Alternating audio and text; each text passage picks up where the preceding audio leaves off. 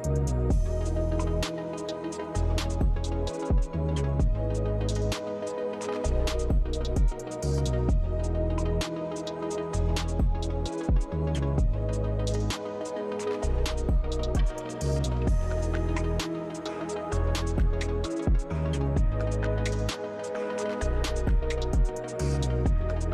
very good afternoon and welcome to talkSPORT Goals. talkSPORT Goals is brought to you by William Hill. It is 18 plus. Gamcare.org.uk. I'm your host, Sam Ellard. To my right hand side is Lee Phelps, as always, from William Hill. To my left hand side, it is Abby Summers and Kwaku Afari. Good afternoon, team. How are we? All good. Excited for the new season. Good to see you back, Kwaku. Abby, how are you? Yeah, fine. All good? Good to see Kwaku back. Yeah, to see first Kwaku game of the back. season. Yeah. Match fit. Honestly, match fit. Good pre-season. Yeah. You know when we wasn't on last week, I thought maybe it was the transfer and we weren't be able to play. No, I was actually told that the reason was the goatee wasn't ready. Yeah. Oh. I was going to say that with a new beard. The goatee wasn't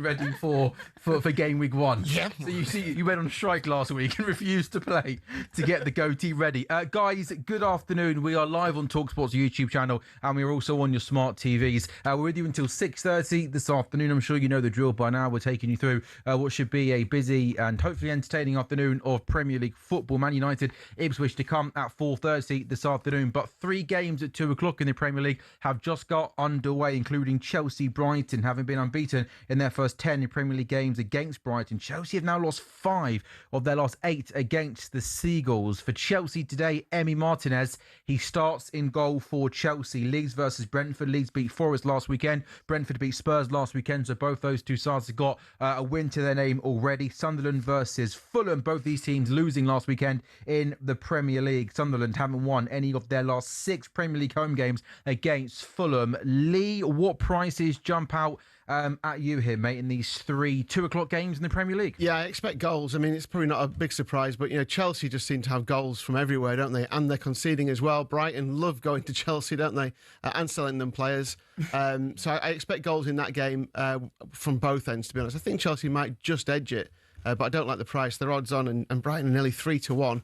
Leeds, Brentford. This is probably the one that could be the tightest of the games. Leeds have been scoring against Forest, of course, and Brentford have got the ability to get goals. I don't know about that one. I'm thinking like maybe a score draw on. I like Brentford Leeds, Lee. Yeah, Leeds are quite a big price. 17-10 at home, so nearly 2-1 at home. In play, 11-5 the draw. Brentford on the attack again. It's mainly been camped in Leeds half so far, and they've got another effort on goal. But yeah, Brentford are 29-20, and Sunderland, Fulham. I'm not sure about Fulham. I've said I think they may struggle this season. I think they're going to be entertaining to watch. I think Sunderland will edge this one just because of the home crowd, but they're 6-5. So if you go 6-5, what did you say? You like Brentford? I like Brentford away. Brentford away. If we go Chelsea, so that treble pays just under 9-1. That's Chelsea at home, Brentford away, Sunderland at home, just under 9-1. And your ACCA boosts have doubles and trebles this season as well. Can I throw one in there? What if I was to say I want to sit on the fence in the Sunderland-Fulham game? Okay. Because I agree with you. I think Fulham, I'm not as sure about Sunderland this season, the last season. Chance there for João Pedro. Tries to put a ball across the face of goal. It's blocked, though. Still goalless at Stamford Bridge. 12.5-1. Okay, nice, good stuff. Let's start with Chelsea. Chelsea's team today sees Emi Martinez come straight in goal. Fofana, Lacroix and Colwill are the 3 centre-halves. So Fofana comes in for Achimpong, who played last week. The wing-backs are Neto and Hato. Looks like, I think, Quaker, correct me if I'm wrong, but is Gusto going to play alongside Lavia in midfield with Palmer, Rodgers, João Pedro the front 3? Yeah, that's how they've set up so far. There was a question mark whether it be Gusto in midfield or Hato, but yeah, it looks like Gusto's playing alongside Lavia in the middle of the park. He did it a little bit under Maresca, more from like an inversion point of view, not necessarily starting as a midfielder. Reece James played against Luton midweek, which surprised a few Chelsea fans. He's on the bench today. Weird that he played that game but didn't start this one. Yeah, it's interesting. But yeah, we'll see how it plays out. I don't love that midfield combination. It's a little bit lightweight for me. Oh, but we will. Oh, Chelsea did score. There we Chelsea go. won, There we Brighton go. 0. It's taken them 3.5 minutes, and it's Romeo Lavia who puts Chelsea in front. The perfect start last weekend against Fulham, and they lead Brighton. Corner came in, Chelsea win the header, cleared off the line. Lavia reacts first. He scores from close range. 4 gone at Stamford Bridge. The Xavi Alonso reign. Very early days, guys, but it's off to a nice start. Yeah, I believe that's Lavia's first goal for Chelsea. The players are celebrating with him. Like, I think he needed that for his Chelsea career. He's kind of been a bit part player because of injury, not because of form. But when he plays, he's very, very effective.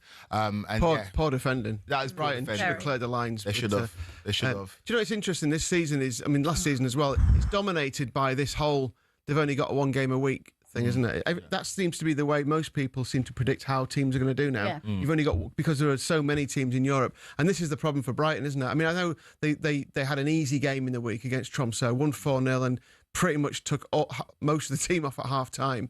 But it's still a game, isn't it? And Chelsea have got right after them straight away. Mix up between the keeper there, wasn't it? That's a very rare mistake from Verbruggen, who I think is one of the better goalkeepers in the league. They just look a bit panicked. You know, Yeah. Chelsea have just gone straight after them in the first 5 minutes, and they haven't had time to settle, Brighton. Yeah, the header got flicked on, and then kind of Vifa kind of came off Visa's thigh, looped in the air, and then Verbruggen tried to come and I think collect it. It ends up just sort of parrying it out to Romeo Lavia, and he does well to react from close range. So Chelsea leading Brighton by a goal to 0. Leeds 0, Brentford 0, where Harry Wilson on the bench today for Leeds doesn't start, and it's Sunderland 0, Fulham 0. Sunderland have started the better of the 2 teams. Kwaku, on Chelsea though, there's lots of optimism around Chelsea going into this season. Yeah. Are you one of those optimistic Chelsea fans? Yeah, very much so. In comparison to our season last year where we finished 10th, I think we're going to have a very good season under Xabi Alonso, who I think's one of the better managers in the league. Again, the chat's kind of intensified after Monday night where we saw Chelsea's frailties and Chelsea's exploits, or Chelsea's positive sides come to the fore, where we looked really good going forward, but defensively we looked fragile. We addressed that by bringing in Emi Martinez, who's an upgrade on Robert Sanchez. But I think Chelsea are going to be there or thereabouts come the end of the season, and I feel like Lee said, that 1 game a week, you can't underestimate it. Ironic that Chelsea have actually played 3 games this week, but we have to pick up points at the beginning part of the season, and then later on in the season where teams are playing in Europe consistently, that's where we can maybe make up that advantage, because we are a very good team. They've got one of the best attacks, if not the best attack in the league, and a really, really good manager. Yeah, that's what Abby. I think the signing, obviously, of Emi Martinez is going to make them a better team, clearly. Yeah. But I think we just saw in that 1 game, didn't we, on Monday night, that João Pedro, Palmer, Rodgers will strike fear into any team in the league. They're electrifying front 3. Yeah, it's a great front 3. I think you're probably right, Quakes. Like, that is probably the best front 3 in the league. I don't know. I feel like there is this kind of thing about the 1 game a week, because it's obviously been used when talking about my own team as well. It is a massive advantage, and history will tell you when Chelsea in particular have 1 game a week, they tend to do very well, as well as having 3 at the back as well. So everything historically would tell you that this is good. I think that, again, Monday night just highlighted that, you know, Robert Sanchez isn't good enough. If you're genuinely going to go for a title charge or put yourself there or thereabouts, you can't have Robert Sanchez in goal. I feel like last season he actually didn't have a terrible season by his standards. I feel like that wasn't actually a massive talking point amongst Chelsea fans. But I think having Emi Martinez, even though he does have the odd occasion where he might have a little bit of a bozo gene, but apart from that, you want someone like that. He fits, I think, perfectly in terms of the type of character that is a Chelsea player. Wouldn't you agree with that? Yeah, it feels very Chelsea, doesn't it? It feels very Chelsea. We need those S-houses. I think we've been too nice over the last... You've been young, haven't you? A young team that probably lacked a bit of nous, didn't they? And petulant. And Martinez, obviously, He can be petulant, but we were picking up silly red cards last season. We didn't really seem to have a team full of grown-ups, but this year is very different. With the Robert Sanchez situation, again, you guys will laugh at me because I talk about kickoff times all the time. But, again... Don't bring out Under the Lights already. No, but for sure, that noise... 9 minutes into the show, and he's running... Like, you've had 4 months to think about it. 4 months where I haven't been able to do my... Make his great as his. So Coming go up on. now. Because... Will this be more interesting this season than last season? Yeah, but that Monday night game under lights, obviously you've got Carragher and Neville on Monday Night Football. Oh, we're getting Carragher and Neville into if that game... So is this something that you think comes into play? If that game was Saturday, a 3 o'clock kickoff, the noise around Robert Sanchez wouldn't have been as big. Can I jump in? I disagree with you completely. We Your would have been sitting here your watching Chelsea it. Football Club. But also, Quake, I'm not being funny, mate. So I appreciate that game Monday night was on TV. Saturday 3 o'clock games don't get it's quite easy to access goals immediately. But there is way. And even if you don't catch it immediately, there's this thing called, what's that show they do on a Saturday night? Oh, is it Match of the Day? Have you heard it? Have you seen it? We've heard You can actually watch it back. I don't think the football universe sort of rocked up this weekend and gone. I think the noise is very different because the thing is the Chelsea hierarchy knew Robert Sanchez was this goalkeeper before Monday, right? And I feel like the outside noise. Xavi Alonso? Pardon? Maybe Xavi Alonso, but it was Xavi Alonso. Maybe Alonso he went in and knocked on the board's door and said, hey, hang on a minute, I've got a seriously good team here. Go and get me another goalkeeper. I do think it makes a difference to the discourse and the narrative around it when Gary Neville literally after the game says Chelsea should bring in Emi Martinez, and guess what happens? Literally 5 days later, Chelsea bring in Emi Martinez. So you're trying to say the Chelsea hierarchy faced the transfer I definitely think the outside... That's kind of what you're saying. I definitely think the outside noise and the pressure externally... Chelsea were more than happy to tread water with Robert Sanchez going into the season. That game happened, and then all of a sudden you changed. But do you not think that it just highlighted to the board and the Martinez owner? was available at the beginning of the window. Yeah, but don't you think that it just highlights to the board and the ownership that actually, okay, we can't continue with Robert Sanchez? For sure. I don't think they listened to what Gary Neville said. The game does, but when you're playing at 3 o'clock on a Saturday, that's a way different spotlight than but the owners are still watching your 3 o'clock. So essentially, you're saying that if that game was Saturday 3 o'clock, I think it would be a different outcome. Yeah, are you crazy? I'm being deadly serious. This is one of your great takes for the window. I'm being deadly serious. So Robert Sanchez, Emi Martinez is only. Did you watch any of the games at 3 o'clock last Saturday? I didn't watch them live, but I watched all of the highlights. Were you invested with the narratives after the game? No, because those games didn't have as much significance. When you're Monday night under lights and everybody's watching it, because everybody can watch it, and you've got the two biggest pundits in the country talking about who Chelsea should sign, and then 5 days later, Chelsea signed that player. Chelsea announced Martinez today, and he's starting right now. I don't think the noise is as intense if Chelsea aren't playing Monday Night Football for sure. I disagree completely with that.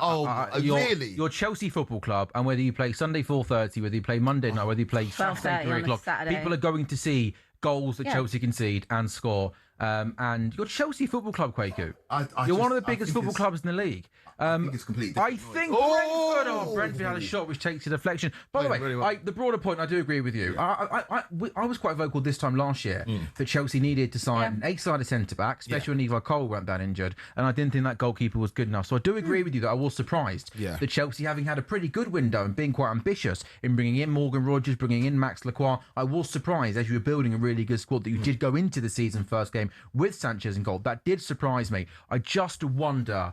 Because I agree with Abby, I think he was actually better last season than maybe I thought he was going to be. Yeah. But I just wonder, and you shouldn't probably judge your transfer activity on one game, but just new season, lots of positives to take, and yet you still got your goalkeeper throwing 2 goals in the back of the net, where they just went into work on Tuesday morning and just thought, you know what, the Emi Martinez thing is there. And I promise you, Kwaku, they would have been aware of that, whatever Gary Neville would have said. And they maybe just thought, you know what, he made a mistake. We can't have another season. And also, it's no secret that he's been wanting to move every single summer. He said goodbye to the Villa fans about 20 times. For sure. What I'm saying is that, we are completely aware that this board is not obtuse to the outside noise. When they said they're going to change tact and completely change their policy, that's not because I think they reviewed it internally. I think that's because they've heard what Chelsea fans have said. When they sacked Liam Rosenior, they said they're going to embark on a period of self-reflection. And they've gone completely against the policy that they've been embedded for the last 3 or 4 years. That's because of outside noise. And I think that Emi Martinez move is because of, obviously, the play of Robert Sanchez, but the outside noise was so visceral after that game because it was literally about 2-hour analysis after the game about Robert Sanchez being a poor goalkeeper. I think it definitely accelerated the approach for Martinez. I don't think Martinez would be starting today if it wasn't on Monday Night Football, for sure. I think it makes a big difference. Kickoff times makes a huge difference. Can I ask you another question? Man United lose against Ipswich at 3 p.m. on a Saturday is very different to them losing. That is not true. It is. It's different. It's not. It is. That is not true. All right, fair enough. I have a question. So kickoff times don't matter. They do matter to an extent. Because why the broadcasters pick? It doesn't matter. Then why Man United always playing 4:30 on a Sunday? If it doesn't matter, why don't they stick on Hull versus Ipswich? Everyone can watch. Because no one wants to watch it. Exactly. So there's more noise around it. There's more eyeballs. Yeah, there is. It's way more intense. Well, We're about to score again. Oh, they do score again! And it's another wonderful bit of play by Morgan Rogers. He gets the assist, and Chelsea have doubled their lead. They spent big money on him. He gets the assist. He gets into the box down the left-hand side. He goes on the outside. He plays a really good ball into the box, and Pedro Neto makes a really good run. Marches in front of the Brighton defender. First time finish into the back of the net. Chelsea 2, Brighton 0. Are you going to win the league? No, we're not going to win the league. Arsenal are going to win the league, but we're going to push them close. Hopefully, we're going to score goals. That's the thing about Chelsea. We're going to score goals, and I think the reason why people are latching onto Chelsea right now and hoping Chelsea can challenge Arsenal is because, again, no criticism to Arsenal in terms of the style of play last season, but we saw the way that Arsenal kind of got over the line. Chelsea kind of give you something a bit different. Our attacking are pretty vulnerable at the back, and they're going to be involved in exciting games. And so I think a lot of people are hoping Chelsea can challenge. But I don't think Chelsea are at a spot right now where I can say in August. What would need to change for you to get to that spot? A catastrophic Arsenal injury. Okay, Fez, what would you need to improve? I agree that Arsenal are looking strong and you can't change that. But obviously it's Xabi Alonso's first season, so there would be some ask to win the league. Yeah. When you look at the makeup of this team, what do you think are the areas that you need to improve more? Maybe not this summer, but going into next season to get closer to Arsenal. Just time. I think they just need time together. I don't necessarily think there's many outfield players who can bring in to really improve the squad vastly at this point. But I do think they just need time together. We play Arsenal next week up, which I think has come a little bit too early. What time's kickoff, mate? 4:30. There we go. Double Sunday. There we go. Lots of eyeballs, But I do like the makeup of this team, and we've now got 2 players in every position basically, which is nice. Obviously, we've got the Enzo Fernandez thing lingering. I want to ask you about Enzo. Once again, not on the squad today. Is it now inevitable he's going to be a Man City player? It feels like it. I did think people thought the deadline wasn't serious. I did think it was serious, but now you see he's not in the squad again. I think his time at Chelsea is done. I'm not a big fan of him as a geezer or a player, but he's a good footballer. And at the World Cup, he showed up in big moments for Argentina, despite getting sent off in the World Cup final. And I think that Chelsea, you got to ask yourself at this point in the window, is selling Enzo Fernandez going to make us worse? And the answer is yes. So you don't want to do it. But the player wants to move. He doesn't want to be at the club anymore. And so if we can get a good fee for him, then sell him. And hopefully we got time to bring in a replacement. If not, we hope that Reece James and Lavia can stay fit because they are the replacements to that position. And they'd play alongside Caicedo in there, obviously. Yeah, Caicedo on the bench today, thankfully. He's been out. He missed the first couple of games for injury. But yeah, it's not ideal at this point in the window. If he was going to leave, I'd like him to leave earlier in the window. And I do think he is a decent player for the modern Premier League standard, but he doesn't want to be at a football club. And if you think about it, in the cold light of day, he's been a bit of a pain in the backside in terms of wanting to leave, other things that have gone on as well off the pitch. And I think it's probably time to move on. Would you be happy with Alex Scott? I do think it's a downgrade. I think Alex Scott in the long term will be a very, very good player, but in this immediate season where I think one game a week, we can go and attack Did you see his celebration yesterday? Yeah, I did. Remember, who was it? Was it Piqueta who did that celebration? So he picked up the phone and then did he put it down like that? Put it down, yeah. Maybe I'm reading too much into it. Is that him telling us that he's staying at Bournemouth? Or? Bournemouth don't want to sell. No. And I don't think they will at this point in the window. Kwaku, Yes. you touched on the board's ambitions, and Chelsea for a long time were a team that would like to sell younger players. More looking forward to the future as opposed to buying ready-made players now. Yeah. Have you been surprised that there has been a change of approach this window? They seem so entrenched in that philosophy that I think Chelsea fans, even though they said they're going to change, it was more like we'll see it or we'll believe it when we see it. But they've done it, and I am slightly surprised, but I'm happy, and we're seeing it bear out right now in terms of we just look a bit more like a proper football team, look at less like a project and more like a team that's trying to win right now. And when you sign a player like Martinez, who's 33 years old, when you sign a Henderson or a Welbeck who are in their 30s, it tells you that obviously we've got a long-term view and we're still bringing in young players, but we're looking to win right now. Morgan Rogers is a player that's looking to win right now. And so, yeah, I like it. This seems like more like old Chelsea. And possibly you could argue that, before signing even any players, the best bit of business that you did in the summer was getting Xabi Alonso in the door. Because if you'd have said to me towards the back end of last season, the mess that you guys are in and how everything was so all over the place, that Xabi Alonso, who I think was probably maybe the kind of best manager that was out there that any team could get, you've ended up going to get him with no European football. I think you did seriously well to get him in the first place. And it's a fertile ground right now, Sam. Obviously, we have to give it to Mikel Arteta. You probably say that he's the best coach in this league right now, him or Unai Emery. But I think behind those two, I'll have Xabi Alonso. And the league that hasn't got a Klopp or a Pep or a Mourinho or any of those prime like legendary managers. It's prime for somebody to take over and kind of establish themselves. And I look at Xabi Alonso, who before Real Madrid was one of the hottest managers on the market. Yeah, I'm excited. I'm so surprised that he didn't go to you lot. I'm so surprised that you lot didn't get him, because I think Areola will do a really good job at Liverpool, and I think he's a top manager. But Xabi Alonso, with his track record in terms of what he's done at Bayer Leverkusen, I think we're very lucky as a Chelsea team that finished 10th last season to bring a manager of that calibre.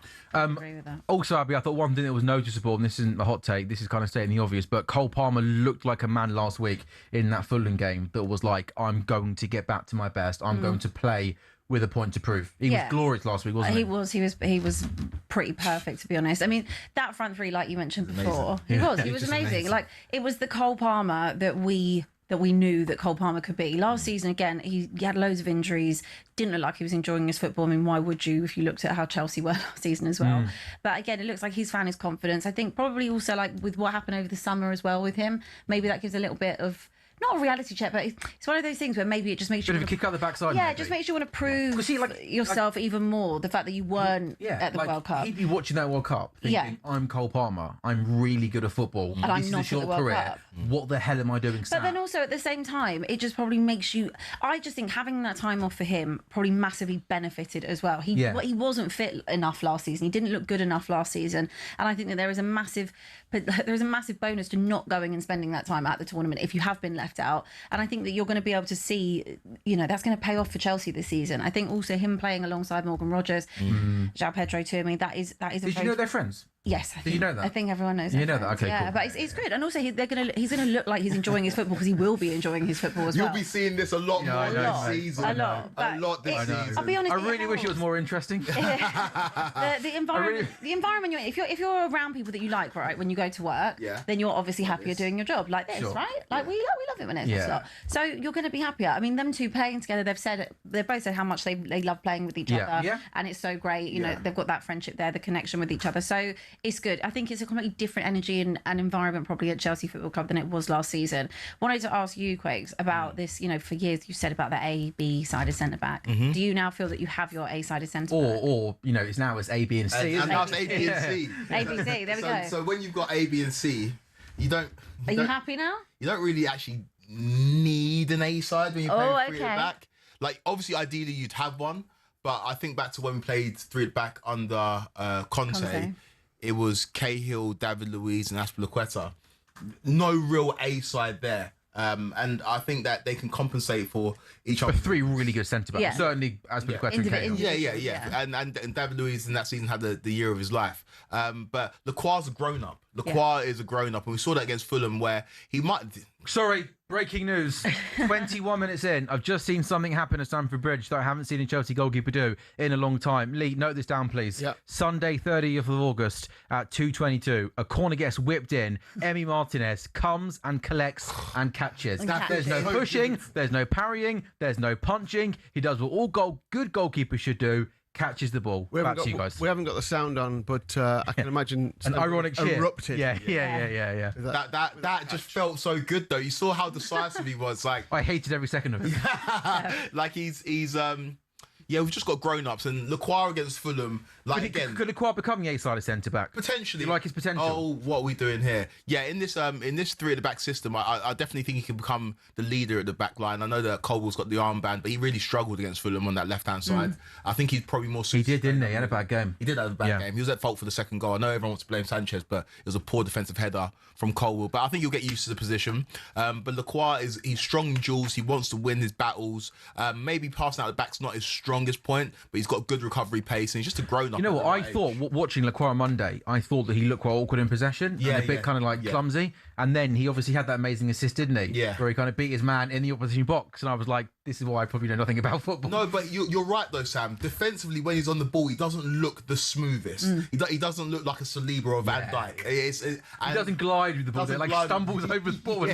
It's not the most comfortable. And I feel like he'll just have to kind of up his level, obviously being at a high level, being at Chelsea. But I like the composition of our team, and really interesting aspect of it is Wesley Fofana, who Chelsea fans were kind of done with. But he played the most minutes in pre-season for Chelsea. Xabi Alonso really liked him. Missed the first 2 games of the season through suspension because he got a stupid red card at the back end of the last season. But I expect him to start the majority of games in that right centre-back position, which begs the question, where does Reece James play? Is he going to be our starting midfielder next to Caicedo? And so there's a few question marks around our team, but overall, I like what I've seen. It's a good, Much more organised. Yeah, Just it's a good option to have for your midfield, Reece James. Yeah, but Very good. Reece James and Lavia are the options, and they're both perpetually injured, and so losing Enzo's not ideal. It's not ideal. Do you think you'll go and get someone else then? I'm not too sure. I think if there's a market opportunity, this Chelsea team or this Chelsea hierarchy is showing they'll go and do it. Or what play? Wow. Go and play out wide. João Pedro breaking down the middle, plays it out to Pedro Neto, who's playing on the right hand side, which I don't necessarily love. The counter attacks kind of slowed down a little bit, but Chelsea look good. Okay, so halfway through then the first half of our 2 o'clock game, Chelsea are leading Brighton by 2 goals to nil. Romeo Lavia scoring the first early on, then Pedro Neto added a second on 20 minutes after a wonderful assist from Morgan Rogers. Brighton, though, since going 2-0 down, have enjoyed a decent spell of possession, but yet to create any clear-cut chances. Brighton have won their last 3 Premier League games against Chelsea. Brighton trailing out by 2 goals to nil, still Leeds 0, Brentford 0 at Ellen Road. Both these sides winning on the opening weekend of the season. Leeds are unbeaten in their last 8 home league games against Brentford, and also at the Stadium of Light. Here we it's go. Sunderland 0, Fulham 0, chance for João Pedro, and he somehow misses. That is an absolute sitter. He gets the ball possibly 4 or 5 yards out. He takes a decent first touch. He's got nobody closing him down. It almost looked impossible to miss. His right-footed shot goes wide of the post. That's a bad miss, but more good play, Lee, down the right side by Pedro Neto. Just trying to walk it in a bit, though, aren't they? If he'd have hit that first time, I think that's bad. Scored. Yeah, he's just got too much time. The defending from Brighton has been, I mean, it's mad, isn't it? One Premier League weekend to the next. They were 4-0 up in 40 minutes against Villa, and Villa were defensively ragged. And Brighton are doing the same thing here against Chelsea. They've had a bit of possession, like you say, but they look, every time Chelsea attack, it feels like Chelsea could score as many as they like today. In the first half, and I'm sure Brighton will get back into the changing room and get told to tighten things up. In those other 2 games, Leeds, Brentford have dominated possession in this game. Leeds just seem happy to give them the ball, but Brentford have been much the better going forward. Not too many clear-cut chances. They've had 3 shots on target, Brentford, to Leeds 0, but nothing really that you would say was an absolute clear-cut chance. In the other game, Sunderland, Fulham, Sunderland happy to concede possession to Fulham as well, but Sunderland are the ones who've been more dominant going forward. Only 1 shot on target to show for all their good forward play. But yeah, it's weird, isn't it, how both the home teams here happy just to give up possession and try and hit on the break. Something that's kind of crept into the game over the last couple of seasons, isn't it? But Lee, you're saying that Leeds and Sunderland are doing that. I don't know what you think, Quakey, but I even think Chelsea are happy to let Brighton have possession kind of in their own half. And they're not. I don't think Chelsea are looking to be ultra aggressive in Brighton's half and try and win the ball back up the pitch. Not at all. It's like a half press, and we saw that against Fulham on Monday night. Yeah. Fulham 60-40 the possession to Brighton. Yeah, exactly my point. Yeah. There were similar numbers against Fulham. Fulham dominated the ball, and I think maybe 5-6 years ago, when Pep ball was in full effect, it was all about dominating the ball. But now it's about what you do with it in the final third. And teams are more than happy to sit off in their shape, and when they get the ball, counter attack. So that's a trend that's changed in the Premier League. You think teams now more looking to sit off and kind of wait to press. Yeah, there's certain teams that as opposed to want to dominate the ball all the time. Yeah, for sure. And you have to have a certain caliber of player to dominate the ball all the time. But now looking at teams that are built more physically, and I think this Chelsea team is an example of a team that's happy to let the other team have the ball. Yeah, okay. 10 touches in the opposition box to 2. So even though it's 60-40 possession, the most important stat, obviously, is 2-0 to Chelsea. Yeah. Leeds 0, Brentford 0, Sunderland 0, Fulham 0. We've also got the quad on, haven't we, guys, in our wonderful studio, and we've got a little cricket on there in the bottom left-hand corner. Now, I do like my cricket, as you know, but tomorrow's a bank holiday Monday, which would be day 5 of this match. I would like England to win it today, so I don't have to go to Lords. I don't want to sound ungrateful, but I think it'd be nice if England got the 6 final wickets. Yeah, I want that for you. Do you? I don't understand what it means, but I want it. No, it's fine. Basically, we need the team bowling to try and get the team batting out. How's the test been so far? It's been a nightmare. Yeah. It's been awful because good? Pakistan have been really, really bad. And it hasn't really been. So is it like what bad to watch? Or? Yeah, because England, who aren't actually particularly great themselves at the moment, it's been too easy for them. They've dominated it. So it hasn't particularly been a good contest, which has been a little bit of a shame, hasn't it, Lee? Yeah. In-play betting on this as well.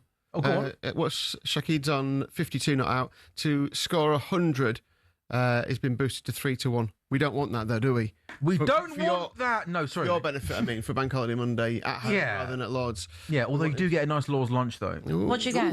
So day 1, chicken, and then day 2, like potatoes and Nice. salad, and then day 2 had some beef. And it was just gorgeous. Like if you went into like a nice restaurant in London on a Saturday night, like melt in the they'll mouth. serve that for Yeah. free. Like you'd pay an absolute fortune for it. Very fortunate, and you got your own barista as well. Oh. sorry. It's like one just for Sam Ellard. No, I was about to say, yeah, you don't get your own personal one. There is a barista. No, but you might. You might. Yeah. No, it's actually my fancy going to Law's now. So lunch, Love is Blind on the telly, Liverpool, Forest. Yeah. So yesterday I did Love is Blind in the morning. Yeah. And then chance for Brighton. The ball gets whipped into the box. And the shot from close range is comfortably saved there by Emi Martinez. Rain yesterday at Lord's. Yeah. So Steve Harmison did some stories, which always kills an hour. Yeah. We had Love is Blind. Kills an we had. So you watched Love is Blind at Lord's? Yeah, but play was off, so it was raining. So I Oh, Love is right, Blind, okay. Liverpool Forest, and then play was back underway in the See, afternoon. I've never watched Perfect Blind day. before, but I watched an episode of it Yeah. the other great. day. Oh my god, it was so entertaining. The geezer who went on the walk. Yeah. I haven't seen it yet. Jack. Sorry. Jack went on. Tell me what my friends are. And then, You're locked into it. Yeah, no, do you know what? The thing is, I'm like, it's rubbish, but I'm like, I can't now not watch it. I watched that episode. I was like, what? So the last one was last night. Yeah. And tonight's the reunion. Okay. I saw them get married last night. Well, please don't say names. I haven't watched it yet. Oh, have you not? No. Are you going to watch it? I then? am going to watch it. Have you Yeah. started it? No, not yet. All right. Well. It's a plain watch. Yeah, fair. a plain watch, yeah. You don't remember any of this. Yeah. Yeah. I will. Okay. I will. Yeah, you probably will, won't you? It's always on. Like I'll remember if it's on. Always at 3 on. o'clock. I don't watch it, but while I'm It's not cooking, and doing televised, you things, know? I'm watching it. You know what I mean? I'm watching it from behind the scenes almost. Oh, are you? Like I can't sit down and watch it. Yeah. But while I'm potting around doing some cooking. Yeah, I was watching on in the it background. on the Yeah, it's kitchen. that kind of series. Why I can't think, you sit yeah. down and watch it? It's just so mind numbing, but I actually secretly love it. Yeah. It's one of those. It's like I know this is rubbish. It's a real and I shouldn't guilty- be watching it. I'm it's a a 30-year-old man. guilty but I pleasure. need to know if Kira and Jack are going to get married or Kira. I was need actually to know. googling yesterday how many marriages from the UK would have actually I managed to chat save. GP'd that as well. Yeah. I think it's It's 3, wasn't it? Yeah. I think it was 3. You both know full well it was 3. I can actually name the couples. Yeah. Oh yeah, Sean and Sarah. That's all good. Wait, we've just had breaking. Did you hear that? No. So one of producer Jamie's friends has Oh, signed no. him up for it, and the producer now keeps contacting him saying that he needs to go on it. Oh, Jamie would be great on it. Oh, he's going on Love is Blind. No, but his friend has put him forward for Put it, Jamie and forward. now they're trying to contact him. I can and say, imagine Jamie on Do you there. want to come on it? I think you should. Yeah, you would. I think you actually He should. is. You could see him. on There's a reality show, so couldn't you? many but there's so many no, I don't know about Love is Blind for Jamie, but Why not? What's the other one called? Him, you know him. I think you should, should, you should not go on that. I think you should do like Married at First Sight. No, that one's rogue. That shows. I love Married at Do Love First is Blind. Sight. Do Love is Blind. No, Yeah, I don't know. He's got. Yeah, he's got. Well, you tell him. he's too old to go on Love Island. Good Chance play. for Chelsea. João Pedro. Yeah! Chelsea are leading Brighton by 3-0. And tell you what, I'm not sure. He's going over to the Brighton fans, having a little in front of his former club. He should have scored earlier on. This time, the ball gets played across the face of goal. His first touch is fantastic. He gets the ball out of his feet. First time finish into the back of the net. He has another glance back at the Brighton fans. Maybe he was getting booed. He was getting booed. That's a better finish, Kwaku. Yeah, better finish. Jarell Hato, brilliant play on the left-hand side. He's not the most natural of wing-backs, but in the last couple of games for Chelsea, he's looked really good in spells. And yeah, he just drives with the ball on the left. He keeps on going, and then picks out the ball in the final third, finds João Pedro in the box, and Pedro makes up for the missed chance earlier on in the game and tucks it away. When you're watching this, Quaker, you seem very relaxed. I know you stated in the green room before the show that it's going to be a new Quaker this season, new Quaker, new goatee, new attitude. But you must be watching this thinking, oh my God, we're looking seriously good. 6 goals scored already this season in the league. Do you know what, Sam? Talk to me at 6:30 next Sunday, because that's the big test, right? Arsenal at their place. And if we get a decent result there, then I'll maybe have a different energy. But I know what this team is. This team is young. This team is inexperienced. But this team is growing. They can score goals. But defensively, would you be surprised to see Chelsea can see 2 goals today? No. Like that's the problem. Whereas Arsenal would kill this game off. Yeah, but I would also say the fact that you're 3-0 up against Brighton, who again are good team. a very good team. Again, they've not been good today defensively; they've been really poor. Yeah. But I would say that even just the energy around Chelsea's different. Like you look, Do you feel the energy? you look hungry. You look like you're on the front foot. The energy's different. It's totally different. Like yes, you could still concede 2 or 3 goals. Like that's very Chelsea coded. But at the same time, you just look different. Yeah, you just do. we are different. We're looking very, very good at the moment. João Pedro, I said it last season, behind Erling Haaland, there isn't a better number 9 in the country. There just isn't. He is just Big statement. He's so good. He can do it all in terms of bringing people into play. I don't know. Carlo Ancelotti's at Stamford Bridge today. He's got blood on his hands. Yeah. Taking him to the World Cup. Well, imagine if Thomas Tuchel and Carlo Ancelotti sat next to each other. Yeah. And Tuchel didn't take Cole Palmer, and Yeah. Ancelotti didn't take João Pedro. They're probably thinking, like these. Like when you watch Palmer in particular last week, you're just like, how did this kid not make the best 26 But players in fairness, the country? if you were He was basing injured it and off struggled of last last season. No, that's season, fair. you wouldn't. That's fair. Yeah, That is fair. 100%. And also, I said blood in their hands. Obviously, 2 former Chelsea managers. I need to shake their hands because you look at João Good for your lot, Pedro. good for your Yeah, team. 100%. These are players that played. In Cole Palmer's case, he played the Euros and had the season. They played the Club World Cup, then had the season. And if he would have gone to the World Cup, he would have been absolutely knackered. I mean, I think we're seeing it with Arsenal players now. And again, it was disappointing for him, but for Chelsea in the long run, those 2 players not going to the World Cup might be the best thing that happened to us. I think so. Joe Rodon's gone off Hamstring. hamstring at Leeds. It's the manager had his head in his hands when he went off. I mean, he's pretty much ever present last season for Leeds. A big favourite of the Leeds faithful. So yeah, he's gone off. Did you see who came on for him? I didn't see the substitute made, but I'll get it in a second. That just had Elvedi's come on actually for replacement. That just makes me think Brentford are an even better bet. They're just dominating this game, and now with him going off, Brentford are already. I think they're a pretty backable price against Leeds, to be honest. And I quite fancy them to get a goal before half time. Leeds just look flat. Brighton are in! Oh, and they score! They do pull one back. Chelsea 3, Brighton 1. It's the new signing who puts the ball into the back of the net. Got played through one-on-one. I think Emi Martinez might have got down and actually made the save. And then it is Yadkuye, whose first-time shot goes in off the post and into the back of the net. Chelsea 3, Brighton 1. It's raining at Lords. Brilliant stuff. But Brighton are very much back in it, Kwaku. Yeah, they are. Yukiya's playing. That's too easy, Kwaku, isn't it? Look how much space they've got to run through there. Yeah, that is just the immaturity of Chelsea. You guys ask me, you should be in.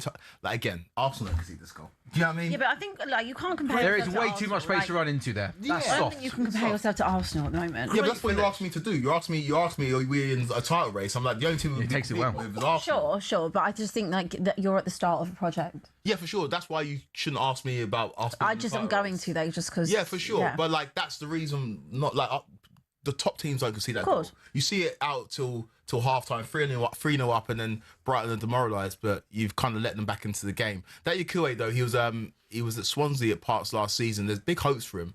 How can I say this nicely?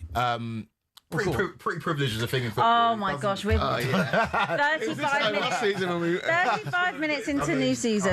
I mean, and go on. It's like Quaker's greatest hits today. Clinky can hook him up with somebody in Turkey because that Barnett from Yadkuye is not the best. He's taking after his manager, isn't he? Is Hurst just? I think he's going through. He's having a transplant. Yeah, Yeah. I thought he had a Disney head of hair. Yeah, so did I. I'm surprised by it. I don't think that was real. What, was it not real? I don't think it was real. I mean, no. again, I wouldn't like to wig? confirm, but I would think that was like a toupee, no? Fair enough. Well, if all of a sudden he had no hair? Yeah. He looked like he had. Part of this- I missed He looked like he had a pretty good head of Who are hair. we talking about? We're now talking about Hurst. Kwaku has said that the new Brighton boy Yadkuye needs to be hooked up with You don't. talkSPORT's Ollie Klink's hair transplant man in Turkey. I didn't even know that Holly Kling had one. So good, isn't it? I don't know. I didn't even know. think? So wait, sorry. So you're saying fun. he hasn't got pretty privilege? No, he's a player that Clinky's a beautiful man. Yadkuye hasn't got pretty privilege. Are there any new players this season that you think have got pretty privilege? Just so we know. Oh, good question. With all due respect to Yadkuye, he hasn't been around long enough, I think, to have or have not pretty privilege. He could be a I new was- debut for pretty privilege. No, I was watching him in the Championship because he was at Swansea last We need a season. pretty privileged 11, don't we? Yeah. He'd be good in the pods, wouldn't he? In Love Is Blind. News. Oh, that's nasty work, No, Sammy. that's Jamie's fault. Blame me on that one. Did you say that? Van Dijk would be captain of the pretty privileged 11 for sure. Oh yeah. What do you mean? Van Dijk is the prettiest of. He's He's the captain of the pretty privilege. Yeah. Oh, because he's pretty. Yeah. I thought you meant he he's because he's only No. good because of pretty privilege. No. All right, we should maybe move on from this conversation. I don't know.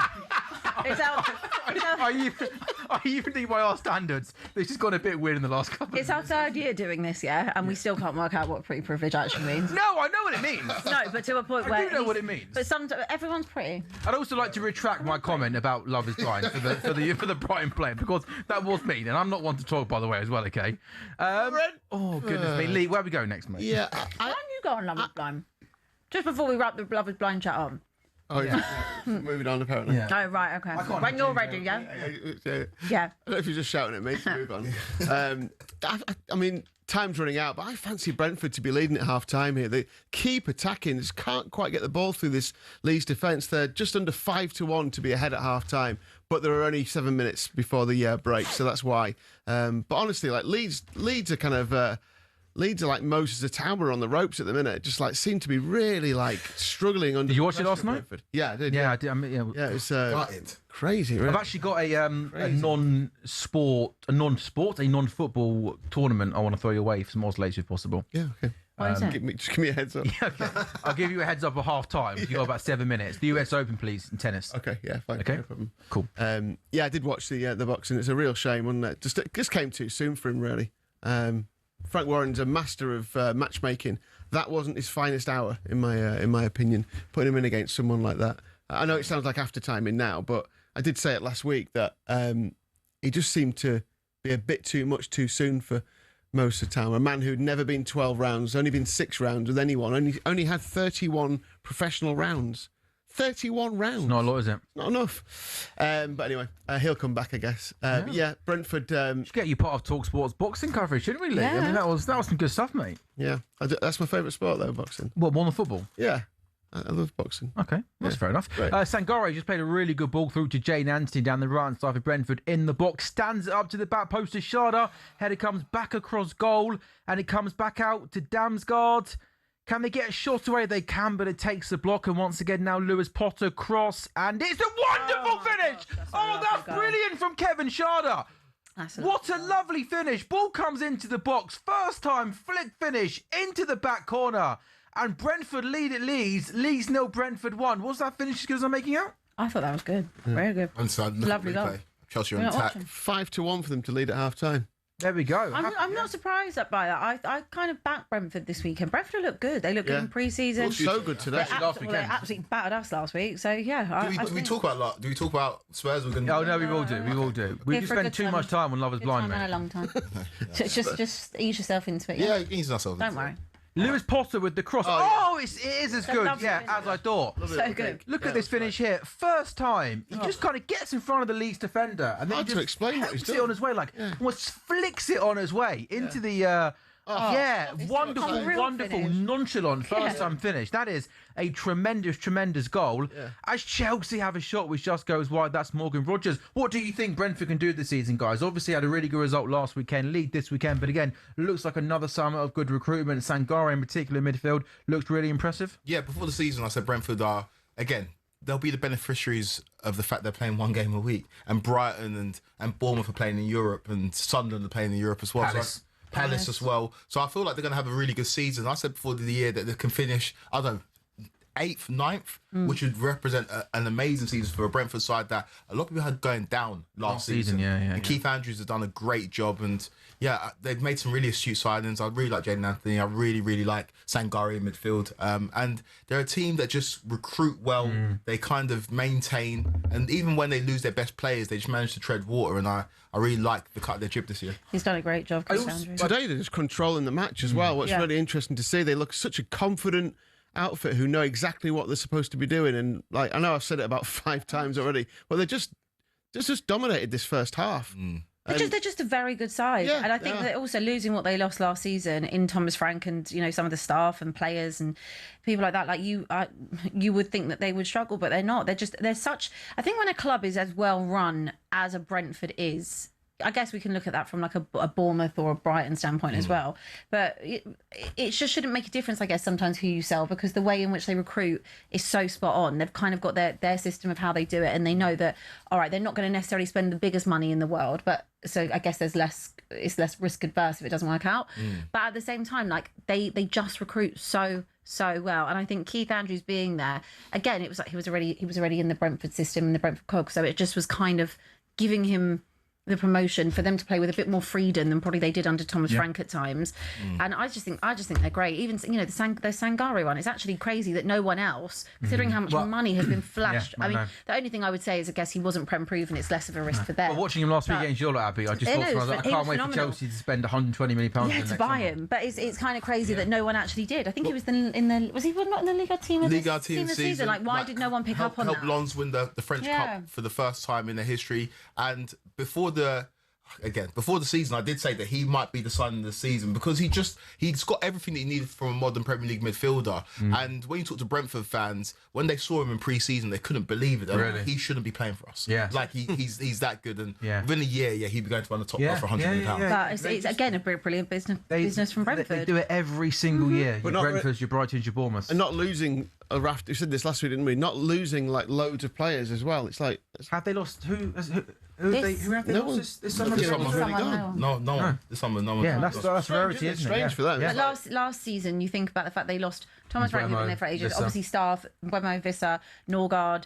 There was a lot of moving parts to them last year, and they did brilliantly. Yeah, and they brought in Diouf as well. He's on the bench today. Yeah, I think he's really good. I mean, you talk about fullbacks who've got strengths. You've got Kerde with a long throw. Doof's got an unbelievable wonderful left foot on him. Yeah, they look good. And Lee, you're watching this game quite closely. Every time I'm looking up at it, they seem to just be passing, controlling the game. Yeah. Wherever they are on the pitch. I mean, Leeds fans will be disappointed with this because they look ordinary today.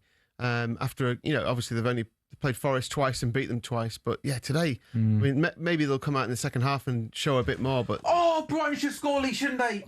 Cross comes in from the right hand side, and Gomez has got a lot of space in between two of the Chelsea defenders, and his header goes over the bar, and he's only about 8 yards out, and I think he should do better there, possibly. Maybe it was a bit high for him. But yeah, it's a good effort. Lee, a Stadium of Light half-time there, Sunderland 0, Fulham 0. Who's had the better of the first 45 minutes? Or Sunderland looked, the first 20 minutes, Sunderland looked like they had a goal in them in this first half, but it's pretty steady.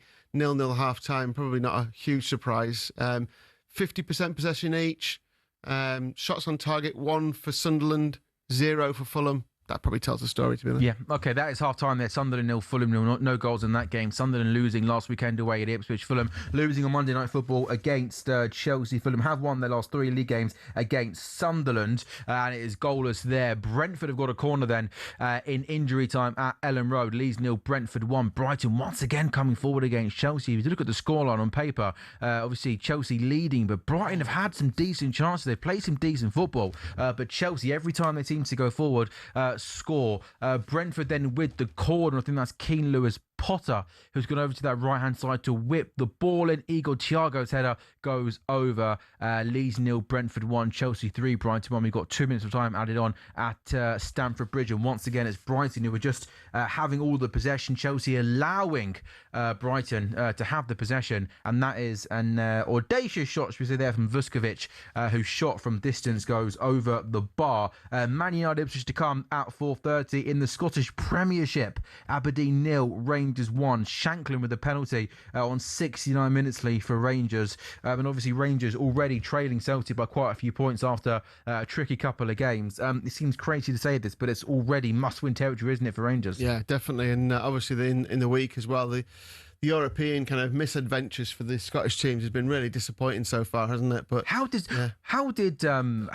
still can't quite believe Celtic lost that game, or not lose the game, but lost the time. I mean, that was remarkable, wasn't it? Absolutely mad. Like if that was a bigger game in maybe later on in the Champions League, I think we're literally talking about one of the biggest bottle jobs, one of the biggest kind of comebacks in footballing history. The amount of 5 goals could concede more goals. That was a disgrace. It was an absolute disgrace watching that unfold. And these Scottish teams in Europe, you might as well just write them off, mate. It seems like a waste of time. It does. It does though. Like I don't know. Claim to be like the biggest clubs in the UK and Britain, and then you put forth that kind of performance in the qualifiers for a European competition. That's a disgrace. Yeah. I had a montage during the week on talkSPORT of all their kind of most recent poor performances in Europe, and at Celtic this Must have been a long montage, Lee. yeah, but there's some really shocking Stinkers results in there, yeah. And then this one's I reckon that one might take. That Might take the biscuit. take biscuit. Yeah. Embarrassing though. No, That's to be 4 up on aggregate Oh, yes, and it to is, end up it is. losing the tie is something quite incredible. Half time then, it's Stamford Bridge, Chelsea 3, Brighton 1. All the Chelsea players coming together as they come off the pitch. Sunderland 0, Fulham 0, and we're just waiting half time at Ellen Road, and we are at half time at Ellen Road. So 3 half time scores then in the Premier League: Chelsea 3, Brighton 1, Leeds 0, Brentford 1, Sunderland 0, Fulham 0. talkSPORT Goals is back in a couple of minutes' time.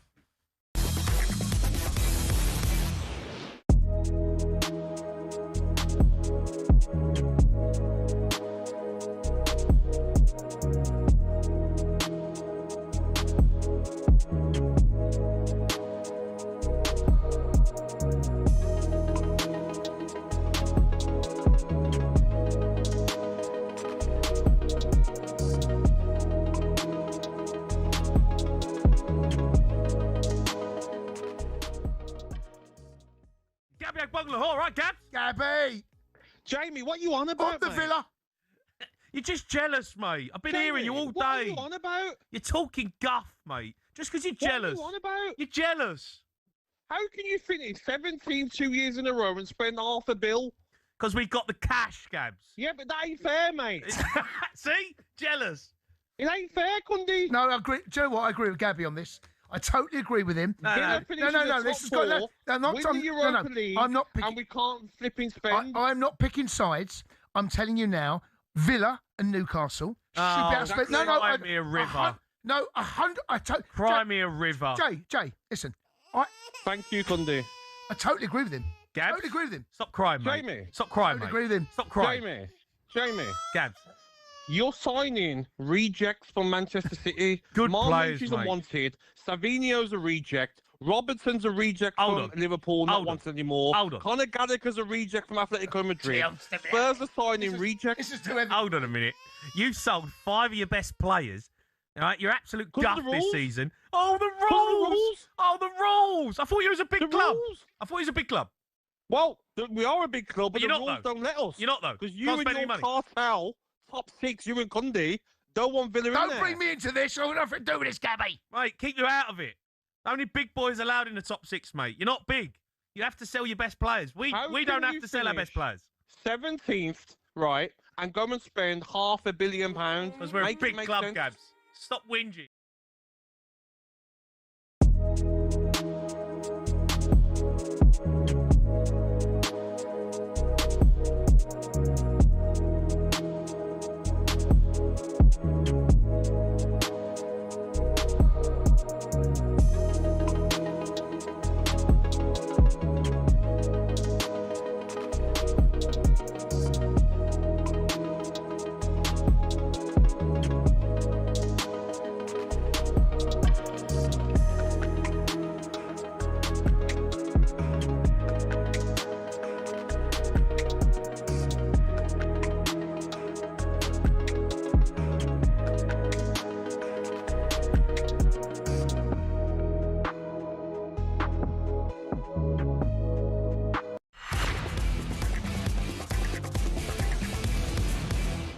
A very good afternoon. Welcome back to talkSPORT Goals. talkSPORT Goals is brought to you by William Hill, 18 plus at gamcare.org.uk. I'm your host, Sam Ellard. Lee Phelps, Abby Summers, Quakey Rafari. Oh, with every time I do that, I always sound like I just can't. Why does that? Eating. Is that because I'm rushing my food Yeah. during the ad break? That was very unprofessional of me. I am sorry, but Abby and Kwaku We are. lower the mood when they're together on a Sunday afternoon. 3 half times in the Premier League: Chelsea 3, Brighton 1. Chelsea have only won their first home league game of the season once in the last 7 campaigns. They're well on their way to doing that this afternoon. 3 early goals for Chelsea put them 3 up. Brighton did pull one back before half time. Lavia, Neto, and João Pedro for Chelsea. Leeds 0 0, Brentford 1. Brentford looking to go back-to-back victories this season in the Premier League. A wonderful finish from Kevin Schade, giving them the lead. 4 of the 6 Premier League meetings between Leeds and Brentford have been drawn, and it's also Sunderland 0, Fulham 0, Man United Ipswich to come at 4:30. Lee, what odds are jumping out of you at half-time, mate? I've got the US Open, by the way, when you're ready. Chelsea are unbackable now at 14-1 on. It's going to be interesting to see what happens in that second half. Like Quaker was right about, you're never quite sure with Chelsea, but a 3-1 lead, they're not going to throw that away. I mean, Brighton are 28-1 to go win the game, which would seem unlikely, but I think we could probably expect more goals in the second half because Brighton will have to come out and have a go at Chelsea. Rodgers to score any time has been boosted to 9-2, and you get impact sub on your side as well. João Pedro to score 2 or more goals, 9-4. So I don't mind the Rodgers one. I think if as it becomes more open in the second half, I think Chelsea will get more goals. I mean, you'd expect Leeds to come back into it. They're 7-1 to win the game. The draw's 3-1.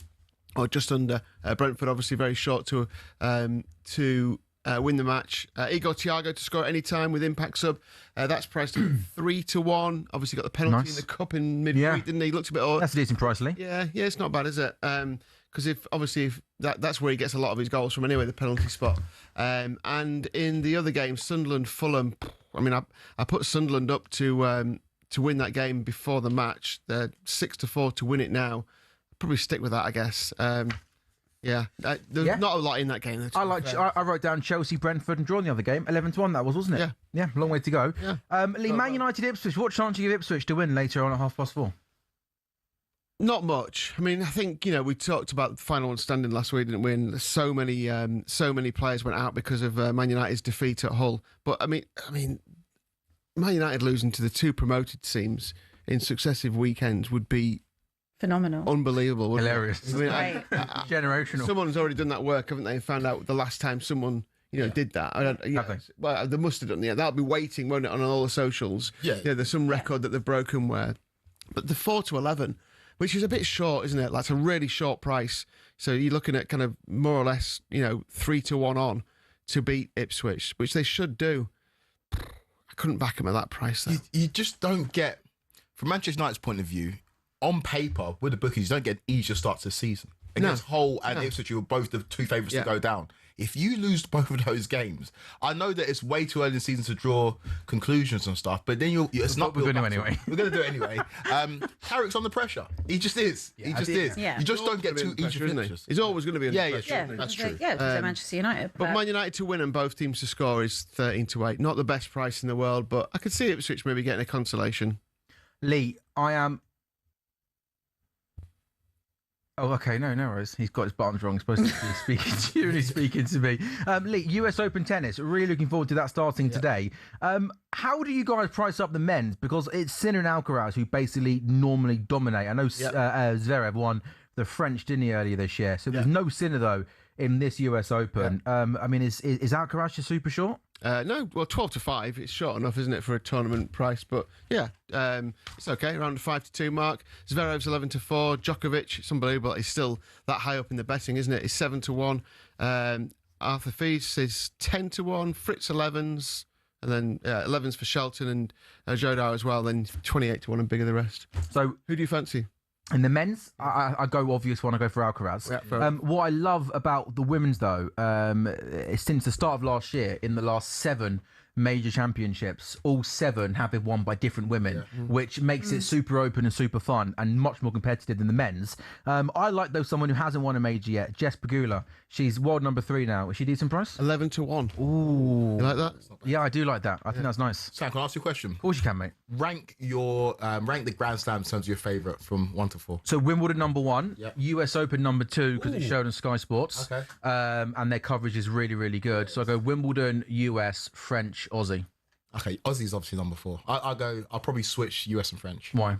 Just the French Open, I think it's got more prestige. Why? Just because it's a tournament that it's on a unique surface. It's It's just one that I think if I played tennis, I'd want to win Wimbledon and the French. I think it just represents like the scope of Something tennis. special about being in New York, though. I think. I know what you Bring mean. the stars out. I know what you mean. The centre court there. It's an iconic place. Yeah. I get what you mean. The challenge of playing in French and playing on clay is unique, isn't it? It's so unless you're a clay specialist, like you look Like at Rafa was, but it was just this thing, wasn't like it? Roger's only got one French Open. Do you know what I mean? It's hard surface to win on. Yeah, he was overrated, wasn't he? One French Open. What on earth was he doing? Have you watched that documentary, The Rafa? No. That's well worth a watch. Really? Yeah. Is it better than Love Is Blind? Just, yeah. Yeah. Okay. So Pegula's 11-1. Is Sabalenka favourite? Yeah. Yes, she is 3-1. Coco Gauff 4-1. Yeah. I like her 11-1. It's worth a go. Yeah. No, for sure. Do you know if I went each way, would that take me to the final? Yeah, you get half the odds for a place in the final. You can also name the finalists. There's to reach the final. So if you're going for Jess Pegula to reach the final, it's 9-2.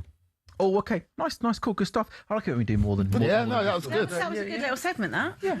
Enjoyed it. Yeah. Oh, did you? Quite locked into that. You contributed. Who's your favourite tennis player, Abby? Of all time. Don't help her out. Don't I help do her obviously out. know tennis players, but I'm not like. If a you had massive to go for a tennis pint lover. with a tennis player tonight, who would you go for? Probably like Roger Federer All right, or like Nadal. Nadal. Yeah. Or like Djokovic. Djokovic is quite cool. Yeah. I wouldn't say I have Have to be a. McEnroe or Agassi, wouldn't it? I wouldn't say I have a like. Yeah, Agassi stories. Yeah, I think the old, they'd be more better crack, wouldn't they? Yeah. His book's supposed to be Serena, amazing. Venus. No, not them two. No. Then- I'm not sure. Not them two. No, I don't know. I'm not. I can't warm to them. I can't warm to them. Yeah, Agassi, yes, Serena Venus. Nah. No, I didn't like when she came back to Wimbledon. I just thought I didn't like her attitude. I just thought she looked like she didn't. Steffi Graf? Huh? A bit before my time. to answer your question, I don't really mind. I'm not. Good to be back, isn't it? Okay, answer. Nah, not them two. talkSPORT Goals is back in a couple of minutes' time.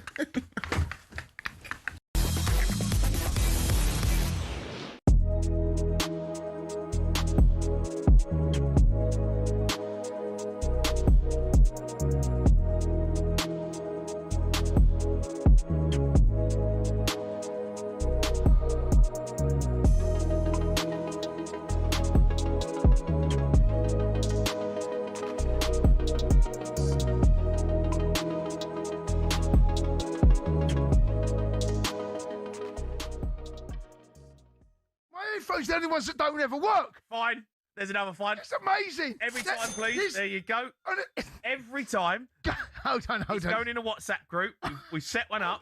Every time these fines come Oh, into this the is play, so good. right, we have a Have night I- out I've had in no- December. One lucky listener of the Sports Bar will be able to come on the night out and spend Cundy's cash. Hold on.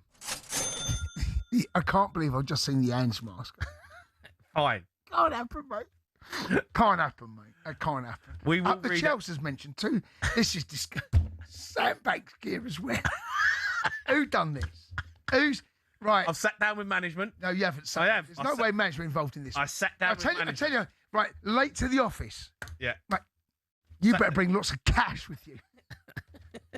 I'm never late when the red light comes on. Oh, that's so. Yeah. It says in the office, not studio. Yeah. No, Yeah, but I decide when I turn up. it's amazing. This is going to be so much. How are you though, mate? You've got Do to you know watch what, the mate? Super I'm Chels. all right. I'm okay. Mate, you're looking good. Listen, Good side. Yes, on the back of limo bikes. By the way, go and Google them. You want to get to A to B, limo bikes. Right, add that to the list. What do you mean? Promotions. No, it's fair enough. Promotions that are not part of the sports bar. You're making this up. You're like a dictator. Add it to the list. I was at the British Masters yesterday. Had a great time. Right, okay, there you go. Fantastic. Okay, You good know, for you. Well done. Cernic Faldo. You asked Legends. me. I never asked you where you were. I know. No, But so if you're going to promote stuff, No, but we can don't. both do that. When I ask you, you can tell me that. You're offering this info. No one cares. I don't care.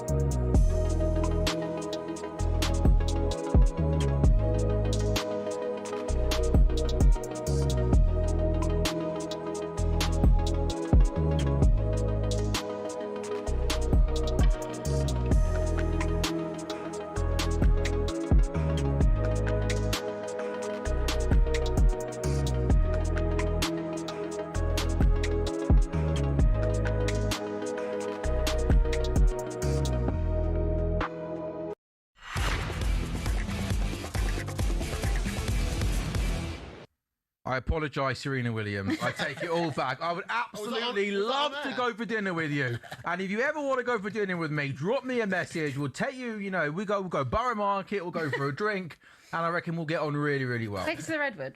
Oh, I bet she'd love it in the Redwood.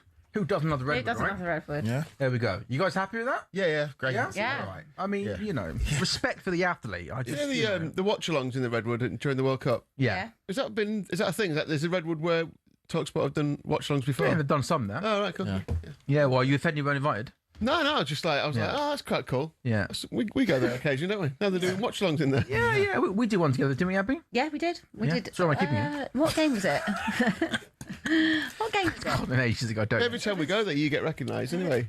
So that's what it's like. Yeah, you do, Abby, don't Me? you? Yeah, it's all about Sam. Too. Oh, yeah, well, you know. Yeah, big time. Yeah. Both of you pretty big time, aren't you? Huge. Yeah, how was the World Cup, mate? Yeah, it was really good. It was really good. It was long. It was long.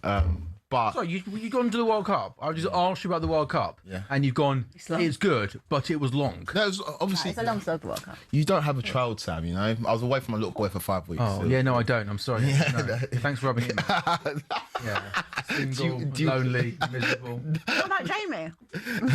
Why do you have to keep sorry, why do you have to keep mentioning Jamie? Because you can both go on Love Is No, Blind. it's a bit, no, can you... It's just fun. It's being a bit spiteful now. Am I? Yeah. You're obsessed with him. It's weird, isn't it? I know. Yeah. Such obsession. Yeah, get over it. Such. Just trying to help you both out. No, but it's good. World Cup was I really do. good. Just trying to help my friends out. It was incredible. I think the beginning of the World Cup, we were on for maybe having the greatest World Cup of all time when they were all performing hard. did, didn't it? It did dip. I think as soon as Trump made the call to Infantino, it just went like that.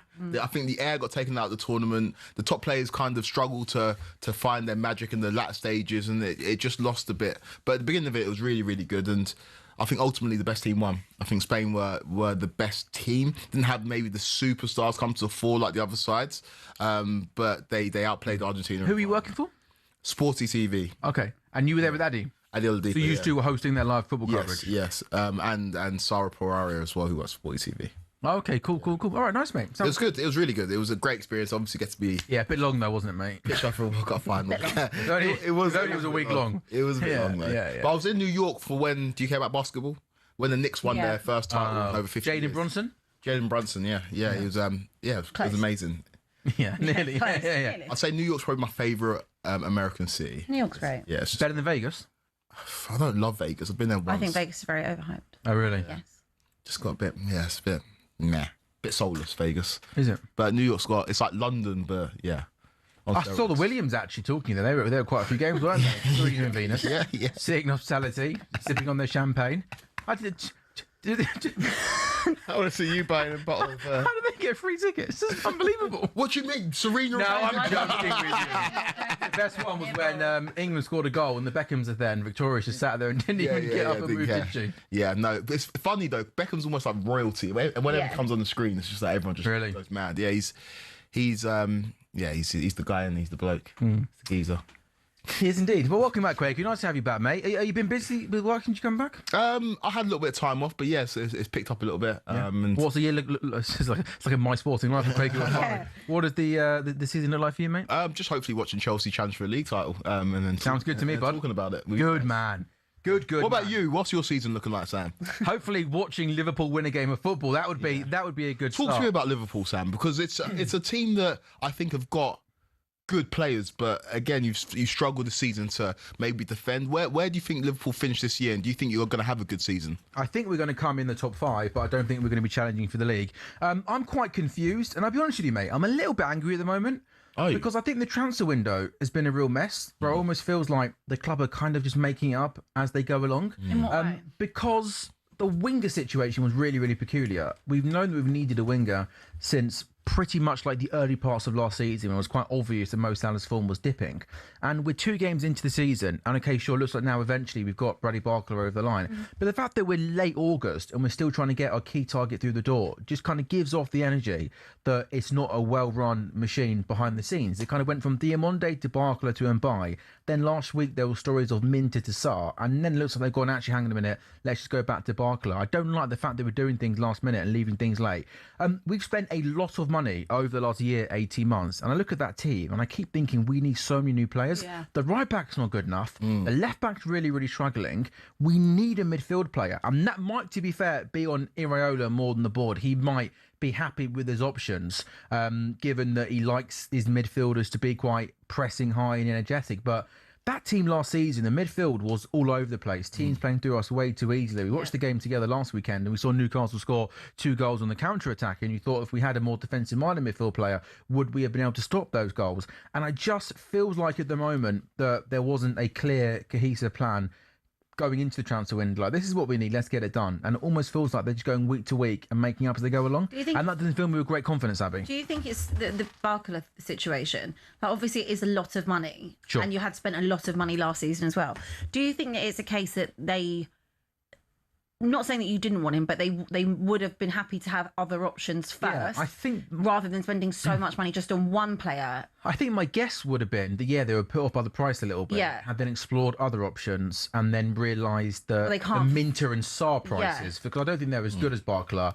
The price for those players were also really, really high. That petrified them. And they then just thought, let's just go and get Barcola in the first place. Well, I think that's really what's happened, but the only difference is obviously they're Prem proven. So that's the difference. Not that they are Prem proven, but I think Barcola is on a different level to both those players. Of course he's on a different level. Of course he's on a different level. But I think that they probably took that standpoint that, well, here's a lot of money. Do we go down that and then again have had a look at how much everything costs if you're buying Prem proven talent from club to club in the Premier League?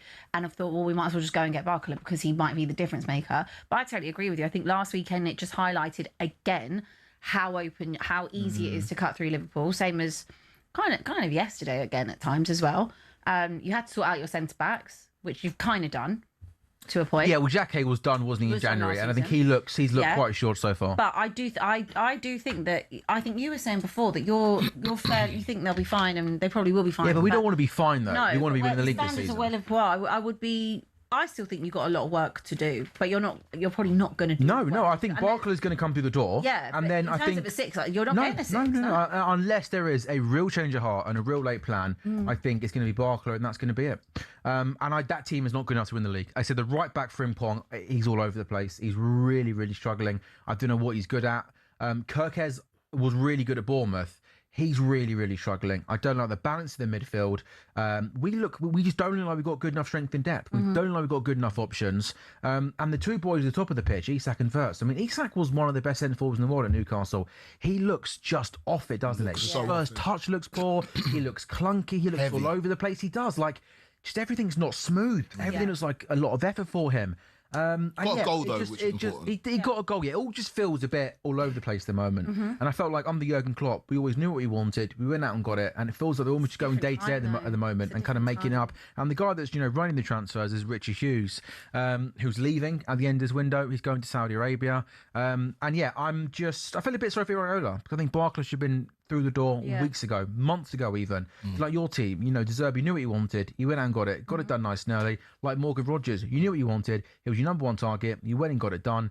That does look at how much money Spurs, my own team has spent in this window. I mean, obviously, if you probably add it up from what you've spent as well, we're probably not far off each other. And yours was done last year, but ours, I think eventually will pay off. I'm sure we'll talk about Spurs. Sure, we definitely would. In between games, maybe. You've got. We're only 2 games in. I mean, obviously, your signings from last year, again, I think we've kind of been quite nice when it's come to Florian Wirtz for the most part. You probably could have got a lot more heat. No, I think that's fair. But this season, I think everyone is going to be watching Florian Wirtz and be like, right, we've paid a lot of money for you. What can you do? Obviously, with Isak, he did have that long injury, so you've got to allow time. Ekatika, who did have a good season, is going to be out for a long time still as well. I don't know. There's a lot of things at Liverpool.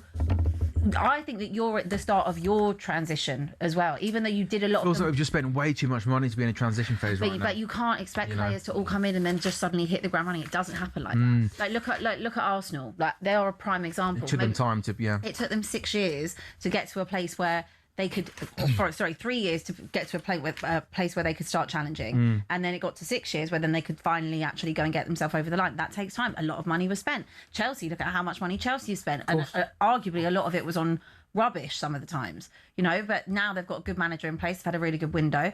This season, I don't think they'll win the league probably, but it's a building block. It takes time. Just on the manager. Same with City as well. Do you both think he's good enough, the manager? Yeah. Yeah. Long term, you think he is? I think he's a really good manager. I would have liked him. Obviously, it's different under lights at Liverpool, who are one of the biggest. Which No, under the spotlight of being Liverpool manager, one of the biggest clubs in the world. big jump. It's a big jump, and he's never managed in Europe before, and so like in European competition. So we'll see how he does. But I think X's and O's wise, yeah, he's a top manager. What do you make of our transfer business? I think you've accumulated really good players, but I get what you're saying in terms of you've gone about it a strange way. But now you've got 3 players in attack who are worth over £100 million in Verts, in Isak and in Barcola, so they've got to perform. Otherwise, it's very different. It's a departure from the previous model at Liverpool, where you'd go and spot an opportunity in the market like a Firmino or a Mane or a Salah, and you've gone and spent big money, and now it's big pressure. It's a very different approach, but I think ultimately, when everybody's fit, you've got some of the best attacking players in the world. Like, It's just, do you know what? Like you said, Quakes, it's like you've got the players there. It just needs to be sewn together. Yeah, and at they the need to moment learn you're the missing system. something. Yeah, The they system as well. definitely need to learn the system. But at the moment, I still think you're missing that piece that sews it together. I also think Alisson is again like getting on a bit. Yeah, Alisson and Van Dijk, you could argue, who've obviously been maybe the best goalkeeper in the league over the last 5-6 years. Van Dijk's probably been the But best they're centre coming- back, and maybe just they're not their dominant best, are they? No. Which is what the game was. Jamie Carragher, remember in the Sky, he was almost like the game's too easy for Van Dijk. Yeah. And I see that clip being redone now, but there was like a 2-3 year period where the there game was made And too it- easy it- for Van Dijk. It absolutely for was. sure. Look at the centre backs that he was dragging. Oh my goodness me! Brighton should have pulled a goal back. Who's that at the back post? Is that Gomez? The ball gets whipped in, free kick from the left-hand side. Gomez is unmarked. He's not too far out. Tries to go back across goal. Header goes wide, and it's still Chelsea 3, Brighton 1. What a ball into the box that was! How has he not scored that, man? I mean, he had the other header chance, which was harder than that. Then that should just go in. We could be back. I just thought that was going in the back of the net. We could be 3-3 now. Yeah. Should have Poor scored. defending as well. No one's on. Unmarked, free header. Great ball, isn't it? Honestly, like this was happening at the back end of the first half. I thought that Javi Alonso would have read them the right act at half time because we were letting Brighton back into the game. But in the second half, it's been all Brighton. There was one chance that Chelsea fashioned, a long ball from Martinez through to João Pedro. He kind of breaks through. The shot gets blocked and it goes out for a corner. But it's been all Brighton. And we talked about Chelsea being happy to let Brighton have the ball, but Brighton have been good on the ball and created chances. But Chelsea on Cole Palmer through Morgan Rogers. Oh, he just can't sort his feet out. Back to Cole Palmer. His shot is blocked. And Brighton are going to clear. Chelsea still on the attack. Neto right hand side puts the ball. That's actually a really good dangerous ball. Put it into the danger area, but no Chelsea player can get on the end of it, and it goes out for a Brighton goal kick. Still Chelsea 3, Brighton 1. Yeah. The one thing that I can hang my hat on is that Palmer hasn't scored yet. And I think he will score. Yeah. I think the odds suggest that he will score. Pedro Neto's having a very good game. I did question him on the right hand side, but created a few chances. Obviously scored a goal himself. And I just want to see us kind of just take control of this and be grown-ups and take this game away from Brighton. Being 3-0 up at any point in the Premier League game. Doesn't feel secure, does it? No way. They should have scored. It should be 3-2 right now, or 3-3. This doesn't fill me with confidence in terms of going to the Emirates next week, but Big game early in the season, isn't it? Too early for us. You reckon? Too early for us. Yeah, going to, because I think we'll play well, but ultimately lose that game. Do you know what I mean? We'll put forward a good effort, but ultimately. Yeah, I'm looking forward to you being here next week with us, mate. Next Sunday, live talkSPORT goals. Arsenal Chelsea watched on. That'd be great, won't it? I don't know if I've been booked. I don't know if I've been booked. Pedro Chelsea's Neto break. is through in the box, right hand side. That is very, very selfish. Do that. He had two players in the box, and Cole Palmer misses from close range. So He's first 5-1 to score in this game, by the way, Cole Palmer. Yeah. 5-1. Anytime or next goal. Anytime. Yeah, that's Price great. yeah, Neto I like there it a lot. did well to get through down the right hand side. He then had two players in the box, and from a tight angle decides to shoot. Then the ball gets played back into the box to Cole Palmer, and from close range he goes over the bar. Yeah, he should really pass that across the box.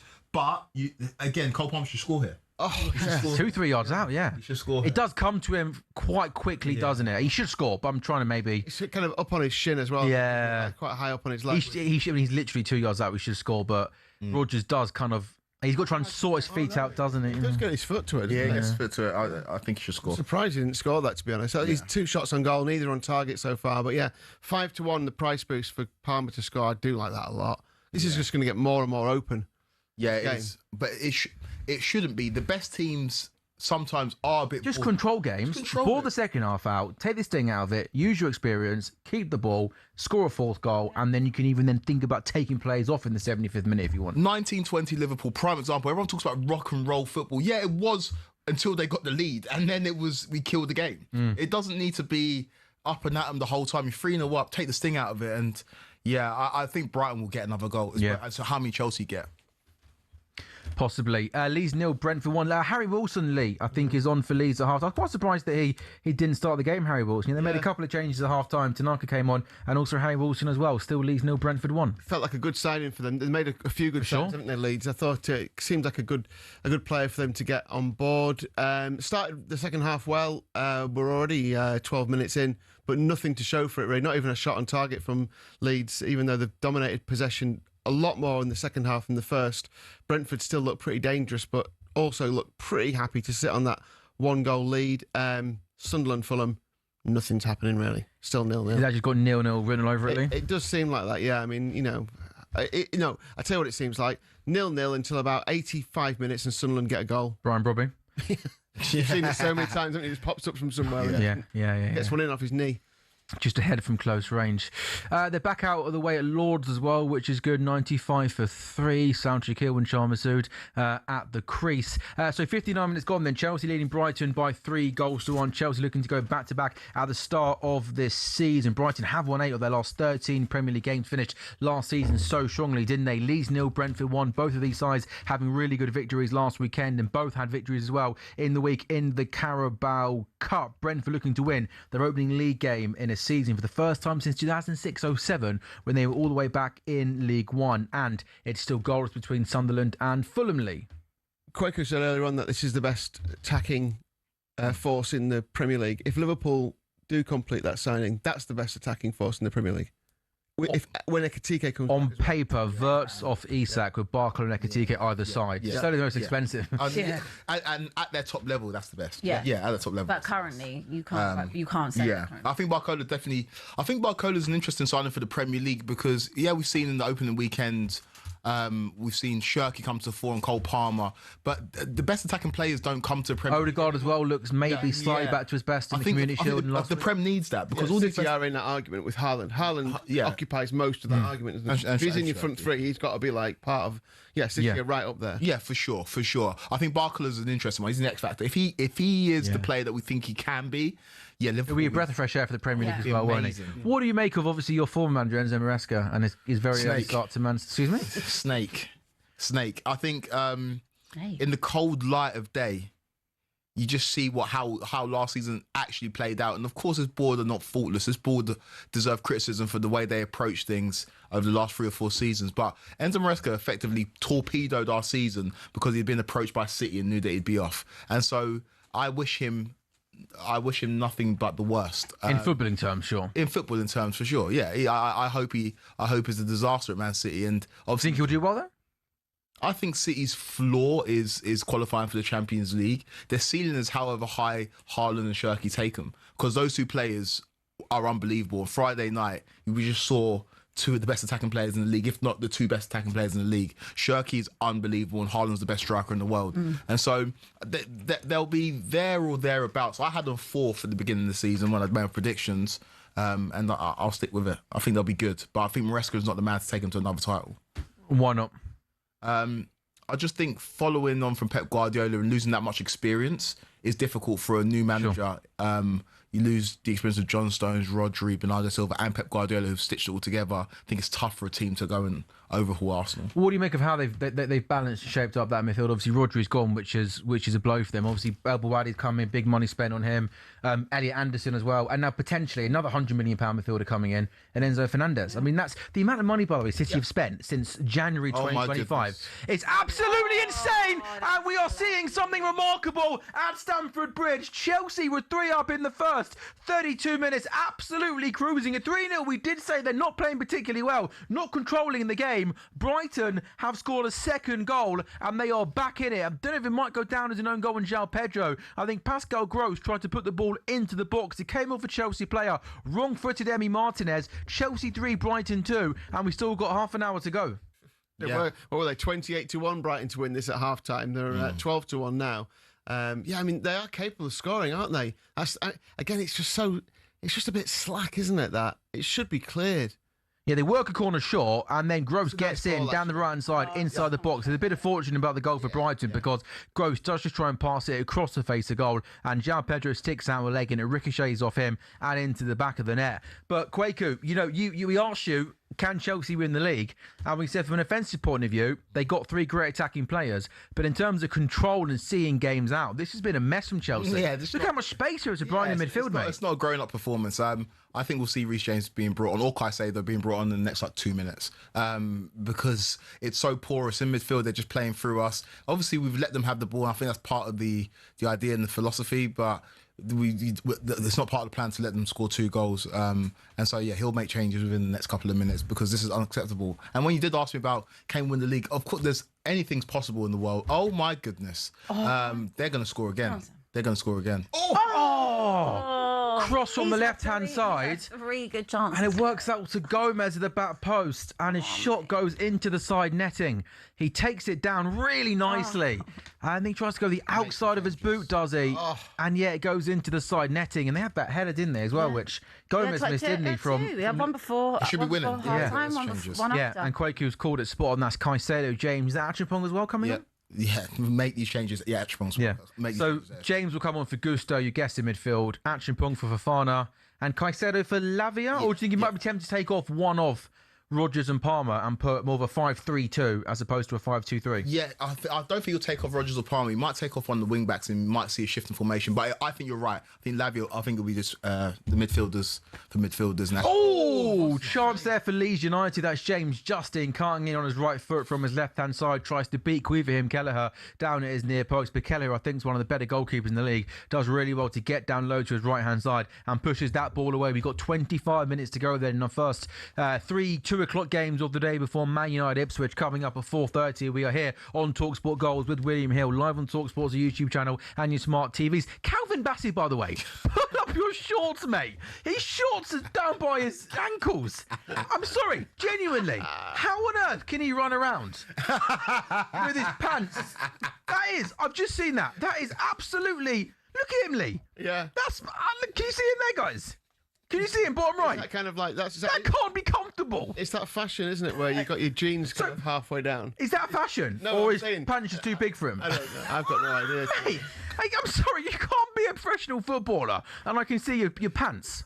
That is absolutely I mesmerising. think he's pulled them up now. Mesmerising. That is, I'm sorry, that is one of the most peculiar things I've seen in a long time. Did you see? In this is not about pants. Did you see in the week when Dan James and James Justin scored No. against Forest for Leeds? Yeah. No, sorry. Where are we It's like- going with this? It's apparently the only time when both goal scorers are each other's names, back to front and front to I back. did see that, yeah. Dan James, Yeah. James Justin. So Dan James still and James Justin. Yeah. Dan James. It's amazing, isn't it? Yeah, not that interesting. It's better than pants. Yeah, no, I don't think it is, by the way. That is, no, I'm jokingly, that is interesting. Not as good as, what was the one last week? I wrote it down. Was it Samson? Oh, Samson the Snake. But he scored, didn't he? He scored. Oh, yeah, I know. We With did his score head, with his head. Chance for Shada for Brentford. Cuts in on his right foot. I think it would have been a free kick. The ref thought he went down a little bit too easily. So Leeds 0, Brentford 1. Brighton just keep on coming forward. In down the left-hand side. Ball into the box. Make those subs, please. And Chelsea managed to clear their lines. I think you're clinging on here, aren't you, a little bit, Kwaku? Yes, Brighton deserve to be winning this game. That is unbelievable. That wasn't given as a free kick. That Leeds, the one you mentioned against Shada. He's stood. It would have been a penalty, by the way, as well. That's a pen. That is a pen. Sorry, looked Kwaku. at? They're in the box. I'm sure it will be looked at, yeah. Is there enough contact for it to be overturned, do you think? Maybe not. They've kind of changed the rules, haven't they? Yeah. Well, the high They're bar. trying to not, they're High trying bar. to They're trying not to get involved, which I think's actually yeah. worked this time around. We'll see how long it lasts. Oh, we missed that lead, didn't we, there? That is an unbelievable chance for Sunderland. Enzo Lefebvre with a really, really good ball across the face of goal. And is that Angulo, is it, the number 10, running onto it, 1-on-1 with the goalkeeper, really should score. And Isidore, and his shot comes off the post. Sunderland should be ahead of Lee. Should have scored that, shouldn't he, Isidore? Lacking composure. Yeah, so and he was another one who just the amount of goals he scored in those 1-0 wins last season for Sunderland. You'd expect him to put that away. And you're not going to get many more chances, I don't think, in this game. Just under 20 minutes to go, normal time.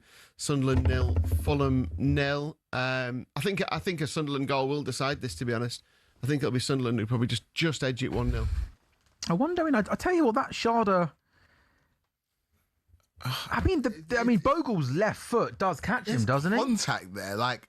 How is it? That's a foul. Oh. It was outside the box. It's definitely free. yeah, kick, yes, isn't it? yes, Yeah. yeah. Not given. He just seemed to go down a bit but slow, didn't Was he looking for it? Yeah. One of I those think ones. he was. I think he got stood on, but I think he just went down weird. Oh my goodness. Oh, that's a really good ball into the box, but a really good defensive header there for Chelsea. Who came on?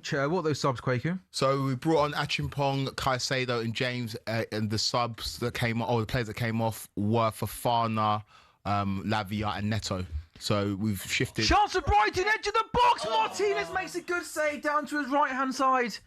There was a shot on the edge of the box from number 21. That's Moscali. And Martinez has to get down low to his left-hand side and pushes the ball away. This is all Brighton at Stamford Bridge. Ball into the box. They win the first header, and Malo Gusto is going to clear. I don't think I've seen a team leading 3-0 and feeling less sure about them.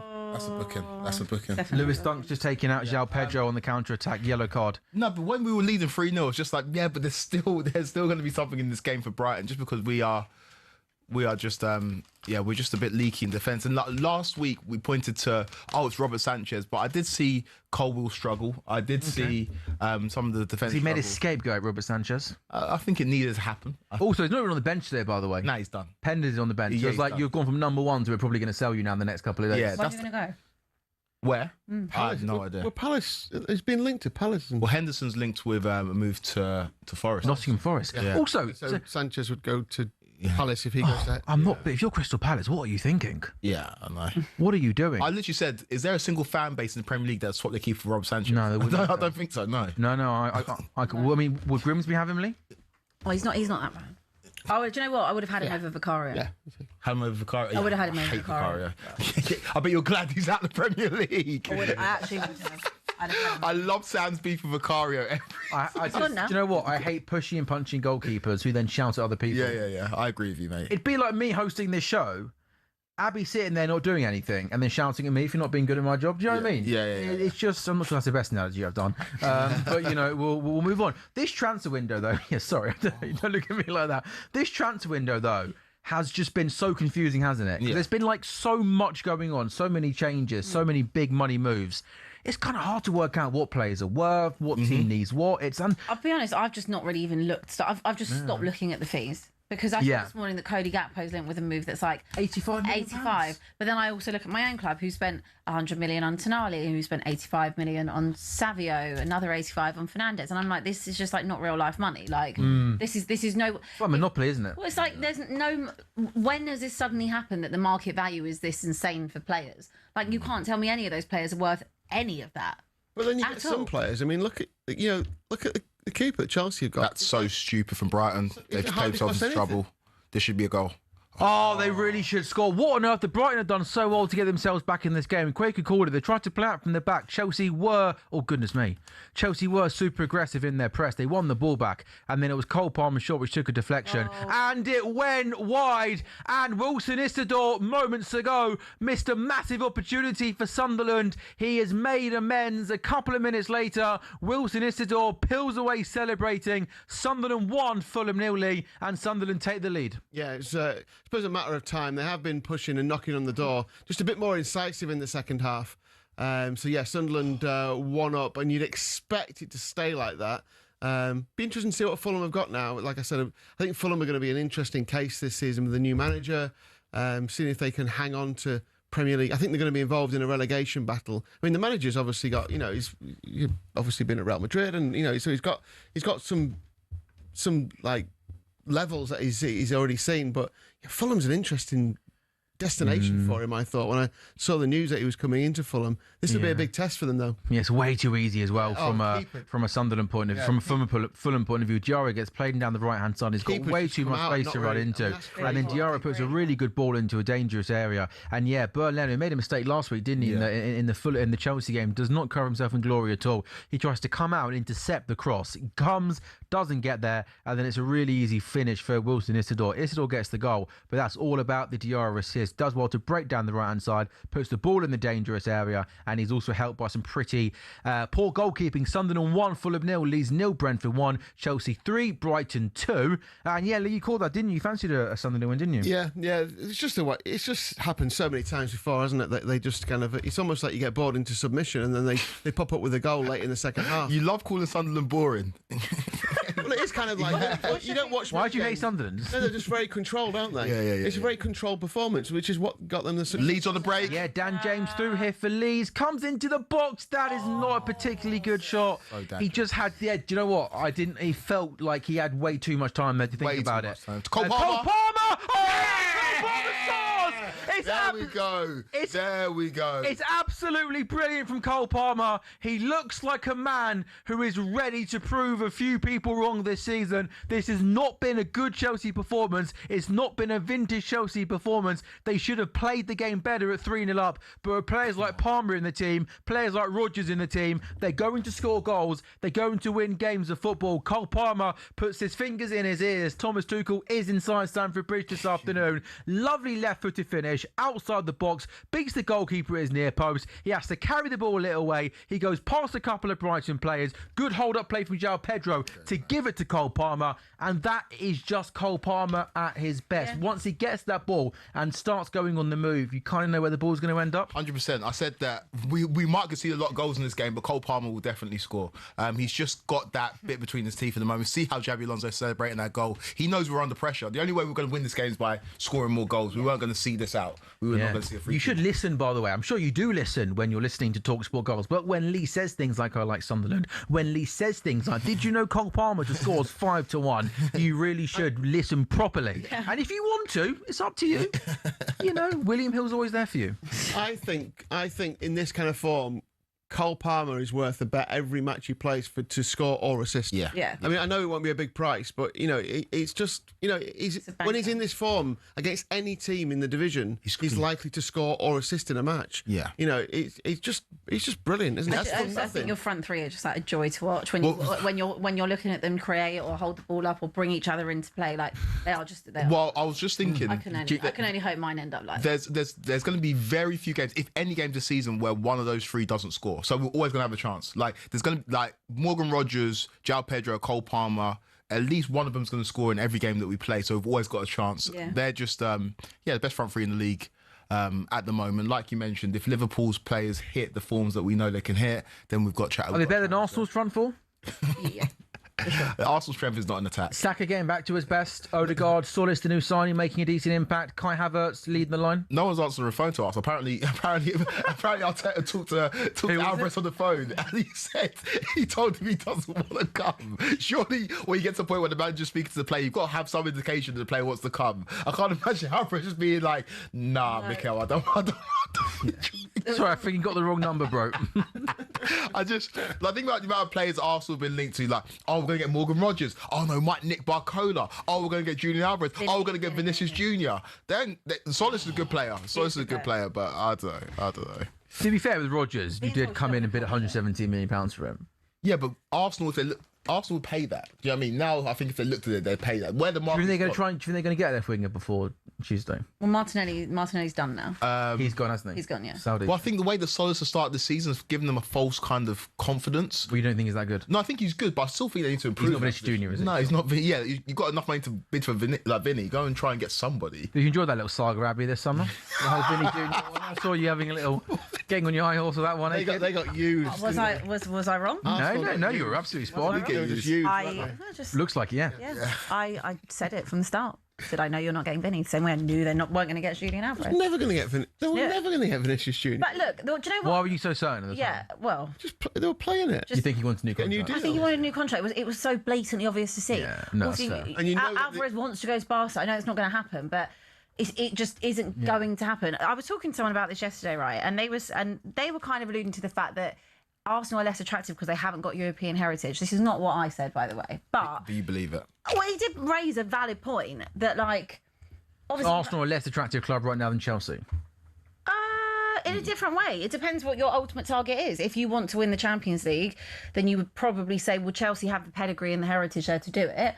but Arsenal don't. I'm not saying I agree with that take. I think I'm going more Arsenal on that one. Yeah. I'm not saying I agreed with the take. I'm just saying of what conversation I had yesterday. I think it's more the fact that when you look at attacking players that I don't think Mikel Arteta's yet shown us that he can get the best out of attacking players that he signed. Fairs, yeah. I feel like players come to Arsenal. Think about the thought about Martinelli before Arteta got there. It was like this player could go on to be one of the best attacking players in the world. Yeah. I don't think there's one attacking player that's joined Arsenal that's become world class. When you're a defender, of course, no wonder Edry Konsa wants to run to Arsenal and be like the 5th choice centre back because he makes defenders better. Yeah. Every defender that goes to Arsenal becomes world class. I can't say the same for attacking players. I do think that Solis has been a good signing, actually. I mean, again, we'll see over the course of the season, but from what you've seen on an eye test, really, so far, he looks pretty good. It's good. Just kind of like a younger version of Trossard. I think if they were going to get Julian Alvarez, I actually think Gyökeres probably would have. Would Gyökeres have even been there still? Would they have tried to move him on? Don't know. Because it's clear, it's abundantly clear that Mikel Arteta fancies Havertz more. Sure. That's obvious. But again, I think that Arsenal don't really have to do too much this season, to be honest with you. I just don't. I think it's theirs. They'll be watching this game. Chelsea's the next best team, and they'll be laughing. They'll be like, "Come on, man! Like, this is Man City, the next best team. You think? No, I don't. I think. Is that how you guys are priced up on William Hill? Yeah, they're second favourites. I think. I know you said earlier on that it depends how well. Oh, Leeds United have equalised. Leeds 1, Brentford 1. Dominic Calvert-Lewin, really good strikers finish from close range. Ball gets played back into the danger area. He's in the right place at the right time. First time finish, left foot, back of the net. 78 gone. Leeds 1, Brentford. They've just started in the last 10-15 minutes, Leeds, to put the pressure on. And again, Brentford, for all their possession, all their control for a lot of this game, haven't been able to kill it off. Leeds back on level terms at Ellen Road. Yeah, and they'd also been picking up a couple of yellow cards, Brentford. Always offside by a long way. Started to get a bit ragged. That's poor. Is he offside? He looked offside. Unless the lad on the far side's playing him on. Maybe played on. It's hard to tell from that angle, isn't it? It's poor if he is offside, though, isn't it? As an attacker, you shouldn't be offside there. With no one. Yeah, you're absolutely right, Lee. You shouldn't be. No. But let's see. Yeah, but you're right though, Sam. They have been pushing on. Like I said, Brentford picked up a couple of yellows recently. They've been under the cosh, and discipline started to just wobble a little bit. There's no mention of it yet, is there? Maybe my mince pies are going. Maybe he's been played up. Yeah. Oh goodness me! I've gone his miles offside. They haven't even stopped to have a look at it. But I think when you first saw it, I don't think you could quite see the. On the far post. Yeah, all right. The play on the far side. What happened? Yeah, I think. That's not good news. That's not good news for Man City, by the way, because Caicedo struggled with injuries at the beginning of the season. Obviously, Reece James and Lavia are perpetually injured. Barco's coming on for Caicedo. If you're Chelsea and you're looking at selling Enzo Fernandez, where you've got 3 midfielders who've got injury concerns, the price has to go up by 20 or 30 mil. Or you've got to tell what happened. What happened? I didn't see what happened. I think it was a knock-out. I don't think he was touched. I just think they're the ones that are the more worrying ones, aren't they? Yeah, and he struggled this season. He's gone straight up. Yeah, because there's only been on the pitch for about 10 minutes. Yeah. Is going off and has been substituted. He had his head in his shirt as he was walking off, and he's gone straight down the tunnel. He seems to be moving okay as he went down the tunnel. Yeah. But yeah, Igor Thiago should have put Brentford in front. But yeah, Caicedo on and then off. And I'm sure all Chelsea fans will immediately be waiting for Xavi Alonso's post-match interview and hope and pray that's not serious. Dango Utara there does really well to go on the outside, puts the ball into the box. Igor Thiago's head is saved by James Trafford, but he pushes it back into a danger area. And then Igor Thiago does well to react quickest, but his shot from close range is a messy one. He kind of shanks it wide. And Brentford could very easily there be back in front. So as we enter the final 10 minutes of our 2 o'clock games in the Premier League before Man United Ipswich at 4:30 this afternoon, Chelsea 4, Brighton 2. It's once again a 2-goal lead for Chelsea after Cole Palmer added a fourth, his first of the day. Leeds have equalised against Brentford. Dominic Calvert-Lewin scoring from close range, and Sunderland still leading Fulham by a goal to nil. Wilson Isidore's goal in the second half. But Fulham are really pushing on now. They've, they're not too incisive, but they're really moving the ball around well. And Sunderland have just gone full, England. Sit back, try and soak up the pressure. They're doing well so far, to be fair, Sunderland, but you just wonder if Fulham have got the ability to be able to cut through this, because pretty much every man from Sunderland is behind the ball. It's whether they can there's no outlet at the minute either, so Sunderland aren't really going to hit them on the break. What, we've got 5 minutes of normal time? Yeah, Lee, Ellen Road looks looks by what we're watching, it looks loud, it looks raw, because you can just tell what the atmosphere is going to be like. They've just equalised. They've got a corner now. They've had a really good 10 minutes.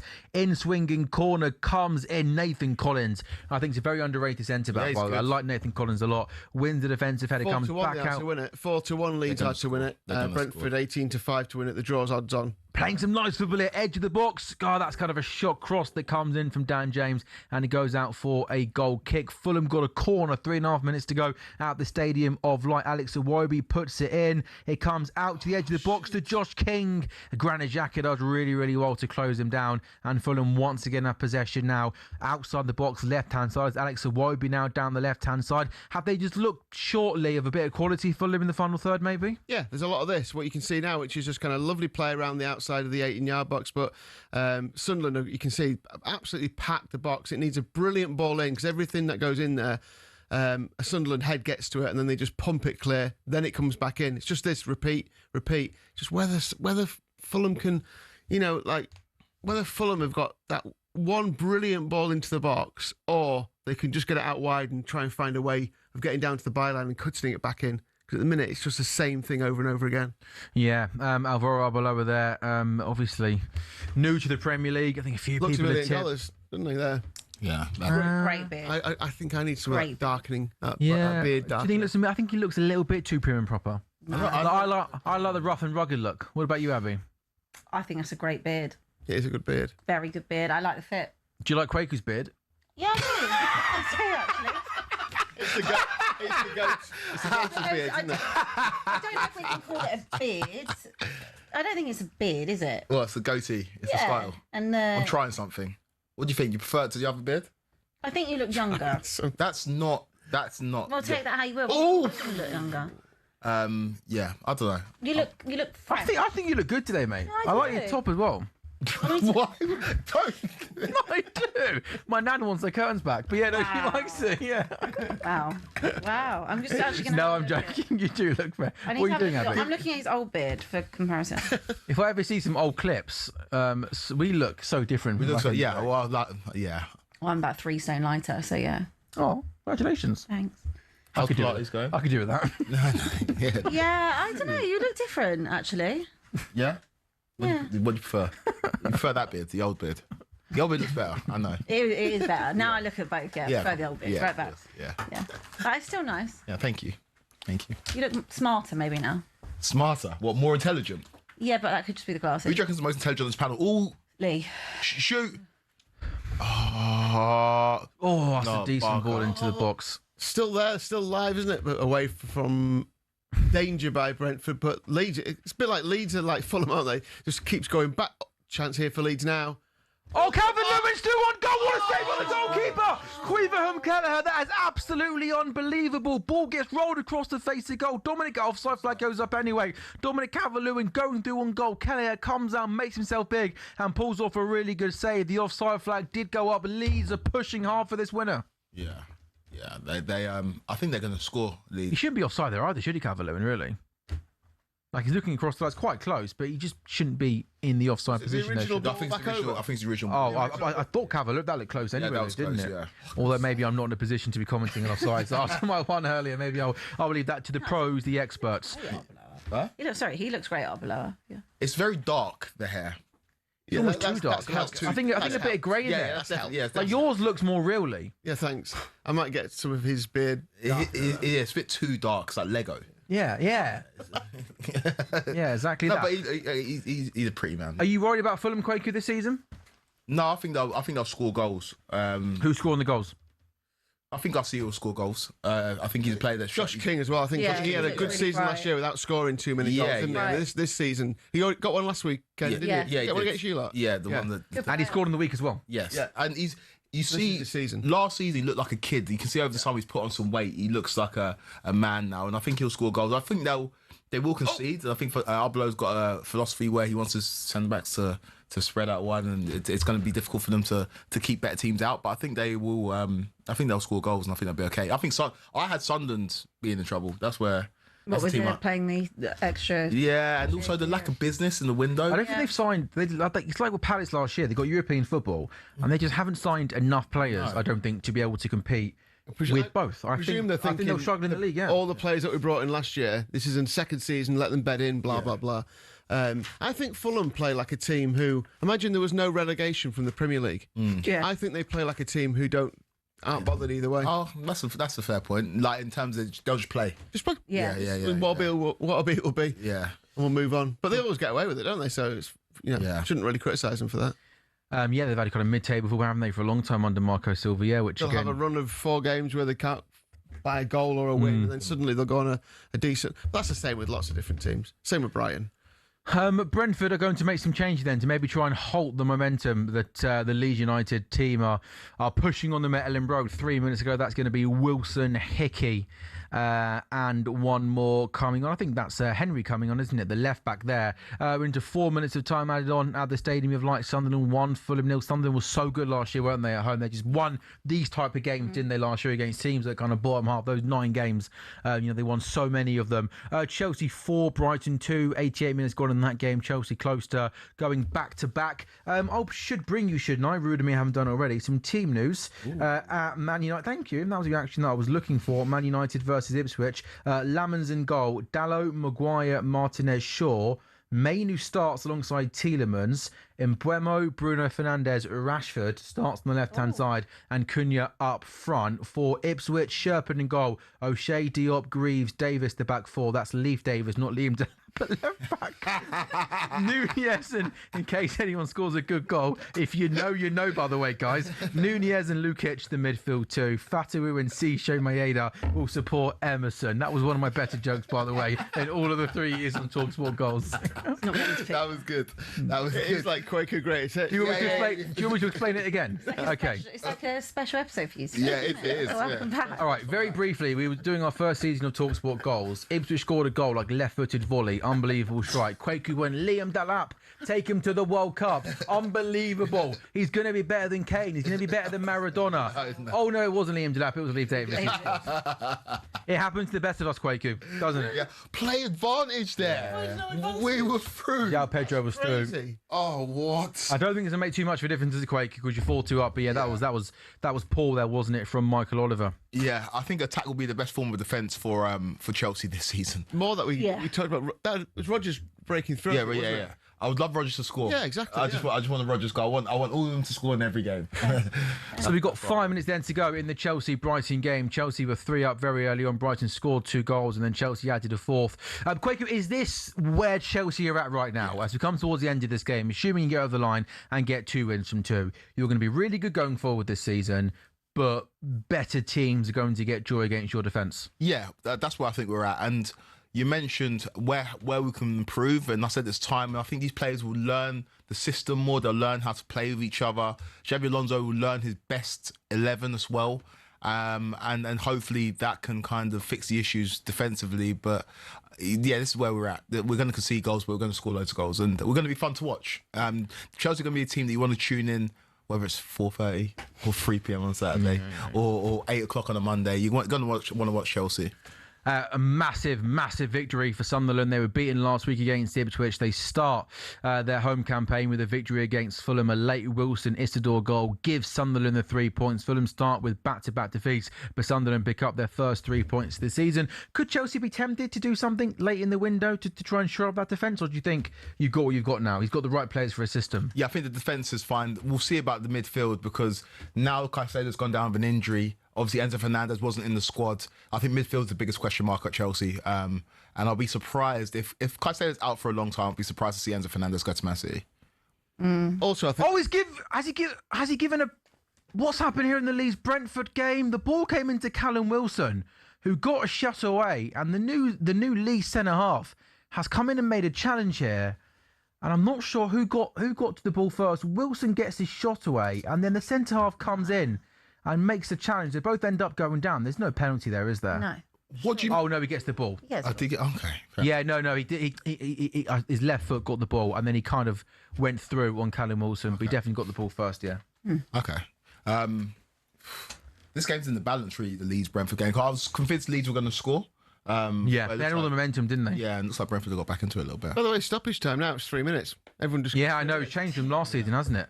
where it was like 8 minutes. We were not getting home, were we? 90 seconds to go at Ellen Road. Then Brentford. Where's Coyote when you need him? They're going to work this throw short to Aaron Hickey, who came on for Coyote, and yet Leeds are going to put the ball forward. It's quite a bit of optimism, Lee, isn't there? Up in your neck of the woods around Leeds United this season. No, there is. Yeah, the Leeds faithful are really expectant. I asked a couple of them this week where they thought they'd finish, and they were kind of like they'd be happy with the top half finish, but secretly, I'm sure they would. Yeah, but I think secretly they think they can get European football. Really? That's only one place more than that, I suppose, isn't it? Sure. Eighth or ninth, I guess. But yeah, they're expecting a bit more. I think they've made some good signings in the summer. I think they've. Nathan Collins in trouble here. Yeah, I think Harry. Tell you what, Brentford's discipline today has been poor. It's worth a look. Normally forward. Brighton, isn't it, with the bookings? Yeah, it's worth keeping an eye on that for if you like your bet builders and what have you. Just keep an eye on when Brentford are playing. Play really well, but they don't half leave a foot in. This is going to be a big chance, by the way, for Leeds. The keeper, Trafford, launches it long for Harry Wilson, and the goalkeeper tries to come and deal with it. Doesn't deal with it. Sorry, the keeper does end up collecting the ball. But before the ball rolls back to the goalkeeper, Nathan Collins comes out and kind of just leans into Harry Wilson, who goes down, and they get a free kick. But I think the ball was going in towards the goalkeeper's hands anyway, wasn't it? I felt a little. I think Wilson does well to make a meal of it, kind of hold his head there. But maybe Collins doesn't even need to get near Wilson because the ball's going through to the goalkeeper. But he ends up making contact, and now Leeds United have got a free kick in a really, really dangerous position. That's going to be Anton Stack who's standing over it. It's outside the box, left-hand side. You guess he's going to try and whip this towards the back post, and he certainly does do that. There was a little bit too much on it. He could possibly be a little bit frustrated. The no-Leeds player got on the end of it, and I think that is going to be that then at Ellen Road. Brentford, who dominated the majority of the game, they took the lead in the first half thanks to a really nice Kevin Schade goal, but Leeds were much improved in the second half. Dominic Calvert-Lewin scoring close range, definitely onside, miles onside, and Leeds United have drawn with Brentford 1-1. Leeds 1, Brentford 1, Sunderland 1, Fulham 0, and Chelsea are seconds away from going back-to-back. Just going back to your question about the Chelsea defence, I think the keeper will make a big difference. Yeah. Because once he's had a few games in there and he's at the club, he'll then start to marshal that defence a little bit more. Then I don't know what Sanchez was like at marshalling the defence, but if that was the same as the quality of everything else that he did. Oh, Brighton have scored. I think it's going to be pretty inconsequential because we played the 5 minutes of added time. Pascal Gross with a really nice, powerful header beats Emi Martinez. It is Chelsea 4, Brighton 3. 7 goals. But we played. 5 in the first game. 7. I mean, this is mad, isn't it? It's 3-2 nonsense. Fulham, It's 4-3. nonsense. We've conceded the same amount of goals as Spurs in the first 2 games this season. At least you scored some, though. Yeah, but it's nonsense. Like conceding five goals in the first 2 games is nonsense. It's absolutely, and so yeah, we'll have a fun season. We'll finish in the top 4, but we can't. Lovely header. This is one chance for the title player. Yeah, this is why City are the second best team in the Premier League for me. I just think they won't do this. Yeah. You know, I think they might not win games by 4. They might not score 4 goals in a game, but and look, the manager might get hold of it, and with the additions, given time. He's happy he's winning, isn't he? And he'll work on getting that defence sorted out. But yeah, it's going to be brilliant watching it. You know, you said about Man City earlier on. You said obviously it depends on what Haaland and Cherky do. I think there's a lot of other good players. I mean, the new obviously. I thought we'll wait and see how good he is. But Boadi's he looked sensational at the World Cup, didn't he? Anderson's obviously a class act. You know, you've still got quality at the back in Gahey. You know, the keeper's really good as well. So there's a lot through that team that is really good. And you've still got Semenyo as well. Yeah. Who obviously everyone was raving about last year. So there's a lot of really good players in there, isn't there? No, there is. What I would say is that like where you've lost John Stones, you lost Silva, you lost Rodri and Pep. Where are the winners? Where are the winners? Obviously, Haaland's a winner. Yeah. But where are the people who've won everything? Yeah. They're not there anymore. Boadi's a kid. Elliot Anderson's a great player, but hasn't won anything. Yeah. And so when it gets to the final furlong, say they are within touching distance of Arsenal, I just don't know if this is the same City team. They've got quality, and in a season or 2 they might get there, but this year it's a bit too early. I think that's fair. Yeah, I agree with you. No, I think Arsenal win it. I just think they're the second best. Second best team. Okay, and again, I'm probably saying Chelsea because I'm a Chelsea fan. But if you're looking at the first 2 games of the season, you probably say City are a little bit more convincing than Chelsea. I do think though it's so early, to be. Of course, you'll say that. Your team of rubbish. No, but I'm just. Yes, it's early for you lot. I promise you, I can assure everybody, we are going to do Tottenham between now and 4:30. People just waiting. Yeah, people have just watched that first. How have we got an hour and 57 minutes and have it? Okay, do you know what we'll do then? We'll break. We'll take stock, round up what's been happening in the 2 o'clock games, and then I promise you, Abby, It's been you're getting eliminated and die, by the way. I know. All right. Yeah. talkSPORT Goals is back in a couple of I was minutes. talking about your team, not even mine. Excuse me. They are too good to go down this season, though. Who, Spurs? Yeah, I think so. Yeah, I love it. Yeah, with Illiman and Die. Now you've got him. Yeah. That's great. Good team. £35 million for Richarlison as well. You're getting. Spend that cash. Oh yeah. talkSPORT Goals is back in a couple of minutes.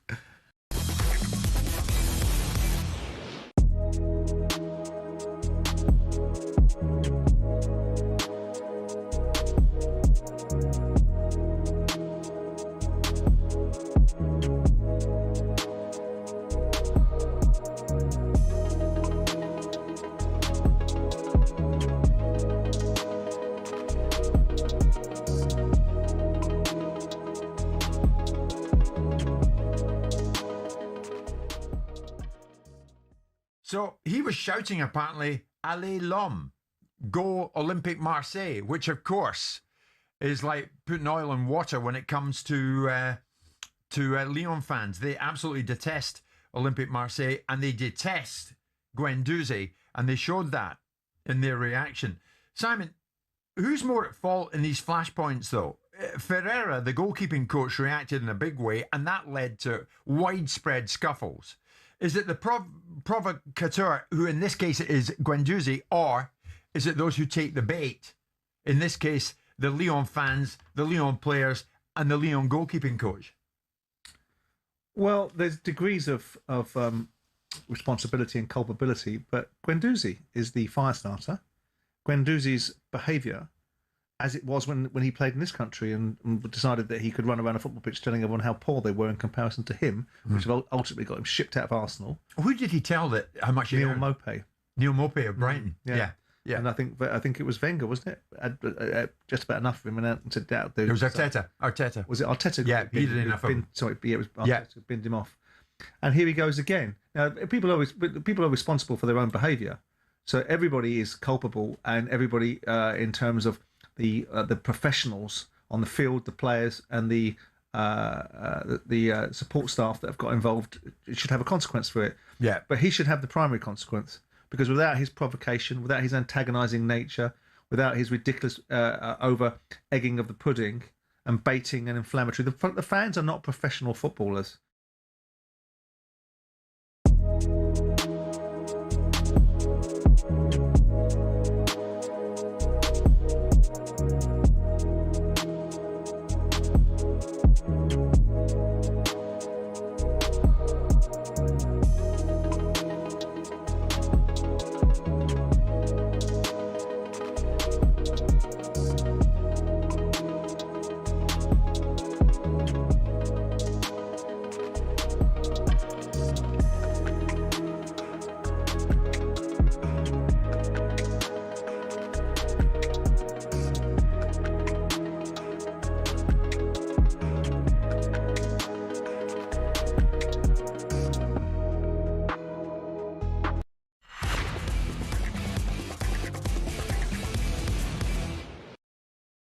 Very good afternoon and welcome back to talkSPORT Goals. talkSPORT Goals is brought to you by William Hill, 18+, gamcare.org.uk. Sam Ellard, Abby Summers, Quaker Rafari and Lee Phelps are with you until 6:30 this afternoon. We've had a couple of results today in the Premier League. Chelsea go back-to-back victories to start their season under Xavi Alonso. It was a chaotic game against Brighton at Stamford Bridge. They were 3 up after 32 minutes. Brighton went 3 down. We're actually playing some really good football. Chelsea were good and dangerous going forward, but Brighton always looked like they were carrying a threat. They had lots of good possession. Chelsea out of possession were happy to sit off, and Brighton did well to get themselves back in the game. They pulled the game back to 3-2. Missed a couple of really big chances to go 3-3. Gomez in particular with a header from close range going across goal. It was Lavia put Chelsea 1 up. Neto made it 2. Morgan Rogers playing a key role in that goal with a really, really good assist. João Pedro made it 3. It was Jad Koué and João Pedro in goal that pulled it back for Brighton. Then Cole Palmer with a wonderful vintage Cole Palmer goal, picking up the ball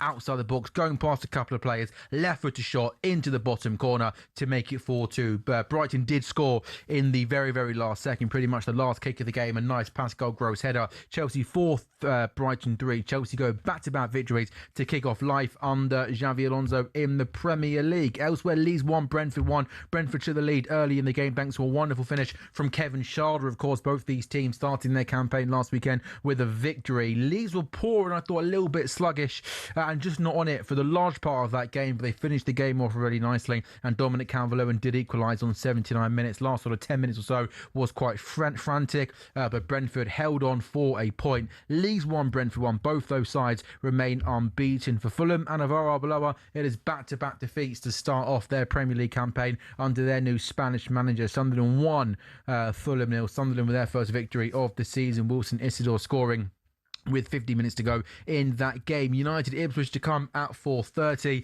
United losing, of course, last weekend away at Hull. Ipswich back in the Premier League, starting with a good victory at home to Sunderland in the William Hill Scottish Premiership. Rangers win at Aberdeen 1-0 as half-time between Dundee and Hibernian. Hibernian leading 1-0. St Mirren 3, Motherwell 2. In League 1, Mansfield 3, Luton 2. AFC Wimbledon beat Wigan Athletic by a goal to 0. Kwaku Afari, Chelsea this season are going to be fun to watch. We're going to be fun to watch.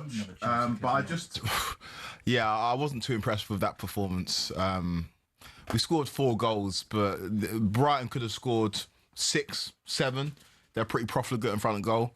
And if we want to achieve our goals this season, achieve some of the loftier goals this season, then we've got to play better than that. It's Arsenal next week at the Emirates. I don't think there's a bigger test in the Premier League, and then we'll see where we're really at. But yeah, we're going to be fun. First 2 games, we've scored 7 goals, conceded 5.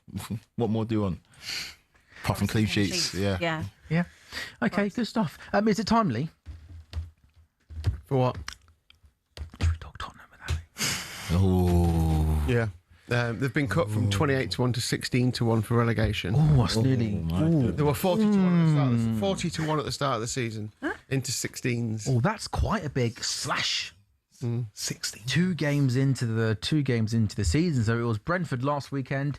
It was Newcastle yesterday. Spurs have started this Premier League campaign with back-to-back defeats. Deflated, dampened, dispirited. Spurs fans have had enough. That's what the Daily Mail says this morning. Abby, how did you see that game yesterday? Just another Oh day. no, sorry, you got to do that again. Sorry, I'm going to do that again. And we'll make sure we get the Abby sort of hands in the air into the laps. Abby, what did you make of that game yesterday? Yeah, clip it. That was a loud slap of the thigh, wasn't it? Good slap at the thigh. No. Before you start, Okay. I don't want this. Oh, Zen, I do Pilates now. I've drank my matcha. I'm all calm. I'm all relaxed. I'm happy. I don't want that. I want chest and energy. Chest and energy. Same energy that you approached me with. And I saw you do it at the beginning of the show, saying, will Chelsea win the league? Will Chelsea win the league? No. You asked me, are Spurs going to win the league? No, I'm not finished yet. Exactly. I want you to come with like actual energy, not like, it's gonna work out after time. We're just gonna give it time. No, just come with some We're on real. holiday next week. Yeah, go on holiday next week, and then we'll give it after the international. We'll give it to October. No, give me the real, Abby. Give me the real. But everything you've said is what I believe. What why don't you tell me what you want from me? I want you to tell me why your team is so moribund. I want you to tell me why your team is so pathetic. I want you to tell me that after spending £400 million, why your team is Let me get comfortable. on paper right now. If you look at the league table, are lower than you finished in the last 2 seasons, which was 17th. Tottenham are 20th. So why is your team so rubbish? You're going to be nasty, get it right. Tottenham are 20th. You're 20th in the Premier League. They're 20th. Why are you so poor? I honestly can't tell you. I couldn't tell you why we're so poor. Do you know what? Yesterday, to be fair, I didn't think we were that bad. But again, the bar's very low, boys. So like, you have to account. First half, you had chances. The first half, I thought we were okay. We were fine. They were inoffensive to me the first half. I thought Marmoush had some good opportunities, good movement, good moments. I thought Porro got himself into some, again, good shooting positions. I would say he was on the wing for quite a lot of yesterday. I thought the first half we were fine. I thought second half, just more of the same. I think my biggest concern is that I can't even say it's about players that were there last year, because actually out of the 11 that started yesterday, I think only 5 of them were there in that. So I can't even blame it on like, I can't really blame it on the mentality side of things, being like, okay, it's just, if they're not over what Thoughts on happened. Tonali? I need a lot more.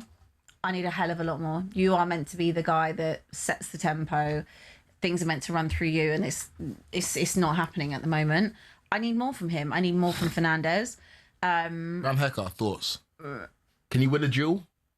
I wouldn't even just pin it just on him. For 60 million quid, you'd hope so, wouldn't you? Well, I would pin that on all the I would pin that on most of the team, because even, okay, take it back to Brentford last week. Again, not winning duels. These are basics. These are basic things that as a footballer you have to do. Like, I don't want to see you not winning duels. Like, you have to be stronger.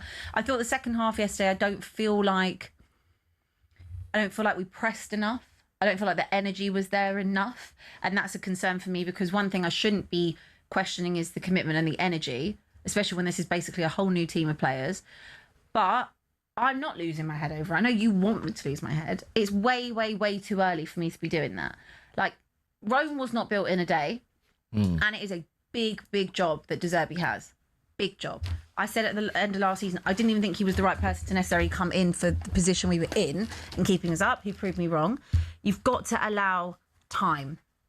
You've got a lot of new players, new tactics, new structure, new jobs for what he wants people to do, and a different style of playing. And that does take time. You've also got to wait for them to kind of build some type of relationship and cohesion with each other, which I didn't see was there yesterday. I don't see everyone singing off the same hymn sheet, and I haven't for a very long time. I think the business that we've done is good. You can't tell me that signing Tonali is a bad signing or Fernandes is a bad signing. It's not.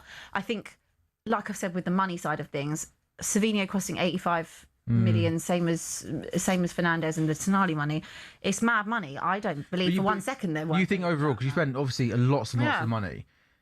I mean, like sometimes, but it doesn't happen sometimes overnight like that. Look at Liverpool. and that's true. But sometimes, look at Chelsea. Look at your own club. Things take time. I don't think this is a thing where people should be beating Spurs. Oh, you spent loads of money, you have to suddenly go from 7. No, I'm not saying no. I'm not. I'm just like, you're miles off it if you think that's going to happen. It's not. But sometimes when I look at the players you brought in, I just wonder. I suppose about Liverpool maybe feeling a little bit like kind of almost just.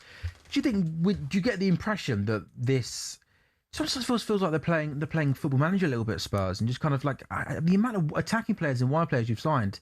Feels like signed a lot of wide players and attacking players. Do you feel like there is the right kind of approach from Spurs in this window? The money's being spent, which is needed and true. But you think the actual bodies they've got through the door are good bodies? I do. Good And one thing I've always called them out for is not buying proven players, and they've actually gone and done that this time. They've bought players that have been around the block. They've been here. Van Heck is a good defender. I think he was up there for most line-breaking passes last season. Again, can he defend? He can defend, yes. Him and Senesi's a good defender as well. Bringing him as a free. I just think asking everyone to suddenly like just become a great team. Like it will take time. It's going to take time. So am I slightly concerned that I'm more concerned about the level of performance, more so against Brentford than I was yesterday, because there was, not to use encouraging signs, but for the first half it was a bit more encouraging. Second half, it's not good enough. It's definitely not good enough. Abs, you've got people coming to your stadium doing iconic celebrations. You got Elanga. You got Elanga sliding on his knees like he's Thierry Henry. I'm not happy him hitting. You got Johan Wieser whipping your boy belt to backside. Iconic celebrations on your head top. These are players that Newcastle fans said some of the worst signings in the history of their football club. They come to your ground. Well, they come to your ground. Okay, but again, hang on, because both of them had incredibly poor seasons last year. Yep. So so I would also say they've had a very good first 2 games. Newcastle have surprised me. I think surprised everyone considering what they've lost, and they've started the season really strong. Great, good for them. Let's see how that plays out over the course of a season as well. But what I would say is, they both had really poor seasons last year. I could look at your team and say the players you signed last season had really poor seasons by the most part. Let's see what happens this season. You lot, it's been a poor 3-4 seasons. Let's see what happens. You've spent all the money in the world, thrown every bit of money at it. No, I'm not done. I'm not even going to say you're not even in the glass house right now. I'm not you done. finished 17th. You ain't got a year. You ain't got a year. You got a couple more games. We're not going to got a couple more games. Again, we're not. I said to you outside, I've said it to you last week, I've said it to anyone that wants to talk to me about it.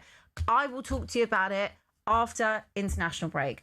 Let's see, if we lose the next 3, we've got to go to Forest, tough game. Then we've got Everton and Villa at home, 2 really tough games. If we've lost the opening 5, let's talk about it. But I'm not going to get on De Zerbi right now. No, fine. We're 2 games I'm not going to get on the Can team I ask right you, now, Quaku, particularly. I'm just not. So money's been spent, which Spurs fans have been complaining about for a long time. We understand why, lack of ambition, etc., etc. They put their money where their mouths are this summer.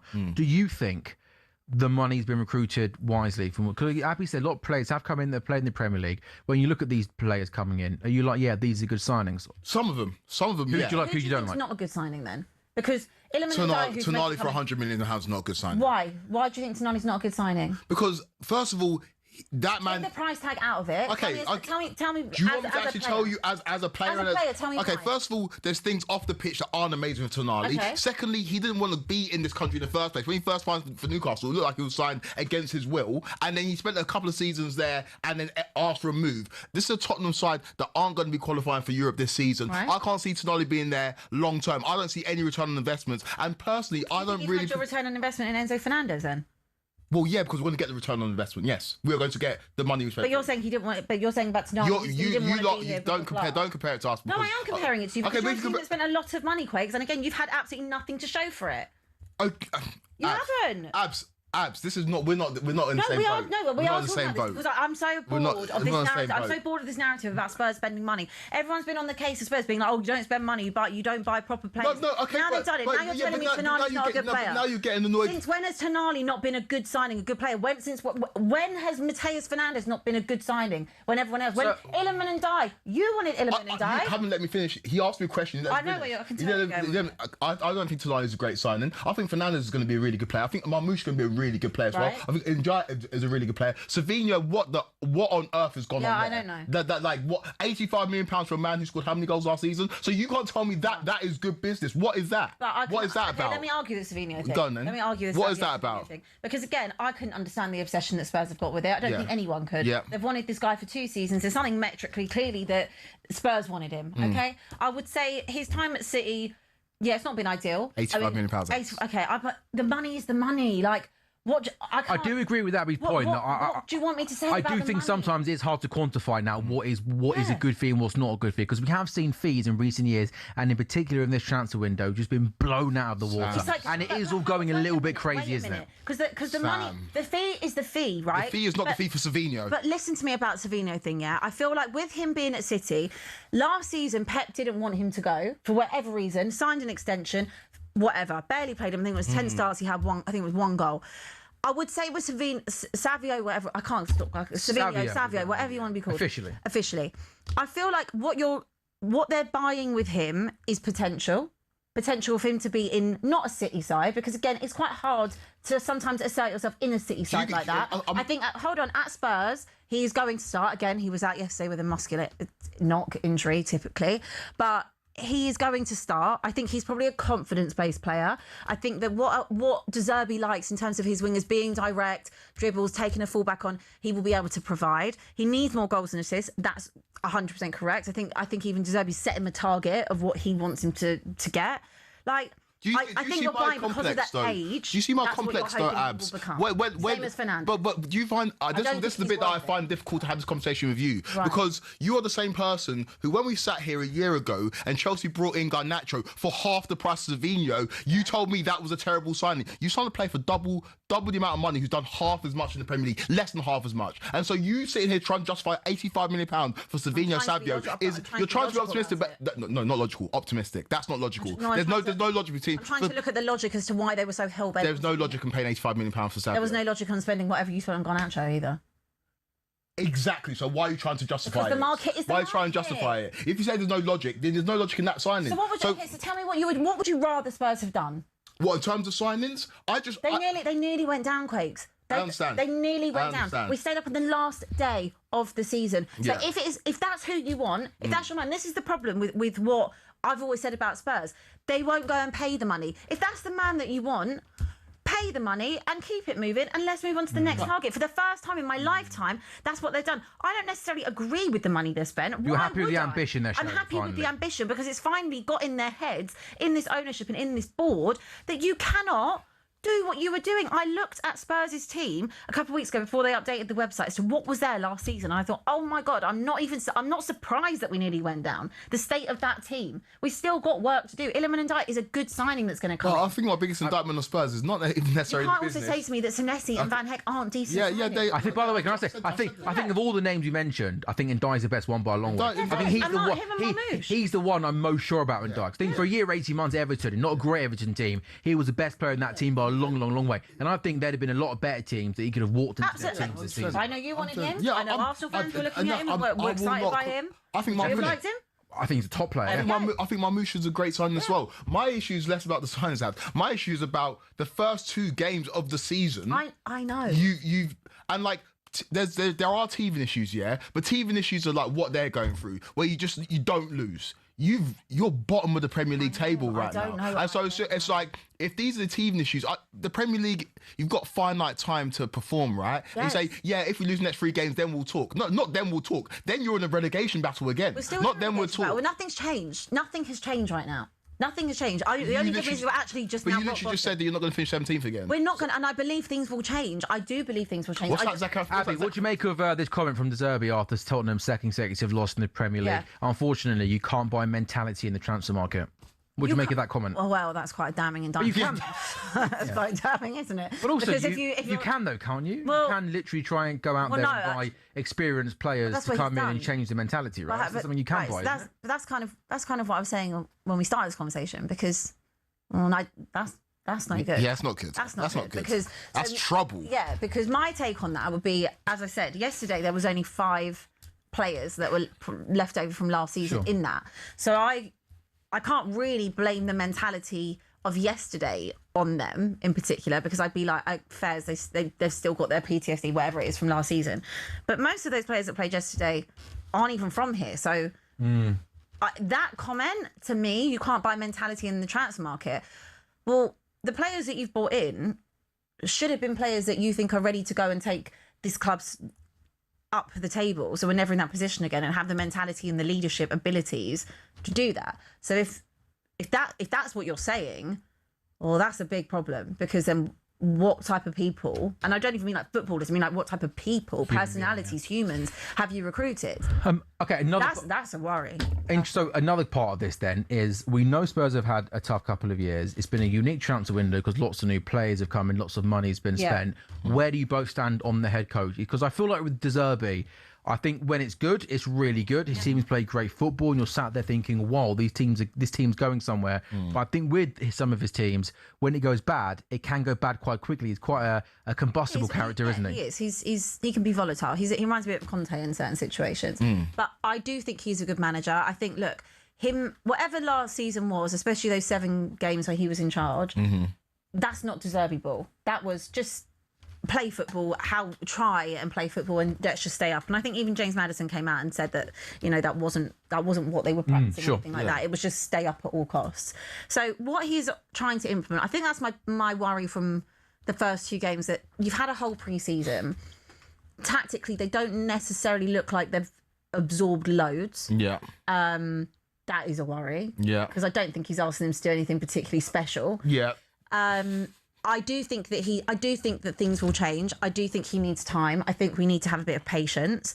And you're not going to change my mind on that at the moment. Like 2 games in, did I expect us to be 3 much games better? in, change Did I mind. expect us to be much Forest better? away. Yes. I did expect us to be much If better. you lose against Forest, it would change your mind. No, I need that's what I said. Leave me till after Villa. Yeah. That's not going to change my mind. I might get more progressively angry over the next few weeks. Yeah. That's probably most likely. But it's not gonna change my mind. Between now and international break, I'm not going to change my stance on saying Spurs can't have as many managers as they've had in my lifetime and it still be the manager. They can. No, they maybe. It's not. I'm telling you, this is not a De Zerbi thing. Yeah, I'm not saying it's a De Zerbi not. thing. I think I've always thought De Zerbi's a very good coach. He is, and this is a club thing. This is a club mentality thing.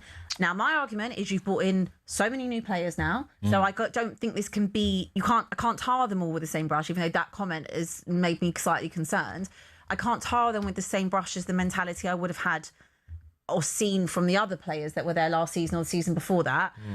So I do agree with him. It does take time to change the mentality of a football club. It seems to me finally, after 26 years of ENIC being there, they've changed their mentality, their strategy, and I'm willing to back De Zerbi and say give him time. I remember when Pochettino first came in, it did take time. It wasn't good at the start. We played Villa away.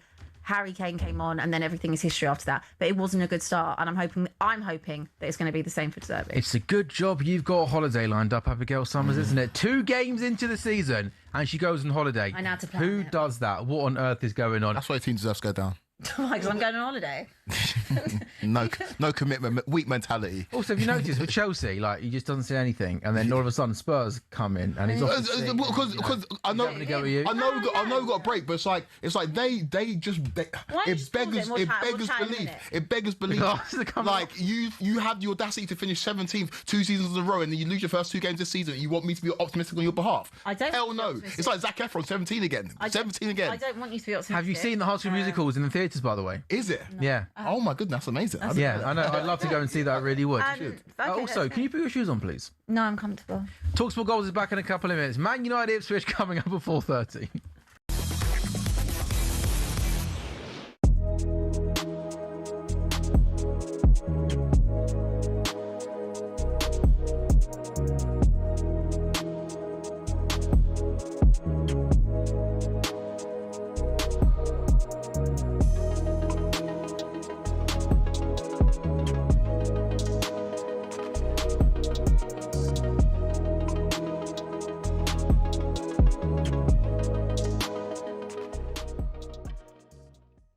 I wanted to ask you about Emi Martinez, who's also going to come into Chelsea as a goalkeeper. When you were told about this deal yesterday, you said good riddance. Why? I didn't say that. Didn't you not? No, I didn't. I didn't say good riddance. No, I think you did. I said goodbye. Did you? Different good riddance. No, listen, Emi Martinez has been fantastic for Aston Villa, but Aston Villa have been fantastic to Emi Martinez. When he joined from Arsenal, he was a nobody.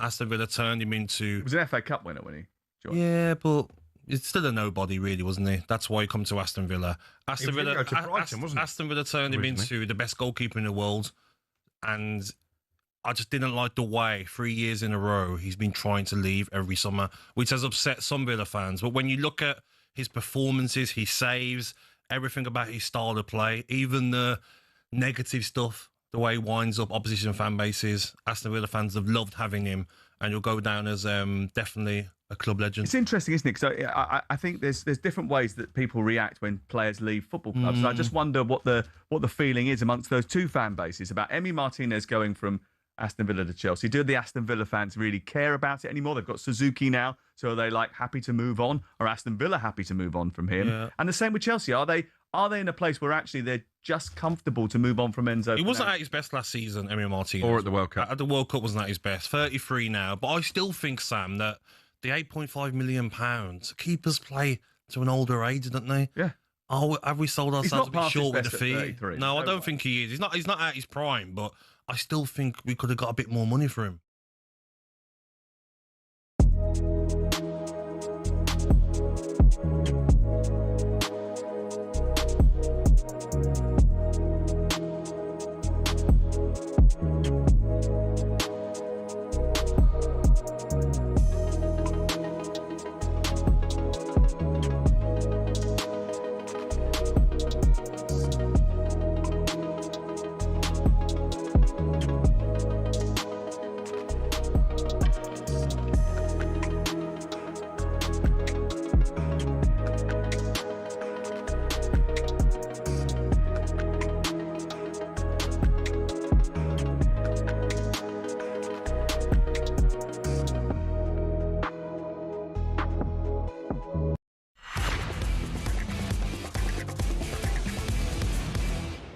You know, we have 4.5 hours, don't we, to do a show on a Sunday afternoon, which is great fun and a great privilege. But what I love is in our 4 3-minute ad breaks, we just continue on the conversation, And actually, don't we? we talked probably the most sense, actually, in our ad break. Well, you know why, don't you? Wait, you left the room. That is true. That is true. Can we possibly... Can I make a request? Yeah, no, Yeah, I like make that the full whole... switch. Yeah, I think they will Do you need to watch the cricket? No. Have crick up on You that. can have enough of it tomorrow. And also, Jess Pegula. Yeah, I know. Lord. Get that nice look. Jess Pegula's out with the US Open, so I can get cricket, tennis, coffee. You just love it, don't you? Who? You just love sport. I do love sport. I do love sport. Yeah. Loves it. Good win for Bristol City yesterday, by the way. As What well. was the score? Beat Portsmouth at home. Score? I don't know, 1 or 2-0. Can't remember. 2-1. 2-1 was it? 2-1. There we go. Yeah, if we could have full screen, it'd be lovely. Yeah, no, I think they're working on Abby. Okay. Goodness me, she is. Honestly, she's changed, hasn't she? No, you've annoyed me. You've annoyed me. I've been What so... have I done wrong? Not you. So in the group chat, just an insight into the production of the show. In the group chat before What of the show? the production of the show. Oh, really? Yeah. Hold that thought, okay? Because what we're going to do is we'll can get the odds on Man United Ipswich, then we'll hold this thought on this wonderful little production chat, which you're going to bring to the universe, okay? You are in the group Man United Ipswich. And you are in it. So rude. So rude. So Shut up, we're getting the odds. he told me to tell you to shut up. Right. We're doing a bet as well to have a think, right? Lee, Man United Ipswich. Come on, the Ipswich. Yeah, Man United a very short price to win this, almost unbackable. I guess if you've got them in an acca, then it's fair enough. 4-11, which is more or less 1-3. 4-1 the draw. Ipswich are 13-2. If you're looking at price boosts, Ipswich to win either half seems a lot, 3-1. Emerson to score any time at 4-1. Obviously scored last week, didn't he? And scored, I think he scored 3 in pre-season as well. 4-1 boosted from 3-1. Bruno Fernandes to score. The first goal is 13-2. Man United to win and both teams to score, which I don't mind, is 7-4. We're going to do a bet builder. Yep, let's do it. Do you want to kick us off, Lee? I'm going to go Emerson to have a shot on target. Right. So he had a good pre-season, and it leaves the way open for you guys to pick some Man United players. Yeah, fair enough. Obviously, was good in. I looked earlier on. He had something like 19 shots on target in 18 games last season for Toulouse. So I'm going to go that. I'm going to go for Emerson to have a shot on target. Okay. Quaker? Sandra Martinez, book him. Okay. Happy? Rashford to have a shot on target. Hang on, slow down. Rashford, I like that. I like that Rashford shot on target. It's. I was looking at that one as well. And what are you going for, Sam? I am going to go for a Sasa Lukic yellow card. This is going to be big now. We've got this. We like it like that. Sasa Lukic. Go hard or go home, right? Yeah. Yeah. It is 40-1. Then you add your 25% boost if we get a winning, and it goes to 50-1. By the way, talk of production, by the way. Look at that. We've got little odds coming up on the bottom of the screen. How great is that? Yeah. Wow. Man United and both teams to score 7-4. Yeah, that's cool. Do like it? All right, I like that, Lee. 50-1 then for our bet builder. I reckon it's coming in. Lee's gone for a Emerson. No, I think today is the day it's going to come in, I promise you. Lee's gone for Emerson shot on target. Sam's gone for a Sasha Lukic, weird name, yellow card. Quaker's gone for a Martinez yellow card, haven't you? Mm-hmm. And Abby's gone for Rashi. That's Marcus Rashford to have a shot on target. Like it. £1 on, £51 returns. That's not bad. Not to denigrate anything, I don't know, these players at Manchester United, but I think it's an indictment on the process in terms of selling players that in 2026 you've still got Luke Shaw, Harry Maguire and Marcus Rashford starting. Don't think it's... And Dallo right back as well. And Dallo right back. It's just like that. And again, not to bring it back to my football club, but Robert Sanchez started for Chelsea on Monday night and he wasn't in the squad today because we brought in a new goalkeeper. Man United just don't seem to be able to sell their players, which is crazy for a club of that size. You are great at selling players. You are. Yeah, I mean, Liam Delap one was Profit for Liam Delap. Well, how do you do it? Because the Liam Delap one's insane. Yeah, some of it doesn't make sense to me. You know, you were saying about the obviously the transfer market's gone mad. You bought a keeper for £7.5 million. I know. How does that happen? I know. He's been in the last 2 World Cup finals. The business between Chelsea and Villa is interesting. I'd say that. Definitely. Even was There's it a few of those ones going on, isn't there? Daniel Munoz as well going to Nottingham Forest. I think 25 million, is it? I think he's one of the best right backs. Yeah. Right. I think he'd improve Liverpool. I think he'd improve your lot. Not your lot. Man United, sorry. Yeah. And he's going from 25 mil. That's some signing for Forest, though. I think he's a top player. Palace don't like each other. Yeah. Maybe you'll self-report again. No, I just think there's some clubs that know how to do business, and there's some clubs that spend £100 million on Tonali. You just can't talk to me about Sam, business, Kwaku, and about money. You're going again. No, I'll leave it. I'm sure you were going to say earlier on, Sam, that since that Man City's spending 2025. since It's the start insane. of 2025, it's nearly $1 billion. Yeah. If they make that final signing, it'll go up to almost $1 billion since January 2025. Man City. That January they went crazy. They went Marmoush and all those players. It'll go to $1 billion in 18 months. It's one of the most. 900 something million, but it's close. Isn't it? Not far off a They billion. have sold a lot of players. This, Yeah, they this have. window. Yeah. Yeah, And they they've also got the sell money. relatively well. Yeah, they do. as well. You know what it is? It's the academy products that Don't cost, that you just sell on for. Not so much in your case, but yeah. What do you mean? Oh, mate, that's bang out of order. What do you mean? I'm just saying. What? I think they just need to look into Chelsea. That's all. Oh, interesting. recommendation. I think you should be more forthright with what you're saying, Abby. Look into Chelsea. Yeah, all right. Lawyer up, buddy. Yeah. That's how Mr. Boney's not watching this, isn't he? Yeah. Okay, let's swiftly move on, shall we? You can't beat watching a 4:30 game on a little quad. On the little corner screen. Quarter over four, can you? This is what it's all about, honestly. No, do you know what I mean? I like these Good colours. Yeah, great Rainbow. Also, I cannot believe we're going day 5 England Pakistan. Yeah, I know. That's At lunch at Lodge. Just think about the Lodge lunch. And coffee as Bank well. holiday lunch. Nice coffee. What will you have tomorrow? What's your Talking to coffees. Yeah, It's, you're right. Still there. Oh wait, what Simon Marco had, by the way? yes. Honestly, yes. that song's amazing. I know. Yeah. Like, when you mentioned did the it go? song, I was like, all right, let's see how it goes, kid. How did You've it go? absolutely smashed that, mate, by the way. I'm not too sure. He went brilliant. it's He was great. everywhere. He was on talkSPORT. You were on Sky, weren't you? Smashed it. Yeah, it was great. How many? Oh, yeah. 6 million people. 6 million downloads. Yeah, well done. Brilliant. Not downloads. Okay, well, nearly 6 million I've fine. heard anyway. It was great. Give or take. Oh, I don't mean to be really fussy. Can we have it on the Premier League feed because it's a better picture? It's possible. No, but I agree. I'm not wrong, am I? We're underway. Man United 0, Ipswich 0. Abby, what Man United are we going to get this season? There was optimism, wasn't there, last year under Michael Carrick, getting them in the top 4. And Quaker alluded to the defence. Like, they got the midfield tick, that's sorted, but it's like they've forgotten about what's behind them.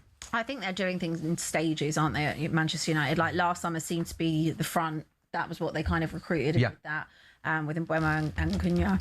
And then this summer, I think Tielemans is a great signing. Like, what was it, 34 million? Like, we could sit here at the end of the season going pound for pound. That's the signing of the season. I think, Andre Santos, you guys, from Chelsea perspective, I think we're... Take 50 mil.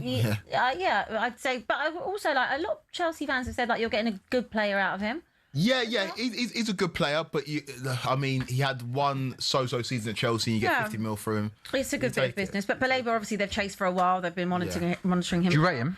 Yeah. Baleba, I do. So I think that they're doing it in stages. I think they've, again, been burned massively with big spending and big transfers, and a lot of them haven't worked out, especially in recent years. And like we've just said about selling players, they've had big problems with doing that too. Their back line does need work. I think it's an area that probably people don't actually speak about maybe enough, that they shouldn't really be going into this again.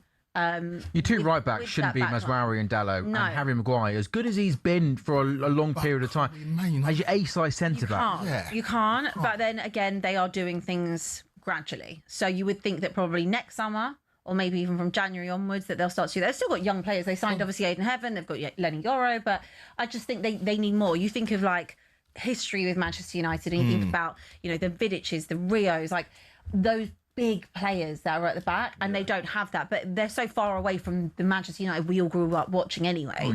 So the expectation of the bar is different. It's different now. But when you do it like Manchester United are doing it, you do it in installments, and you say, well, okay, this summer we're fixing the front line, and this summer we're fixing the midfield. By the time you get to the end of that cycle, some of those players are squad. Some of those players are squad players. Yeah. Like by the time Man United get to where they need to get to in terms of challenging for a league title, you'd hope that Mbeumo and Cunha are squad players. Yeah. Like, I'm not being funny. They're really good players, but I don't necessarily think they're going to be players to take Man United to the league, especially when Liverpool sign like Barcola. No, of course, but you've got they're nowhere Haaland. near that yet. I know, but I think the issue is with the methodology and doing it like in sections rather than doing it all at one once. go. Yeah. Because then you're not improving all different aspects and elements of the team. I love the midfield business. I think the label will be quality. I really like Kobe Mainoo, who's establishing himself. I really, really like the business in terms of Tielemans. But I just think that you need to improve this back line and quickly. Luke Shaw played every Every game. league game last season. But that was a first for him. In his Yeah, entire exactly. United career, he's never been able to be fit enough to do that. And you can't bank on that happening again. If Luke Shaw goes down, then what? You got Dorgu playing at left back, who they now view as being more of a forward player. I just think they've got issues in their back line that it's going to rear its ugly head. And we saw it last week against Hull. Yeah, definitely will. I think they've still got issues. I mean, look, if they lose today, then we'll be back talking about the same issues again. But with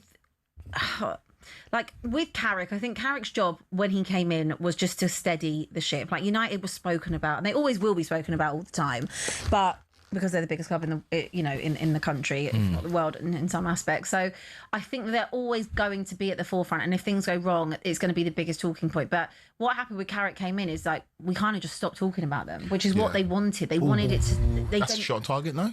Oh, good point. Yeah. Does it even with deflections that count? Yeah, so Does it count? Definitely on target. It was a shot, but kind of blocked as well. So who knows? Yeah. So it's down to Opta. Yeah, it was Rashford there, 25 yards Let's see out. if It that- does well to put it through the legs of Nunez. Great shout though. That Rashford to have a shot on target. It's a great shout. And, Well done, Abs. thank you. It's all right. I can tell they didn't like my one. No, he didn't. He didn't say anything after Or my one either, to be fair. The only reason is He just loves Abby, doesn't I he? don't like the bookings. I don't like the bookings and individual players. the bookings are great if you land them. Yeah. But fouls and shots on target are better than bookings and goals. Yeah, yeah. Because they're easier to come by, aren't Yeah. they? Yeah.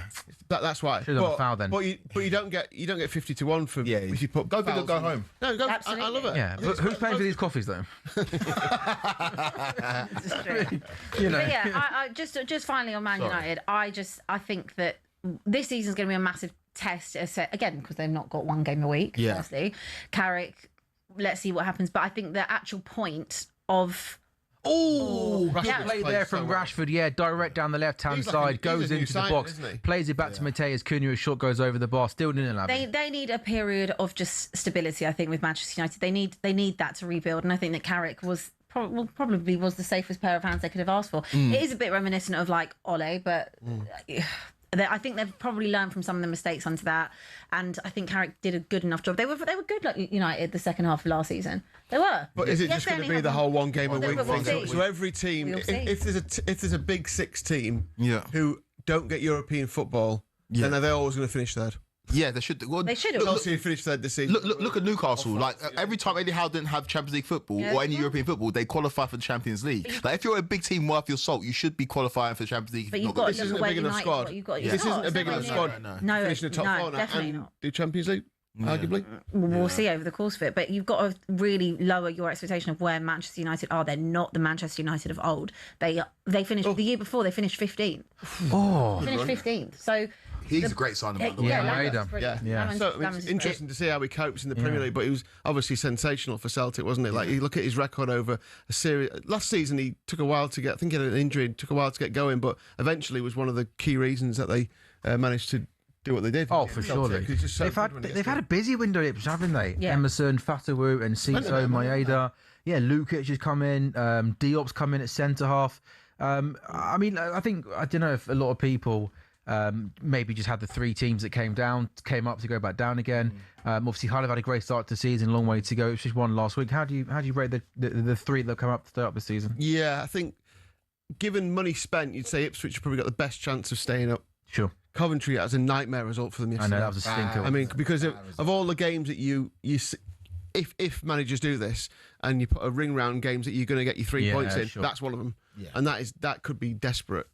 And whole 6 points already. It's just like what? You're kind of almost like I mean, sick to the way there, aren't you? I Really? didn't watch a lot of Championship football last season, but everyone who did say that no one's got any idea how Hull got promoted. Yeah. But they're still doing it. Yeah. They just a bit like Sunderland. They just batten down the hatches and try and get a goal. Well, that's the beauty of the playoffs, and that's why when people they were against expanding the playoffs, I'm like, no, because you don't know what teams will do when they come up to the Premier League. It's not set in stone. The Hull are definitely going to go down. I remember Swansea came up in the playoffs when they came up to the Premier League, and they were a stalwart in the that was Premier the League. Michu season, wasn't it? Yeah, man, they're for like 4 or 5 seasons, and so expanding the playoffs means that you're going to get more kind of left field teams coming to the Premier League, and then you got to wait and see how they perform. Sunderland are a team that come up through the playoffs and qualify for Europe. Yeah. Like it's.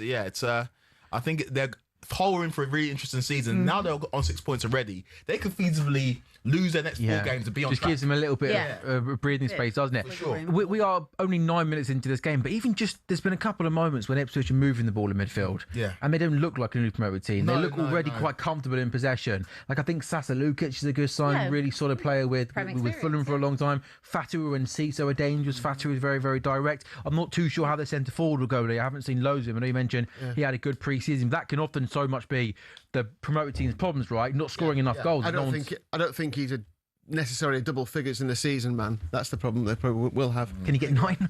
Wait, but that's 9 could. No, you possibly probably need not. 15. I mean, if you look at the likes of, Burnley went down with Zian Fleming scoring. Yeah, and he scored goals, didn't he? Yeah. So yeah, He's you're right. still at Burnley, isn't he, Zian Fleming? Yeah, I'm surprised no one. Crazy. Yeah. No Premier League team kind They're of. on a nightmare, aren't they? as well? The West Ham have had a bad start. Terrible. Burnley have had What a about bad your start. Millwall yesterday? I know, thumps. But Southampton are. Yeah. I think Southampton could maybe be the best team in. Without spying, they'll go up, won't they?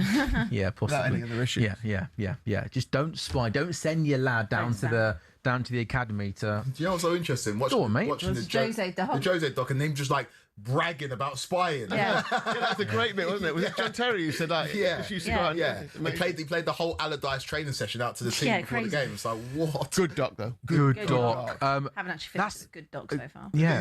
The One's first episode is probably the best of it, isn't it? Yeah, for sure. Oh, Ipswich are playing. Although the Inter Milan and Real Madrid bits, Is I didn't know that much about the Real Madrid. yeah, neither did I. About the kind of Casillas and I didn't know about that. So, yeah, it's good. Oh, that's a lovely ball. Bruno Fernandes has set Brian and Bremer away. He's got, oh goodness me, he's struggling to get onto that one. Brian, I thought he was quicker than that. Brian and Bremer got it on the right hand side. He comes into Bruno Fernandes and he gives it back to Yuri Tielemans. I just thought he had a better burst of pace than that. There's a lot of rain at Tolkien. Yeah. Oh goodness me! I want the same thing. I was like, oh god, he's struggling to get. No, there was lots of grass to run into, and I just thought he had a quicker burst of pace in that Brian and Bremer. Big pitch. That's where there is a big pitch, Old Trafford. That's where Pretty Privilege started, by the way. Rashford with a really good ball into the box. Actually did. With Mbeumo. Diego Dallo with a shot. Oh, what a save on the goalkeeper! That is a top save by Sherpen. Dallo cuts in on his left foot, tries to curl it top bins, and the big goalkeeper tips it over the bar. This has been a decent opening 12 minutes. They look very confident, don't they, Manchester United? Mainly through Rashford. He's, every time he gets the ball, he does something with it, which is good to see. Did we get confirmation, Lee, as to whether that Rashford shot is classed as on target, Let me check according to William Hill? I'll have a little check. Should be really, mate. You think so? It's not. It's down to Opta, not down to us. No, well, yeah, sounds like making excuses here, mate, doesn't it? A little bit. You guys gonna say it's one of my quirks, but do you not? Why are Ipswich not wearing blue? Yeah, no, that's a good point. That is a good, plain blue, lads. Come on. Like, it's your first away game of the season. Fair. Yeah, like. Rashford is in. Rashford is Yes. in. There you go. Good work, Well done, Opta. I do my best. That was a good dap as well. Yeah. Very good. Should have gone over one. And Ciso, 1-on-1 with the goalkeeper, and Ciso's through! Good save. Good You save. just never felt like he had the pace to get through there. And again, the pitch at Old Trafford, just so much grass to run into. This is end-to-end stuff. Now, Cunha's in for Man United. Rashford in the box. Marcus Rashford scores for United. Cunha plays the ball across the face of goal. Rashford tries to get on the end of it, just misses it, and then it gets cut back to Bruno Fernandes. His shot goes out for a corner. End-to-end stuff here at Old Trafford. Good start. This and Ciso, like you said, Sam, you never really felt like he had the full beat of Shaw and Mbeumo who's trying to track back. He does all right, though, Mbeumo, to track back. He does okay. That's the three. When did you both become athletes, by the way? That's the three slowest players on the pitch there with Luke Shaw. Started to go backwards at one point. Running in corner, and Mbeumo's taking But like Lamens does really well. Lamens does well to stay big for a long time and make the save. Yeah, He's been a great signing for Man United, by the way. Really Lamens, he's really good goalkeeper. Yeah, under the radar. No headlines. Just does a job. And that's the one thing I'll say about goalkeepers. As much as I do like the Emi Martinez signing, goalkeepers with too much personality. You don't love it. You want goalkeepers to go under the radar. Do your job. Do your job. Just do your- That's the Vicario thing. Just do your job. I don't want to see or hear from you at all. Yeah. Stop shouting at Archie Gray. It's so unnecessary, wasn't it? But yeah, it's been a good start to the game. And Rashford made a really good run there to the back post. He kind of just a little bit behind the ball, but both teams are really in there. Yeah, mate, it's quite useful to speak into the microphone, ideally. Not. Yeah, I know. Yeah, I know you've only been doing this for like 10 years now, but yeah, this thing here, we like to speak into it. I'm being picked on today. I don't know. No, you're not being picked on. You decided to with basically speak like this over here, not into the microphone. You can speak into mine if you want. No, I'm okay. Yeah, which wasn't ideal. Lee, I was just looking to see how much Ipswich has spent. 200 million they spent. That's a lot, isn't it? I mean, they've sold Don't tell 20 him. million, so 180. Don't tell him, he'll be straight on to them. A lot. Isn't What do you mean? It is a lot, Why man. Not are we allowed that saying? money. No. You're not allowed to spend money, £100 million on Tonali. Ed Sheeran money? Is that Ed Sheeran helping? Not out? I want to. wow, he's probably got enough in the bag. Bruno Fernandes, the first touch is not good enough. Maybe Ed Sheeran shipped in. Maybe Ed Sheeran bought Sasa Lukic. How about that? Do you agree with Bruno Fernandes winning PFA Player of the Year? But do you know what? I thought he was the best player in the league. Thing with that, I know that Arsenal won the league, but like they all individually had good seasons. Yeah. I don't think I don't think Declan Rice individually had a better season than Bruno Fernandes. I know that Arsenal won the league and he played in the best team, but I just don't think Declan Rice was the best football player in the league last season. And when you break a record that Arsenal fans have been banging on about in terms of Henry 2020, like no one's going to break that 20, and then Bruno breaks it, he does something significant. Like he deserved it. It was a hard one to call last year, wasn't it? It was a hard one to call. Like part of me was who? Corners count now. Assists. Yeah. There's I think it's quite a big part of the game now. Yeah. Isn't it? I mean, if you I mean, put in good corners, it's quite a good attribute to be able to Set have. pieces are a massive Set thing, yeah. piece again, ole. Do you know what? Part of me was like, just give it to Semenya because he was so good at Bournemouth first half of the season, yeah. and then he came into City and had a good. So it was a hard one to call last year. It's basically if Haaland doesn't score 40 goals, it's quite hard to call, isn't it? Yeah, it is. But there's been so many years where Van Dijk won in 18-19 when City won the league. There's been multiple years where I do not agree that the team that wins the league, the player has to come from that team. Like, I believe you can still be the best player and not be in the team that wins the league. Dalot stands the ball up into the box. Issa Diop with a really good defensive clearance. Now Man United got possession outside the box. Yuri Tielemans, 25 yards out, has a shot. It's blocked. It comes back to Diego Dalot. 16 minutes gone. Man United 0, Ipswich 0 at Old Trafford. This all came, Sam, from just Ipswich not being able to get the ball clear and just running out of players to pass it to, basically. The press from Man United was really good, and that's the problem for Ipswich. Sometimes you're just going to have to lump it up front just to clear your lines because they're not quite good enough to play that way. That's what gave them their only chance of the game so far, wasn't it? Just you're right. Getting rid, having a man up top and getting rid sometimes just to stretch Man United out a little bit. We laughed about the players kind of trying to track Enciso, but this is not the most physical Manchester United team. If you look at the midfield of Kobbie Mainoo struggles to get around the pitch, Tielemans as well, Bruno's not the most mobile. I think that Ipswich might have the physical advantage in this game. I think they should try and use it. I think that's where they're gonna get their most joy. Yeah. And maybe that's a really nice pass from Alessandro Martins. Played a defence splitting pass into Luke Shaw, who made a really good run. His first touch was decent. Graves then went to ground in the box. You kind of already immediately panic, don't you, and think, what are you doing? Be careful. But he made a really good defensive clearance, and it remains Man United 0, Ipswich 0. Nothing better than this. Big screen, 4:30. It does look massive Sunday. pitch today, doesn't it? It does look really, really big. Yeah. What, the screen? No, the pitch. The pitch. No, the screen's the same size as last week, isn't it? It's massive today. He does well there. Old Trafford always has felt bigger, hasn't it? Nice football there. Nice 1-2 between Mainoo and Mateus Cunha. Yuri Tielemans, and Man United are going to have a free kick about 30 yards out. Is that my man? Yellow card for Sasa Lukic? I don't think he's pulled the... I think he pulls him down there, Lee, doesn't he? I think Kobbie Mainoo gets an advantage again, by the way. Yeah, he should have played the advantage. Just really well, Mainoo. That's the yellow card, by the way. Yeah. Has he given the card? No. I don't think he has. Next one. There'll be another opportunity, I'm sure. You reckon? Yeah. Big pitch. I think both the cards are good. There's a couple of price boosts, by the way. Rashford, 3 or more shots on target, is now 7-2, which, given the way he started this game, Lukic to be shown a card as a price boost is 2-1. It's been boosted from 6-5, so that's a decent price. Lukic, one of the most booked players in the Premier League last season. Free kick, possibly, Lee, in Marcus Rashford territory. About 30 yards out. Bruno Fernandes is also over it, but I reckon Marcus Rashford might want to stick his laces through this ball. Goalkeeper looks pretty central. It's going to be Marcus Rashford, laces through the ball. Rashford puts too much on it. It goes out for a goal kick. Who would have thought Marcus Rashford would be coming into this season as a Man United player? Not me. No, not me. I think it's the wages that have massively hindered, isn't it? Like to get rid. No, okay. I'm just not I having would have that. liked it. I'm just not having that because it's like Jack Grealish has done way less than Marcus Rashford over the last couple of seasons, and then Man City managed to find under the radar has just decided to not do anything for 2 years and kind of just. And he's getting paid the same amount as Marcus Rashford. Like that, At City, his last 2 years at City. Yeah, at City, but not last season. He started well at Everton, then he got injured. I think he got like 4 assists in his first 2 games, and then he went a little bit quiet, and then he got injured. Yeah. He gets injured a lot, Grealish. Yeah, he does. It doesn't give you many numbers. Right, so what? Sorry, what was your point you were making? My point is, it's an indictment on Manchester United again, the selling thing, because City managed to shift Jack Grealish, or I managed to shift Jack Grealish who's on similar wages. It doesn't make any sense. You know, you talked about Ndiaye earlier, and obviously it's a good. I think that's I genuinely, when I saw that on the exclusive this morning, I couldn't believe it. I think Spurs have done so well to get Iliman Ndiaye. I really do. From an Everton point of view, though, we spoke about prices. Yeah. Being completely inflated, and lots of teams, it feels like, are paying more money for players than what they should do.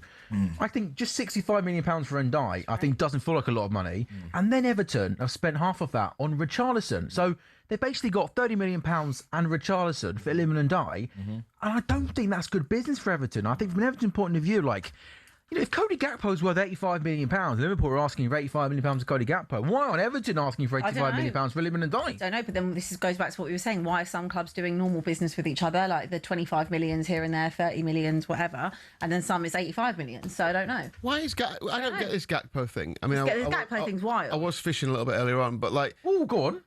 Gakpo, why are City interested in signing him and Tottenham interested in signing him and Liverpool don't want to keep him?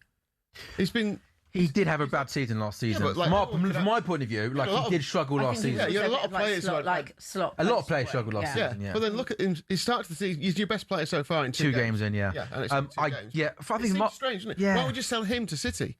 You're one of your major rivals. Yeah, I think we get £85 million. I don't care if it's City or not. My gut would tell me that. For sure. That does feel like a decent price for a player who, I know he started this season off well, Lee, but I think he's inconsistent, isn't he? Yeah, inconsistent. But last season he was consistently not particularly good. Although the irony won't be lost on me if he does go to City or Spurs and he plays against us and he's going to cut in on his right foot and score against us, where he wasn't able to do that last season. I don't think he'll come to us now.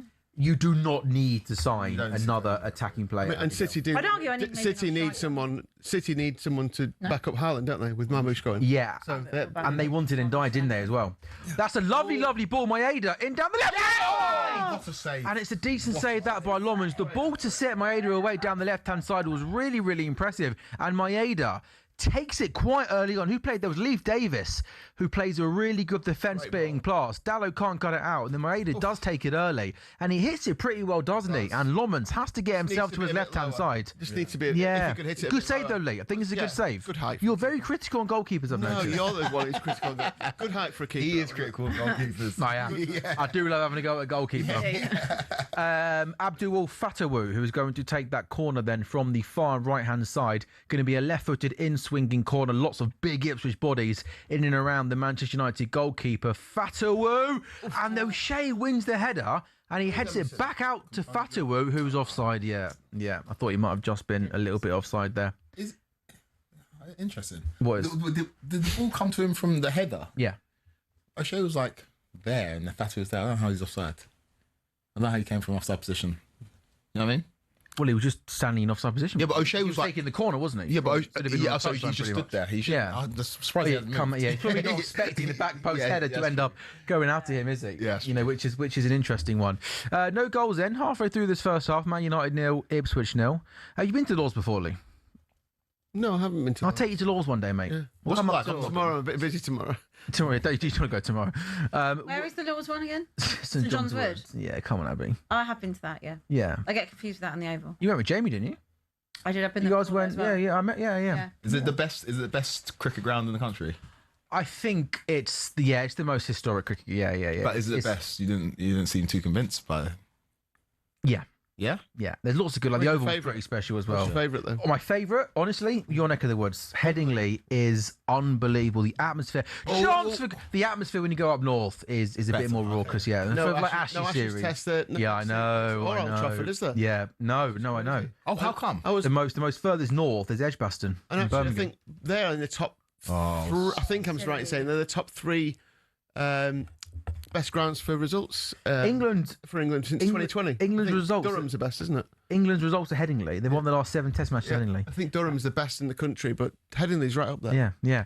Man United have won a free kick. I love a little bit of cricket in and amongst the football, cricket. Abby. You love cricket. United have won a free kick, quick feet there from Mateus Cunha. I think it was Daisy Mayendo brought him down. And this free kick is even closer towards goal. I think Bruno Fernandes might say to Rashford, you've had one, pal. I'm taking this one. It's about 25 yards out left-hand side. And I think he's going to try and bend this, whip this over the wall and try and give the Ipswich goalkeeper, Sherpen, something to think about here. Ipswich have given the good as they've got, though. They've had the best chance of the game, haven't they? That Maeda shot, which was pushed away nicely by Sonny Lamons. And this, Abs, looks an inviting distance here. Yeah.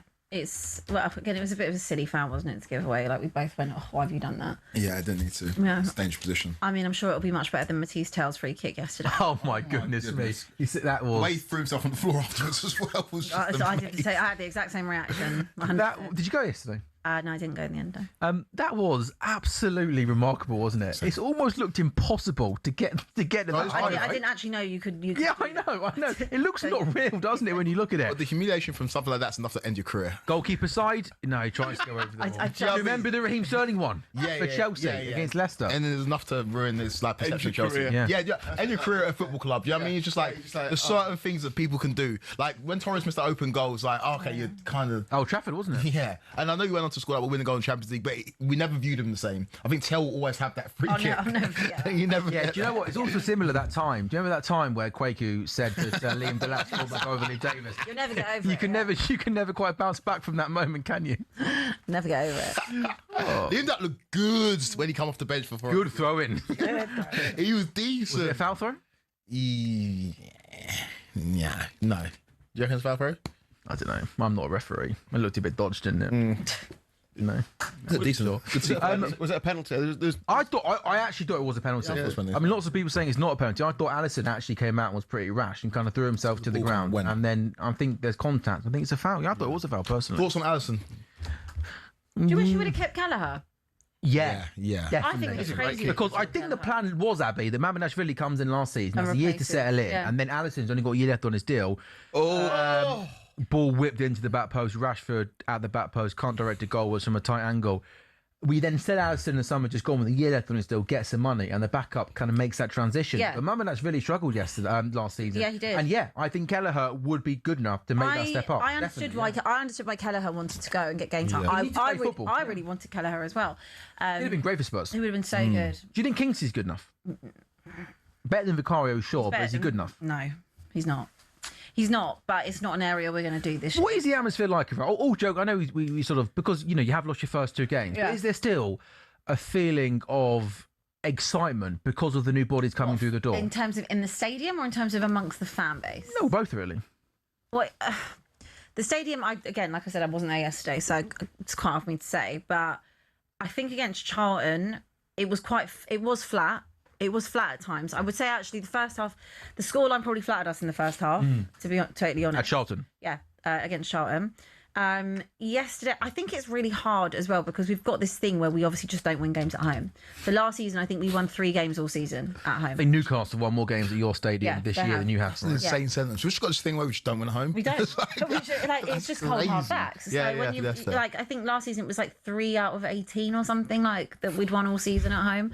And I'll be honest, the season before that was probably no good either. I can't remember the stats, but it's crazy. There is this thing as well. That mixed with going 1-0 down, we haven't come back from being 1-0 down since West Ham in November 2024. So there's a lot of things that I think go through people's heads. The Tar was just skin Luke Shaw. He has absolutely skinned Luke Shaw. Fataru, that is really good wing play. He's going at his man. He goes on the outside. He gets past him. Luke Shaw can't keep up with him. Ball into the box. And Leif Davis, first time shot, left foot off the bar into the back of the net. But what a throwback that is. A winger wanting to beat his man. Quick, direct, skillful. Ipswich lead at Old Trafford. Yeah, wow, great finish. He kind of side-footed it and managed to control it and just keep it under the crossbar as it flew in. Not easy, that, and he's as it came in. It's really impressive that he's managed to keep that down. Look at this. Well run that. Oh, and he makes him as well. Yeah, brilliant. That was him. Really good. Absolutely did him there. Great little ball. Lovely wing play. Oh, the finish is really good, great, yeah. isn't it? Because it bounces right in front of him. Yeah. So he's got a half volley. isn't it? Yeah, half volley. Yeah, he's got to try and keep it down. He could have very easily skied that. Really good. Yeah, You're not absolutely saving brilliant. that either. That was also such a funny reaction from all of us. I don't know if we've ever had that where all of us have cheered at the exact same time. Everyone can get behind Man United Everyone with can get Cassini. behind That's it. something we can all enjoy. Yeah. How about that? And I've got to say, like, I think what did I say? 5 minutes in, I said very early on, Ipswich are passing the ball like a team that don't look new to the. They look very, very comfortable. Yeah, Ipswich. you're right. Yeah, They don't look like a new. Like with Hull last week, it was very much just going to be balls into the box, set pieces. Whereas Ipswich, they just look very, very comfortable. That's a good United have had observation. chances, but It's like they're playing like Thank you. No, but it is because I didn't look at that, but like a Brentford or a Brighton, they look like they've been here before. Yeah. Which is a huge compliment to. They have. I suppose they have. And a lot of this team were in the Premier League when they were last here 2 years ago. But yeah, they don't look out of place and they don't look overawed by the occasion or the opponent. And Man United have got to figure it out. But they're through again now. Playing between the lines Yeah. there as well. This is great. Look, plenty back from Man United, but in it, looking for Maeda, aren't they? Yeah. Need to keep the move going. Yeah. It's just slowed down now, but still got the ball.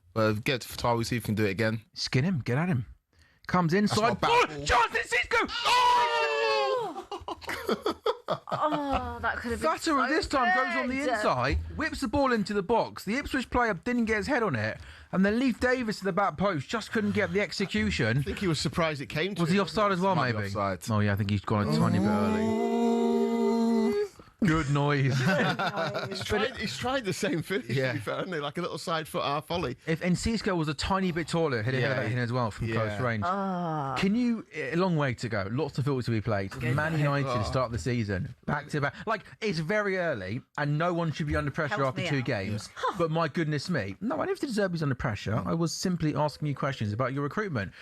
Corner comes in, and that's headed away at the near post by Yuri Tielemans. Ball is still in the box. It comes out once again to the number 23, Sasa Lukic. He comes on the inside, hit that. He does shoot. Execution's not great. It's a story we can all get behind, isn't it? Yeah, 100%. 100%. But Lee was saying about Coventry circling Hull on the fixture list and saying we should win this game. Yeah. If you're Man United, Hull and Ipswich first 2 would games, never get a 0 nice points. My goodness, that would. That Michael Carrick looks like a man that is panicking already. Yeah. He's played for this club. He knows that, like Hull and Ipswich back-to-back defeats. That is just, it doesn't give him much No. Oh no. room for error, does it? Well, from that remember the moment in? narrative. I don't think Ten Hag ever recovered from Brighton Brentford. I don't think he ever recovered from That those was 3-0 at games. home. Was it 4-0 away? They got thumped Yeah. to Brentford, didn't they? And those are 2 decent sides. These 2 teams, they might go on to be decent sides, but if you're a Man United fan, you would be worrying with Manchester Derby on the horizon as well in a couple of weeks. I think you. Can I just say, Funny though. it's good to be back with you guys. Yeah, I've enjoyed this, Sam. I've enjoyed the show. Yeah. good. Yeah. Can you say it so people know? What? You've missed us. No, I've missed doing the show with you guys. Yeah, for sure. You know, it's good to be back, isn't it? It's good to do the show. Go on, Quaker. I love it when Quaker's on it, by the way. Look at this guy. I just saw like Gary Well O'Neill on the rested. screen. Also, has he gone under the radar a bit? He's just back in the Premier League with Ipswich. Well, you can ask the question, right? Who's a better manager, Gary O'Neill or Michael Carrick? Who is actually a better manager in terms of proven track record?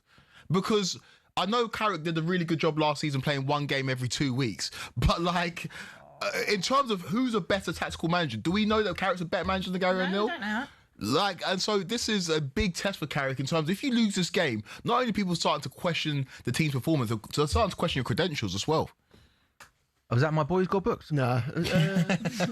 It's a fair point. Well, how was It's a my fair guy? point. No, but okay, no, I don't think we can. Again, I feel like it's very early. It is very early. would you That's a put- fair question. would, I think. I Oh, think. it's I mean, it's Sasa Lukic. Done. Come on. Me and you are both in. That's 2 out of 4. How you doing? Why did you go Martinez to get booked? You always let us Rash. down, Quaker. Rash, kind of undersized. I don't know. Undersized. Undersized. Undersized. That's a bit disrespectful, isn't it? How tall is Martinez again?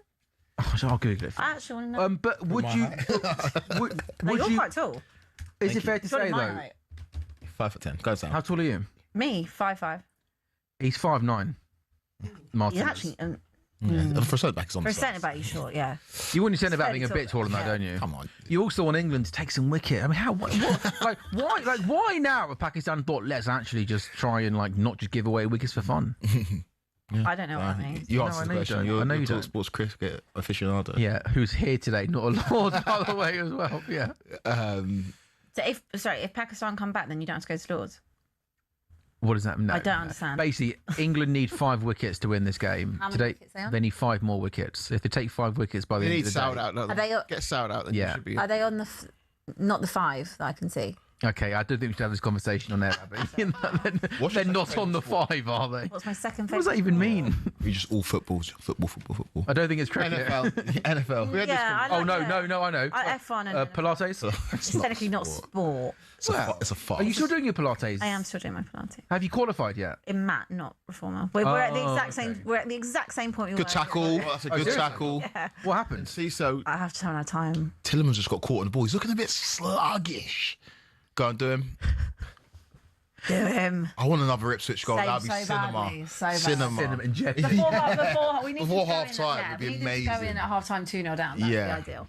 Westcott's always when you need him, by the way. It massively takes the pressure off of Spurs as a talking point. No, I don't think it does, though. It does, because you share the load. Like, it does. And, like, United are way bigger than Spurs. The talking point is much bigger. going back to Quako's point earlier on. Who? Which? Quako's point. Okay, yeah. Quaker. Okay. I'm really posh now. Yeah. I only put the northern accent on when I come here. That about the kickoff times. Yeah. If you do lose at 3 o'clock and then Spurs lose at 5:30, it does take the pressure off. 100%. No, because if United lost on a 3 o'clock to Ipswich. And then Spurs lost again. Spurs would be the story, not No, United would still be the. No, United would still be the talking point. I agree with that. United losing back. Manchester United. United losing back to back. Let's say the Chelsea example then. Right. Chelsea beat Fulham 3-2. The keeper's a bit ropey, and then Spurs losing the 5:30. Spurs are the story, not the keeper. Yeah, but Chelsea won the game. That's why. Yeah, but I'm saying if Spurs lost at 2 o'clock today, let's say, and we weren't on TV at 5:30, and then like that would be the talking There's point. no phone-ins after the 3 p.m. There's phone-ins after the 5:30s. There's phone-ins after the 4:30s. There's no real phone-ins after the 3 p.m. Jason Cundy and Jeremy O'Hara literally sit in the studio after the 3 o'clock to do a phone. Oh yeah. Literally. But yeah, but apart from that one, it's absolutely Rob. Yeah. He only did that so he could plug the. Company man, didn't he? Yeah. He did that so you could plug the time with the show. Yeah. No, he's always thinking. It doesn't matter. It's like if this was a 3 o'clock kickoff, it would be the biggest talking point of the weekend. By the time everyone's then seen it and watched the highlights. Also, by the way, Ben Jacobs in the bill. We should have got Ben Jacobs in here for a bit of transfer talk with him. We should. We can still do that. I'm watching him. He's pacing up and down, by the way, on the blower to someone. I'd like to know who's on the phone to. We should actually. Yeah. Invite him in. It was so We good. could ask about Enzo Fernandez now that Caicedo's injured. Maybe that's what he was on the blower for. Yeah, maybe. Jamie, can we get him on? I tell you what, he's power walking, isn't he? I'll get out. Yeah. I'll go out. I'm still getting paid the same. Same. I'll go watch out there. You get paid for this? Yeah, barely. Fataru, nobody had a Fataru. Nobody. That was funny. Sorry. Yeah, I know. Someone say something. Or someone be like, what do you mean? Nah, he just said it's a shame. Right, He just said it's a shame that Matisse does watch the Chelsea games. That was actually a very funny line from you today. It was very Yeah, it is. He's trying to get those lines ready for Love Is Blind, isn't he? Yeah, he's trying.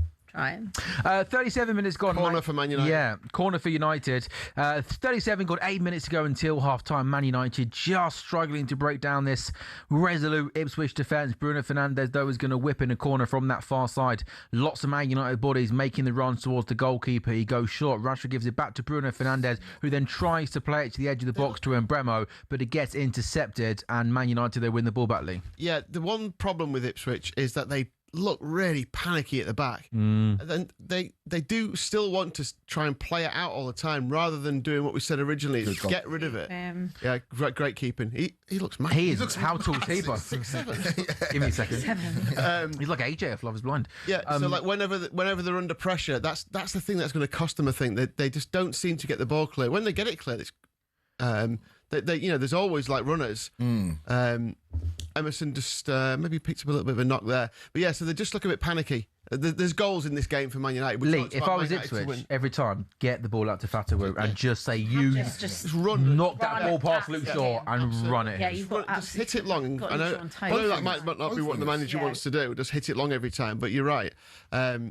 But we talked about Man United to win and both teams to score earlier. That's a great start to that bet. And if you're betting in play, whenever a favourite goes a goal down, Man United are now 7-5 to win the match.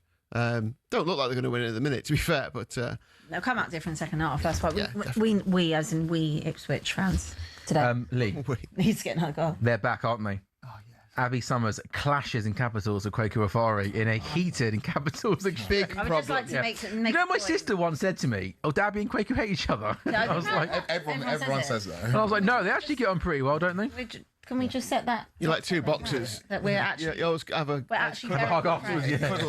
But it's actually just not real. big Oh, no. Mateus Cunha 3-on-1. He's got Bremo to his right. He goes Bruno Fernandes to his left. Bruno Fernandes through on goal. Lovely finish. Ipswich give it away. Man United make them pay. It's a convincing and clinical finish from Bruno Fernandes. Left-footed shot. Rifles it past the goalkeeper. It's Nunez in midfield who's dispossessed. Cunha picks the right pass. Fernandes with the finish. United won. That's really annoying. It's a slip. It was just a slip, That's wasn't it? I just think? annoying. Man. Great finish. But that was decisive for Manchester United. And when Bruno was through, you just knew who was going to score. That was a great goal. That's annoying though for Ipswich just before half time. Oh, it's just so unfortunate. Yeah. That's But unfortunate. it was a great break. Great ball. Nice and simple. Great finish. Yeah. It's a really good finish because I think that's quite a hard finish when you kind of get the ball and you're angling towards away from goal. It's a clinical finish. It's a hard, powerful. Also, the ball from Cunha is timed to perfection. Allows Bruno Fernandes to run onto it, and he rifles that, doesn't he? Past the keeper at his near post. Yeah, no assist for Bruno, but that's a great finish, Lee. Yeah, could Lukic have put a challenge in there? I mean, he's only yellow, so maybe you just thought. Do you know what? This sounds like, I think when Bruno's going away from goal, Lukic might be thinking, you're going away from goal. Yeah. Good luck trying to beat the goalkeeper at his near post. And to be fair to Bruno, he takes it on, doesn't he? Keeper didn't even see it, does he? No, I don't like it when keepers get beat at their near post, but Fair play. I mean, you know, I don't think they don't necessarily deserve to be going in a goal down. They started off the game pretty well. First 20 minutes were pretty dominant from Man United, weren't they? Yeah. Without anything massivly clear cut, but that's a shame for Ipswich. Yeah. Gutting, really. Yeah, it is. Especially when you go in with a game plan and then it's a slip that kind of costs you. But they will Premier League, though, isn't it? It's brutal. Yeah, you slip like that, you probably don't get punched like that in the Championship. That's true. But in here, when you got Cunha to Bruno Fernandes, But again, the Ipswich, they're still moving the ball nicely, and I think they're well and truly in this game. Well and truly in this game, guys. Deflated a bit though. So it killed the mood in here. Yeah. Do you want me to wrap it? I was going to say the same thing. Yeah, I was going to say the same thing. Go on then. That was Chris from Love Island. Chris from Love Island, yeah. Hilarious. No. Olivia's like, no. No one wants that. Yeah, no. We've got 3 minutes to go until half time. Let me just remind people that are just joining us on talkSPORT Goals what happened earlier on today in the Premier League. Quakers Chelsea picked up a 4-3 victory against Brighton. Really good in attack, not so good defensively. Leeds won, Brentford won. The spoil shared at Ellen Road, and Sunderland picked up a really impressive victory against Fulham. Not the best of games. Bruno. What happened just there? turned it on. Bruno's just dispossessed. Leaf Davis lost the ball and Bruno just played a lovely pass around the corner. Space here for Rashford as well. Not anymore. Fatu has come back. This is Ipswich. This is again. Then just gave the ball away in midfield, and Bruno was all over. That's never a penalty. You should book him for diving as well. Yuri Tielemans there, who tried to get his body in front of the Ipswich player and then just threw himself to the floor. Oh, Lomans there tried a little. It's a feature though. They're looking to play the ball over because United are playing a higher line this season under Carrick, and they talked about it in pre-season. And Ipswich are, when they get the chance, looking to play over the top. Also, you'd just go on to Maguire, wouldn't you? Yeah, He's not the quickest at centre back, is he, Maguire? You can see what they're trying to do, and they've had a little bit of joy, haven't they? Lee, I don't know. I know, obviously, I don't know. I'm just assuming you have because you guys sponsor the Scottish Premiership. But did you see lots of Maeda last season at Celtic? Did you like what you saw from him? Yeah, no, it's class, absolute class. I think not just last season, but previous seasons. You look at his goals record, and I know it is in the William Hill Premiership, but it's like constantly high teens in terms of goals, constantly in the double figures assists. Sure. Yeah, he just dominated that team for 3 or 4 seasons. Brilliant. But then it's hard to equate that to the Premier League. Yeah, it's a big jump up, isn't it? It is, and but when he's on the ball, he looks confident, doesn't he? He's a confident kind of player, and great to see him get a move to the Premier League because it'd been a shame to not have him in there. But yeah, brilliant. Celtic fans obviously maybe it was the right time for him to go, I guess. But sad to see him go. That's for sure. Yeah. But he's he started this game well, and he looks dangerous down that left hand side. And you think Fatu on that right hand side as well has had some joy, hasn't he?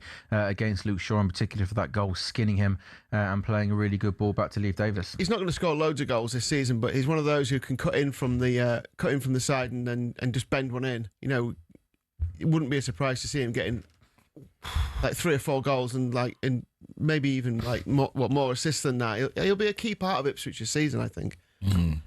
Man United then got a corner. Diogo Dalot trying his luck from about 25 yards out, comes off Graves, and he goes out for another United corner on that far side. Going to be a in-swinging corner once again from Bruno Fernandes. We've got 30 seconds to play of this first half. Can Man United go into the second half in the lead? Harry Maguire trying to make himself a nuisance. Fernandes just floats into the box, and the goalkeeper... Oh, I didn't find out how tall Sherpin is, did I? Oh, no. I'll do that for you guys now. Okay? 6'7". We could do it at half time. Yeah, I want to know what it is. Huh? You don't have to do it right now if you don't want. Yeah, half time. Oh, you got it. What do you want me to do now then? No, you can't. You don't feel obliged. Oh, You might as well. yeah. All right. Halfway there. How tall do you think he is? I went 6'7" as a gut instinct. I'm going Maybe that's a bit on the high side. 6'6". I think 6'7". 6'6", 6'7". What are you saying? Well, I know I've seen. Yeah, no, so. No, what do you reckon? I said 6'7". He's 6'9". Oh wow! He's what? 6'9". 6'9". Yeah, I know. Massive. Good height. Good. That is high. Actually, is that arguably too tall? Nah, Not for a keeper. You need to be able to get down, Nuts. don't you? yeah, that's true. Would he fit in this room? Probably have it, yeah. Would he fit in this room? Yeah. Yeah, Really? probably. How high do you think the ceilings are? I know. 6 foot.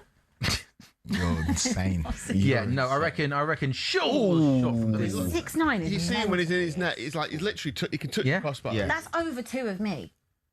He must be the Double. tallest I'm player in the 5'5". Premier League this season. 6'9". mustn't he? You're insane. It's not 2 of What me. did she say? She said It's 2 of me. 2 of me. Oh no, it's not 2 of me. What on earth is You're that not- about? you're Two not of you would be three- about you 11. are not 3'4". What is that maths about? 2 of me. Someone get out of your taxi, please. I mean, seriously. What? He's not 2 of me. Are you right, Abby? Close though. You normally get delirious in about April time. Yeah. We're not even out of August yet, Abs. Holiday. Yeah. Goodness gracious. me. I need a holiday. I need holiday. Yeah, she only has 14 a year, doesn't she? It's weak mentality. Spurs fans, Spurs players, all of them weak. Can I just ask? I don't mean to ask logistically about your life, but why have you decided to go away for 2 weeks before the international break, and then you're going to come back for the 3-week international? I didn't break? do it on purpose. Is that a fair question to ask? Yeah, it's a completely fair question. So I obviously got it wrong. I thought I was going. I thought I was only missing 1 week. I think I went off of maybe the dates from last year. Well, I booked this about a year ago, to be fair. Oh, have you really? So I think I must have. I definitely looked up international break. Sure. But I definitely got it wrong. That's a long time in No, advance. it's because you know I usually go away to Cyprus, and I usually go with my friends, and we booked the same so place nice. again because nice. we just do an Airbnb, and we booked the same place again, and I just completely misaligned it, so I literally get back, and then international break starts. Cool story, bro. That is ridiculous, by the way. Yeah, it's not ideal. Awful planning. Terrible planning. Terrible. What are you going to do? No. Yeah. Well, what we can do is take a break because Man United 1, Ipswich 1 is the halftime score. talkSPORT Goals is back in a couple of minutes' time.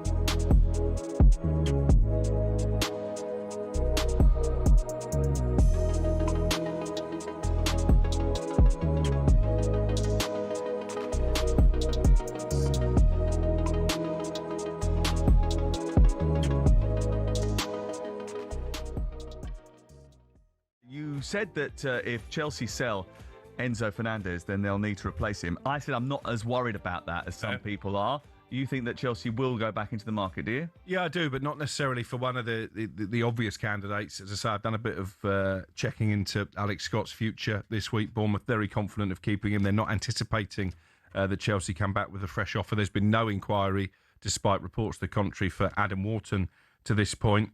One new name emerging overnight is Lamine Camara over at Monaco. It would probably only cost in the region of 50 to 60 million pounds. Young, up-and-coming player, fits the Blueco model, really. And obviously, if they were to sell Fernandes for 125 million and sign him for 60 million, then that is a decent profit. I don't think it's urgent, and this is why. Chelsea are going to play only about 50 games this season. They're not in Europe, so they'll play League Cup, FA Cup and Premier League, but that's it. Reece James and Caicedo play in a system in which they will always play. right? They will play. James is going to play in midfield. He's always fit, Reece James, isn't he? I'm just. He was fit last season for most of the season, apart from the World Cup. Until we got to the World Cup, yeah. He played for Chelsea for most of the season. I think, but one of the reasons he's playing in midfield is because of that reason, right? Because he can't go up and down and play like a wing back anymore. He certainly can't play at the demanding role that is going to be asked of the wing backs in the Xabi Alonso system. So playing him in the central midfield position makes sense, right? He played there last night, played there Monday night. Caicedo will play every game alongside him. If one of those two aren't there, Lavia will step in and play. Always fit as well. Henderson will step in and play. Barco, who played in there last night, was very good. He'll step in there and play. And even Jarell Harto has played in there as well.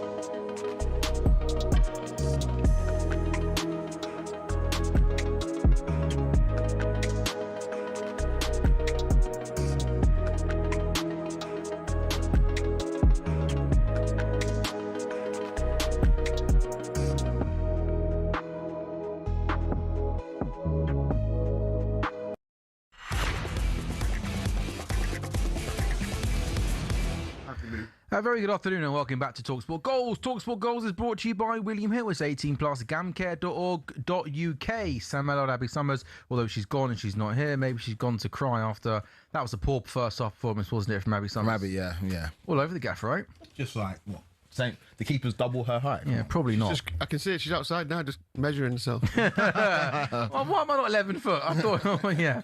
Chelsea 4, Brighton 3, Leeds 1, Brentford 1, Sunderland 1, Fulham 0, Man United 1, Ipswich 1 at half time. Lee, I should ask you, because I haven't yet, about final one standing. Yeah. From the original jackpot, we're now 2 weekends into that.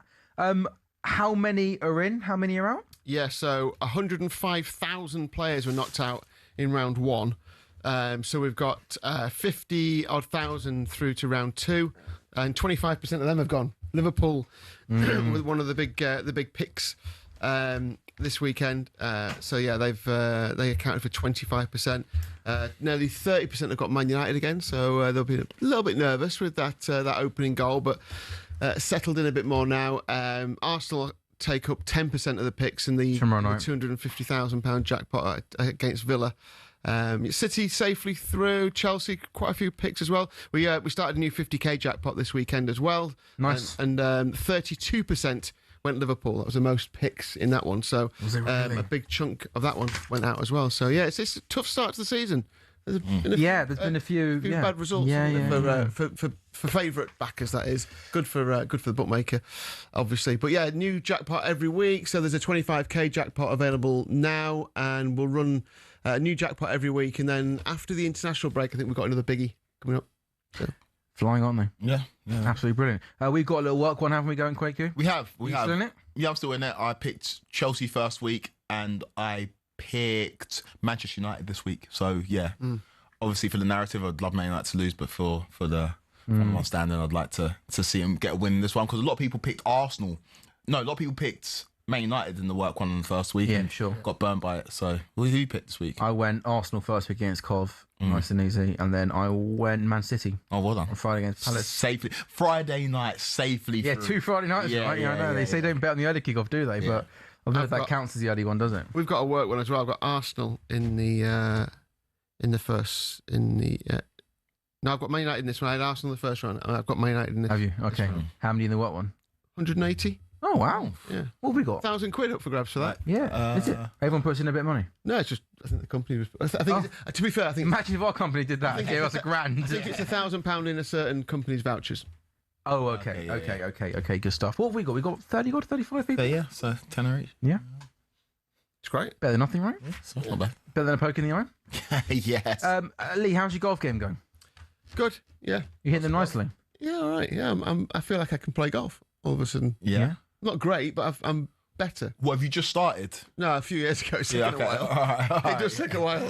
I'm playing a lot with my brother plays, and he's like a year behind me, I guess. Yeah. And he's still struggling to kind of get that bit where he knows why he's not doing the right thing. Have you got the bug? Do you love it? I can't wait to get to the point where I get that and I just... About golf or something? Yeah, about golf. Because you know what? Now sometimes...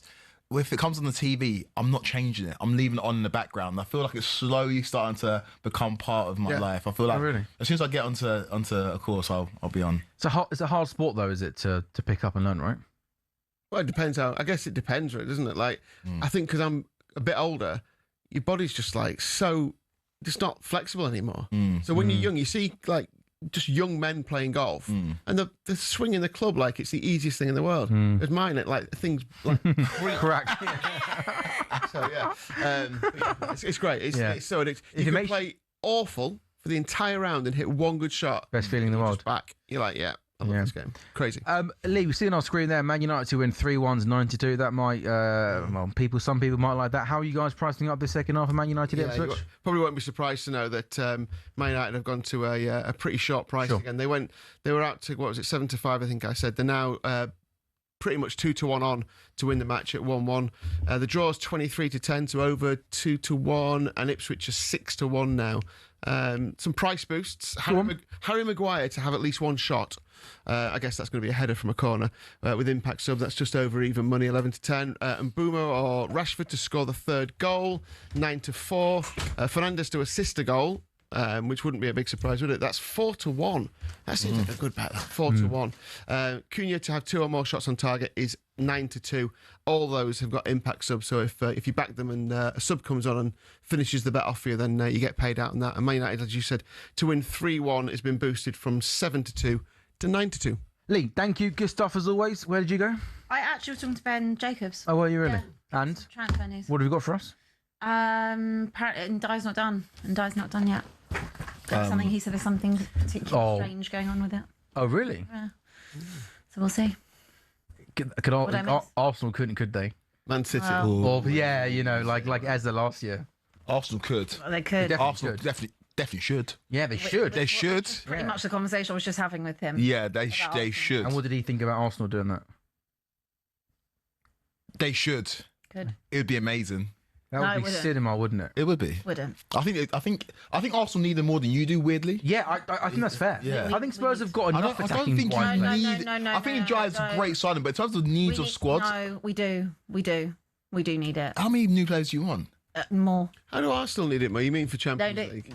They don't need it for the league, do they? I think they just need it in terms of quality attackers. They definitely do, but we also need it on that. We do need it on that. We do. Do you? Yeah. And who's going to be your starting 11? So, £85 million Savino's on the bench. Nonsense. No, what crazy business? If Arsenal sign him, what does it? Front three then. How many players do they need? Yeah. You know what? We'll take a break and Abby can write down and tell us our front three. Taking a quick break on talkSPORT goals. Then when we come back, second half of Man United Ipswich.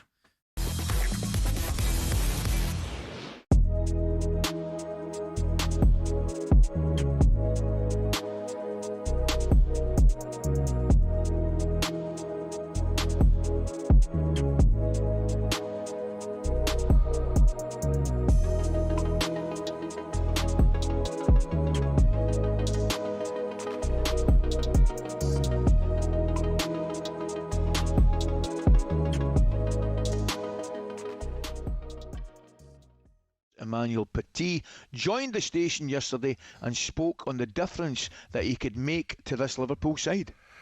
On the left flank, this guy can make so many differences.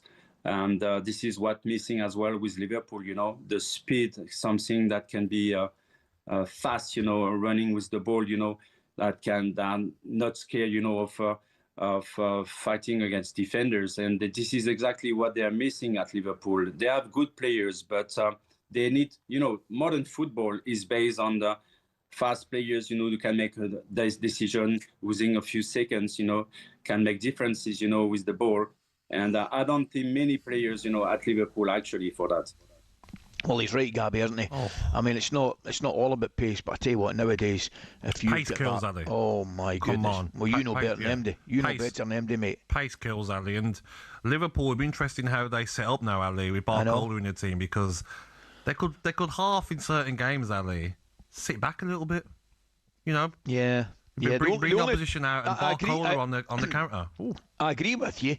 However, I think that'd be very, very difficult to do for any Liverpool side at Anfield. Yes, because I'm not more sure away from home. The fans just, and quite rightly, encourage them to go and attack, and they've been used to that for years and years. So I hear what you're saying, but I think it'd be that very threat difficult. though as well, Ali. You know, like just having that pace. Yeah. Like Sean says, it scares defenders. Of course it you know, does. you're okay. Right side centre half's got to squeeze over and double up on Barcola. You can't leave him 1v1. He's ripping any defender in the Premier League 1v1. He's unstoppable, Ali. You can't be quick and tall and long strides and everything. Like he's a different animal.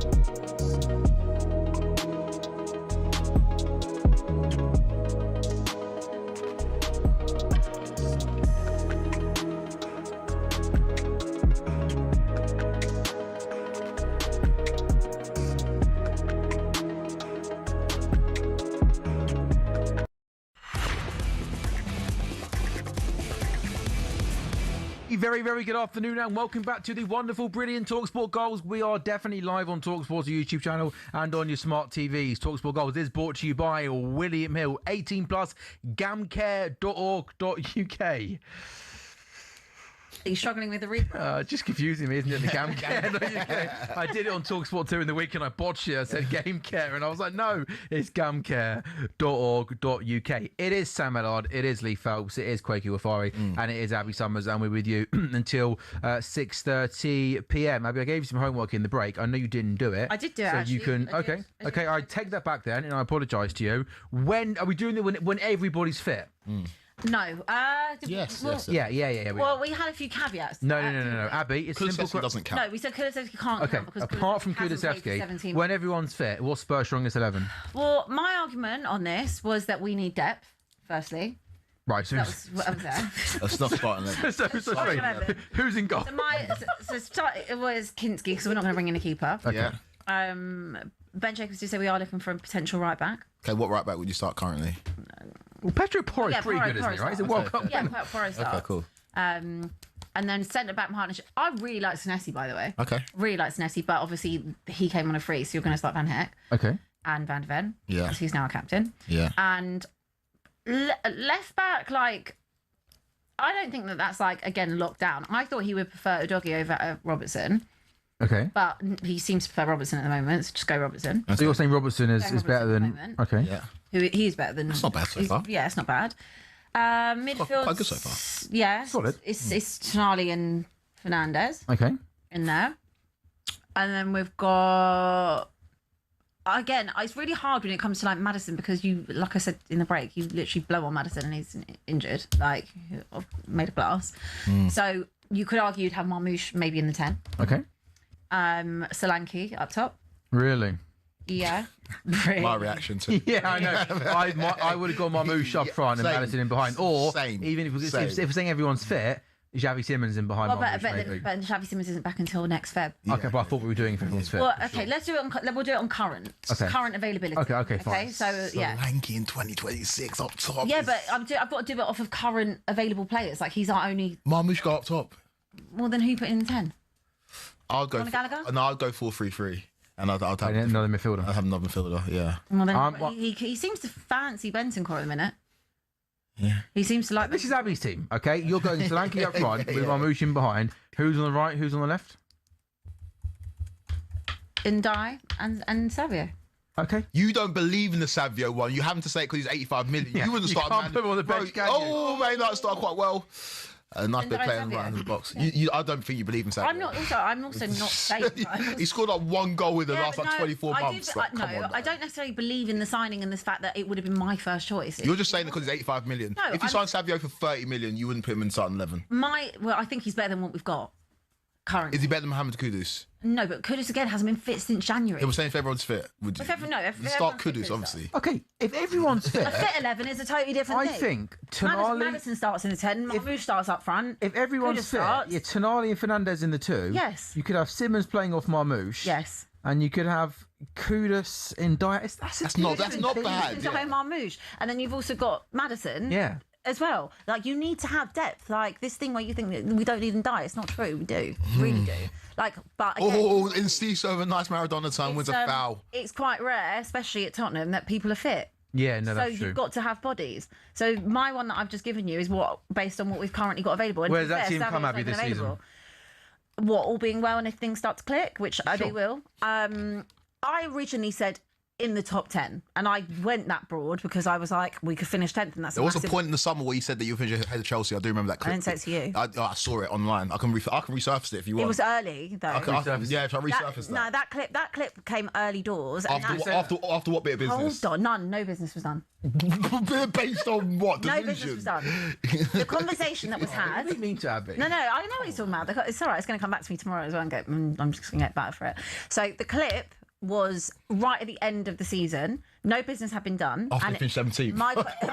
My question was about Chelsea, and I said I didn't rate Chelsea that highly based on how they were last season. Did you rate Tottenham? No, I didn't. But you thought you finished ahead of Chelsea? Nonsense. There's going to be about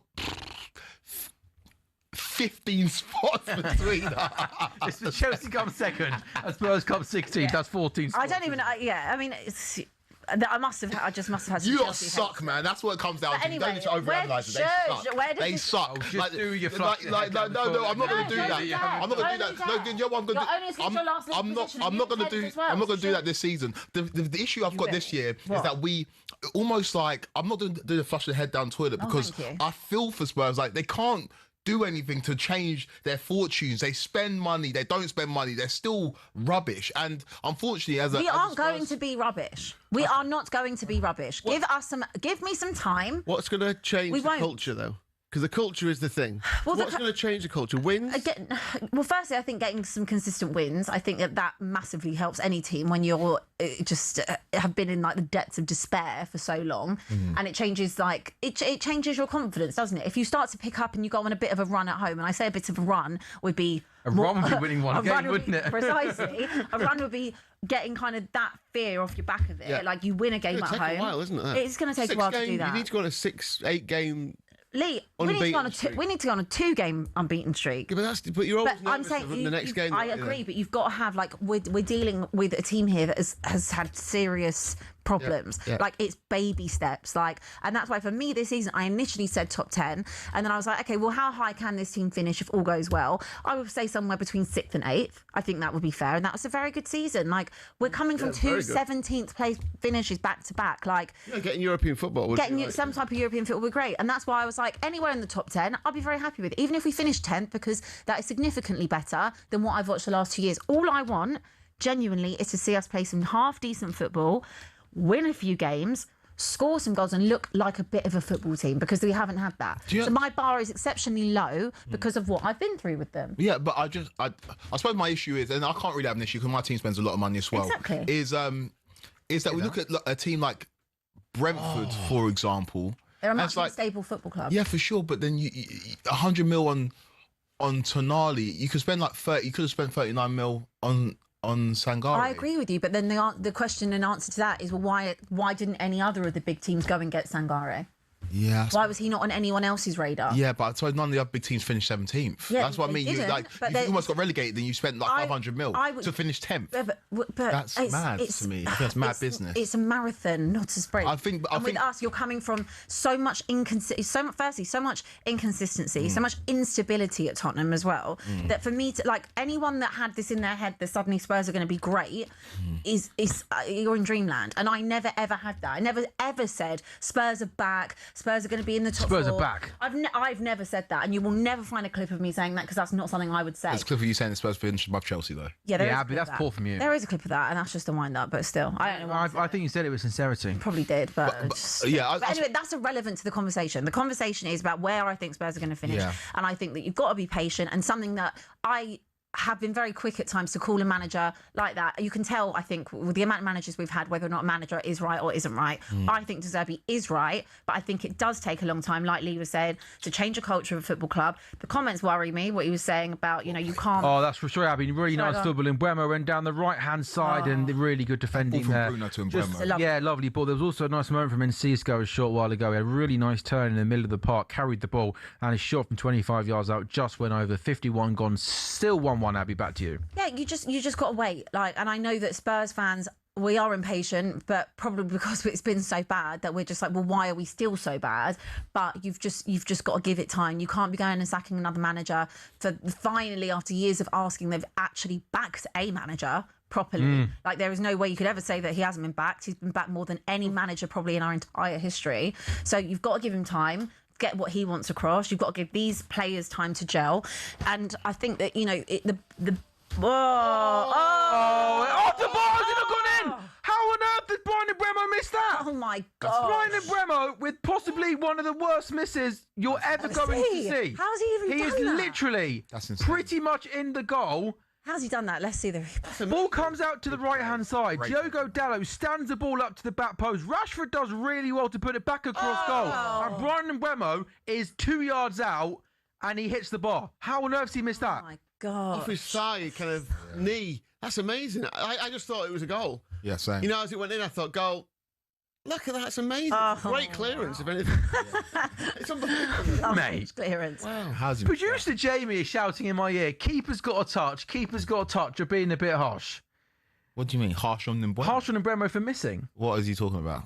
What is he on about? It's almost more difficult to miss. That is impossible to miss nearly, isn't it? Oh, Manchester United have come out. Yeah, they're really firing. full of it, haven't they? Yeah. This is what I said one of the worst ones. One of the worst ones. This is going to be He's good. practically in the goal, isn't he? And he somehow misses that. Rashford, Kobe Mainu outside the box on his right foot, on his left foot. Mainu. Oh, that's unlucky. That's really, really nice feet there.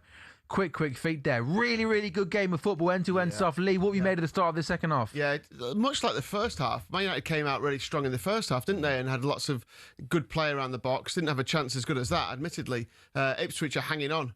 Tielemans has a shot. Keeper gets down well and saves it. Back to Tottenham. I was just looking at when you play Chelsea, like the latest, and you play them on the 8th of May. And I was just looking, if you are in bother at the end of this season, your last 5 games are Arsenal away, Chelsea at home, Coventry away, Man United at home, Villa away. That's relegation written over it. We'll be fine. We'll be fine. I know that it's not going to happen again. No, I know that. She'll just do that In thing my like gut. she did last year, where she was like, "Oh yeah, I can't make the Chelsea game. Sorry, I've got to go to another football game." Well, to be fair, if he would have got there, it was a big game. Yeah. Do you know what I mean? Remember that? She's basically told her she wasn't going to rock up for the... I wasn't. My boyfriend was potentially playing at Wembley. I was never going to miss that. Have you got a boyfriend? I think it's the first time we announced it on air. Congratulations. I'm sorry, but am I going to miss? Am I going to miss you in a love? Am I going to miss a once in a lifetime? Are you in thing? love?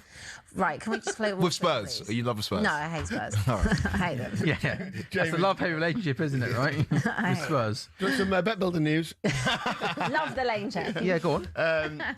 What's Everton's gone off. I think he picked up an injury, to be fair. in the okay. first half. Oh, so you've He's gone knocked off, down. and Akpong's come on. Akpong gets a shot on target. We need him for a shot on target. So obviously he carries on the impact. I tell you what, I will be missing. And we need a card still, don't we? We need a card for Martinez, and we need a shot on target. But we've got a card in for Lukic, and we've got a shot on target for Rashford. We smashed it, didn't we, Abs? Smash it. Well We're so Early good doors at as well, this. you Yeah, we've smashed got plenty it. of time. Yeah, we went early, didn't we? Yeah. Corner kick for Ipswich, possibly a shot on target here. This could be dangerous. It could be dangerous if the delivery is good, which is not because it's headed away at the near post, and then Low Issa head. Diop just clatters into Yuri Tielemans, and I think the referee is going to award a free kick.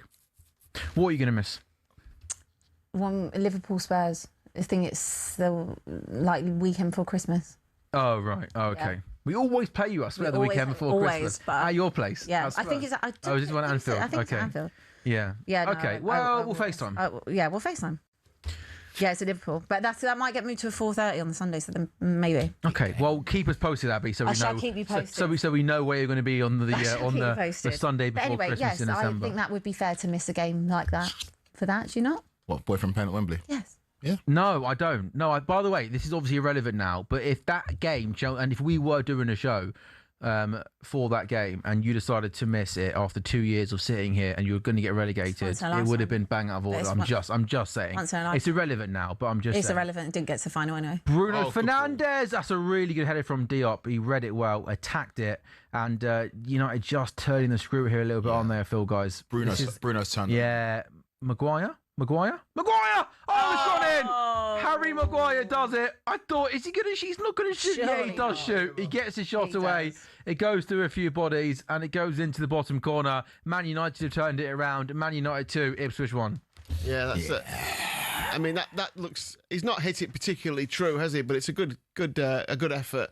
I think Ipswich defensively look pretty poor, to be honest. Yeah, I think they struggle. They just seem to panic like all the way through the game, like as well as they've played and getting like going forward at times. At the back, they look really nervy. Yeah. I mean, this is just handball. Rule that one out. Oh, does that come off as hand Kwaku? Harry Maguire as he wins it back. Surely that's not going to get allowed. So Harry Maguire, as he wins the ball back on the edge of the box, he has his two kind of hands, doesn't he, in front of his chest like that. And then the ball does come off one of his hands. Yeah, well, that takes a wicked deflection. No, that's an own goal. That'll be a Justin Graves' own goal. But is the handball and the build up to this goal going to disallow it? Hopefully. Surely they're looking at that. Or is his hands, is that in a natural position there when he... It's not natural, is it? No, I don't think that, when he goes like that, that's not natural, is it, right? Yeah, I think they're ruling this one out. They're looking at it anyway, so... Yeah, he kind of puts his hands up here, doesn't he? Which doesn't feel a normal, natural motion to make. Is that fair? Possible handball and not even looking at the handball. Looking at the Not even looking at it, yeah. Lovely touch. But is it a different pass? Because it's an own goal, because it's going off target, is it a kind of, does it still count as... That's crazy if that's... Well, it's definitely not on target, by the way. Yes, That's an absolute fact. It's going miles wide, isn't it? So then that... Because they're just looking at this. Because he's not the goal scorer He's then. not the goal scorer. The thing is definitely a handball. We know that. But it's whether this is going in. Yeah. Well, I mean, our angle here from behind the goal... That's definitely... clearly is not going into the back of the net. It takes a massive deflection off Graves, doesn't it? So we're saying this goal's going to stand. This goal's going to stand. Insane. That is... That's insane. That is mad. That's insane.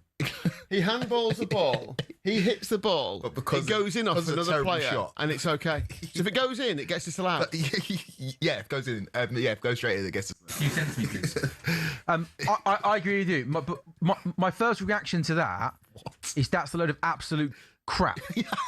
Harry Maguire handballs it. Harry Maguire then takes a shot. And okay, I appreciate it takes a deflection, but Harry Maguire's shot. The deflection would never have happened if Harry Maguire hadn't handled it and shot it. Yeah, literally. Harry Maguire wins the ball while handling it. Did you read that? And then goes on. Mateus Cunha's through here, 1-on-1. That's going to be a penalty, and that's probably going to be a red card. Penalty. Referee is giving a penalty kick. Back to that in a second. The rule, an accidental handball in the build-up to a goal by a teammate is no longer considered an offence, and the goal will stand unless the player scores directly or immediately themselves. I think I don't agree with that rule personally. That's nonsense. Yeah, because he's not the one who scored it, so therefore it's a goal. Common sense would say that's still a goal and it's still been caused by him. Yeah. This is going to go from bad to worse, by the way, for Ipswich. Oh no, it's going to be. I thought it would be a red card. Man United got a penalty. Would you agree? Do you think that makes no sense, Quaker? Come on, we all watched this and we was like, come on, man, come on. That's a real shame. Well, may not have won this game. Ruined my day. Yeah. Another Bruno goal. We didn't go for a Bruno goal, did we? Yeah, but I'm just there wasn't Lee read out some odds in terms of another Bruno goal assist. Yeah. And at half time, I think we put up 3-1 Man United. Was that 92? I think it was. You put up there, Jamie. Yeah, so that'll. Man United to win, both teams to score. Yeah, that's going to land, isn't it? Yeah. Unless Ipswich have some miraculous. But yeah, we've still got half an hour left, haven't we? It could end anything. Do you think that handball thing's nonsense, Lee? I just think it's. I understand that when you read out the rule, but that's not what it's meant. That's not the meaning of the rule, is it? No. That's just that'll get changed unless it's probably get changed again. Yes, unless it's an goal as a result of the shot from the player. Yeah, this makes no sense. Yeah. I just like Harry Maguire clearly handles the ball as he then wins it, and I appreciate it takes a deflection, but I just cannot. Oh, that's cool. I cannot work out how, because it then takes a deflection on the way into the back of the net, that then means it's not a goal. Man United are leading by 2-1. Man United got a penalty. Bruno Fernandes has got the ball on the spot up against the Ipswich goalkeeper Sherpen to make it bad to worse for Ipswich, who were well and truly in this game a few minutes ago. They concede a goal, they concede a penalty. Bruno Fernandes steps up to make it 3-1. Goalkeeper starts on his right, and Bruno Fernandes just coolly and calmly slots that past the goalkeeper. Goalkeeper dives left. Bruno Fernandes goes right. Man United turn it around, and that, you'd imagine, is going to be 3 points to Manchester United. Yeah. Real mood killer. That's game. I don't like the stuttering run up. Remember in the World Cup, everyone lost their minds over the stutter run up. And I like it. I don't know if it's on purpose, but he's gone like half the Cantona collar, hasn't he? He's got one half of his collar up and one down. I don't think that's intentional. No, it's pretty bad. And I think he's just literally sorting out there. I think he's got talkSPORT goals on in his ear. Yeah, that'd be pretty cool, wouldn't it? Yeah, it's so casual, wasn't it? Like, it's interesting because the keeper started on that side, which is where he puts most of his penalties, and then dived the other way. Yeah. If he'd have stood up and gone the way he was leaning in the first place, he might have had a chance of saving that. But yeah, 3-1. That it's hard to see how Ipswich don't stop Man United scoring even more in this game, isn't it? People are just unbelievable. Can't get their head around this Maguire thing. Yeah, it's like Maguire's only literally able to take that shot because he's handballed it, and it's like, then do you not think? Well, technically, no, the rules state that, but it just doesn't. Yeah, no, I know. I get what the rules are saying. I think the rules are nonsense. I'm not going to go with the official. Yeah. No, that just feels wrong. But I think it's a handball. I think he goes there and it comes off his hand there. I think it's a handball. But handball. Yeah. Especially if it leads. Does Jamie not think it's handball? Thinks it's accidental. Oh, no, if it's anywhere else on the pitch in any other situation, I think it's a handball. I think his arms don't go into a natural position. Yeah, it comes off his hand, and therefore I think it's a handball. I don't think anyone would have thought anything different if that was ruled out. No. I think this could end messy. I mean, now Ipswich are giving the ball away quite a lot now. Lots of heads. Yeah, they've just. They're trying to obviously get forward, and they thought it was a handball. They were checking the. You're in big trouble for the rest of this week. Massive trouble. I mean, everyone else done their job. I'm only here till Thursday. Yeah, you are. Yeah. Well, the thing is, with Man United, they had to win this game. Ipswich, because they won last week, kind of maybe felt they didn't have to win. It was a bit of a freebie. Yeah. So this is going the way. Actually, I thought Ipswich played all right for most of that. I've got them. Yeah. Yeah, and if you think that the slip and whatever gets decided, controversial penalty. Apart from that slip in the first half and that penalty, then they've done really well. Yeah, I mean, obviously that giving away the pen there is, the handball, not the penalty. Sorry, the giving away that penalty is fair enough. Yeah. But Lee, I agree with you, by the way. My first thought now is this game has opened up for Man United. Also, by the way, do you not think Bruno Fernandes has just decided to win this game for United on his own second half? He's like, I'm going to control this game, dominate this game, run this game. And they're just playing with a little bit of swagger now, United. Rashford! Oh, that would have been a moment, wouldn't it? Nice ball stood up to the back post. Rashford takes it first time volley. Sherpin makes a good save to his near post. And it's Man United 3, Ipswich 1. I love how he hangs on that back post there. Just makes a space. No one anywhere near him. Keep it as well, doesn't he? He looks good. Rashford. He's looked sharp in this game. I mean, just it's a level above the other players that Manchester United can maybe play in that front line. When you think about, I don't know, Ahmad, who he comes and he goes. I think Rashford is just a level above. And Man United at this stage probably could. Do you think there's a chance he could get back to his best? The redemption story could well and truly be on. Potentially. I think he's got a bit to do with some Manchester United fans who aren't fully on board. But he's a quality player. We saw that in parts for Barcelona last season and at Villa at points as well. So yeah, there's potential for him to get to. Would you have thought he wanted to come back to United? No, I don't think he did. He would have wanted to go probably somewhere else, but yeah. Like he changed his whole brand into Barcelona, was hoping that they could have signed him and they brought in Anthony Gordon instead. But they made the right decision doing that. The wages are ridiculous for Rashford, isn't it? Whereas Gordon's probably on half of that, so it makes sense. True. Yeah. We had that argument, didn't we, during the World Cup, Rashford or Gordon? Well, where did you fall on that? I thought I made a very not in that interesting point that I didn't think there was much in between the two in terms of they on their day could both be quite effective, but both quite inconsistent. Yeah. And she was with her best mate Flex. They started to gang up on me. And they were both like, Marcus Rashford is so much better than Anthony Gordon. It can't even be a question. I was like, I don't think I'm not a massive fan of Anthony Gordon, but I just thought there wasn't much in it. No, but I think Abby ganged up on me. I thought the points were valid and fair. I think that Anthony Gordon is a good player, but I think that when Marcus Rashford is in full Marcus Rashford mode, I think he's a far better player than us. Okay, that's fair. That was just where I fell on it. Maybe better, but in modern football, is he more effective? I don't know. I think they give you the same output. But do they? Because I was saying Anthony Gordon had a really poor year last year He as well. still scored like how many goals in Champions League? No, I'm talking about Premier League. He got on the Champions League, didn't he? He didn't get made in the Premier League. Yeah, I'm talking about the Prem. He had a really He just scored like loads against Karabakh, and that was it, wasn't a it? really Really? poor domestic campaign. And I would say that Rashford again has had a lot of moving about the last couple of years. Yeah, but then Rashford when he's settled and Rashford when he's on it, he's a much better player. But then you'd say that world class managers. I'm not saying either of them are world class, by the way. No, yeah, but world class manager Hansi Flick has picked Anthony Gordon. Yeah, fair. And Thomas Tuchel, who I don't know if he's a world class manager, top manager. Yeah, ended up doing the same. Picked Anthony Gordon. So like, I don't know. He also decided not to bring Cole Palmer. Yeah, but I don't know if Rashford is actually clear of Anthony Gordon. Dan Bone Just some transfer news actually to bring you. Just this is obviously a deal that we knew was going through, but has just been confirmed in the last 20 minutes or so. I'll read this from Aston Villa's Twitter page, or X page. Aston Villa can confirm that Ollie Watkins has completed a permanent transfer to Al Hilal. Signed by Dean Smith in 2020, Watkins hit double figures in every one of his 6 seasons at Villa Park and departs our record Premier League goal scorer with a total of 91. He was also the first player in the modern era to score over 100 goals in claret and blue, achieving a century against Bologna last season. During his time at Villa Park, he became an England international, representing the Three Lions at 2 major international tournaments, capable of scoring different types of goals with a ruthless streak, also with a selfless work ethic for the team's benefits. He leaves Villa having played his part in our Europa League victory and with the very best wishes of everyone at the football club. Really nice message, by the way, because he was obviously a key part of an Aston Villa team that were incredibly successful and did lots of good things. My first initial gut reaction, though, to this is at 30 years of age, we know there's money in Saudi Arabia. We're all aware of that, right? But we also know that, Ollie Watkins will be on a decent wage at Aston Villa. I think it's an absolute bloody shame, a crying shame. This boy could be playing in the Champions League for Aston Villa in the coming weeks. And at 30 years of age, he decides to go and play his football in Saudi Arabia. I think, if you're 37, 38 coming towards the end and you've got one more big payday, Brian Mbeumo, Bruno Fernandes puts the ball in the back of the net. That is Bruno Fernandes' third goal. Assist last season for Bruno Fernandes. This time, though, he's dealing in goals. His ball falls for him. He's a couple of yards out. He slots it past the goalkeeper. Bruno Fernandes has a Manchester United hat-trick, and Manchester United are 4-1 up. Quaker, we touched on it at the start of the second half. He looked like he had a bit between his teeth in this second period. Yeah. He just took a hold of this game. What were you saying, Matt? In a week where people criticised the decision to give him the PFA Player of the Year award, he's just shown why he's one of the best players in this league.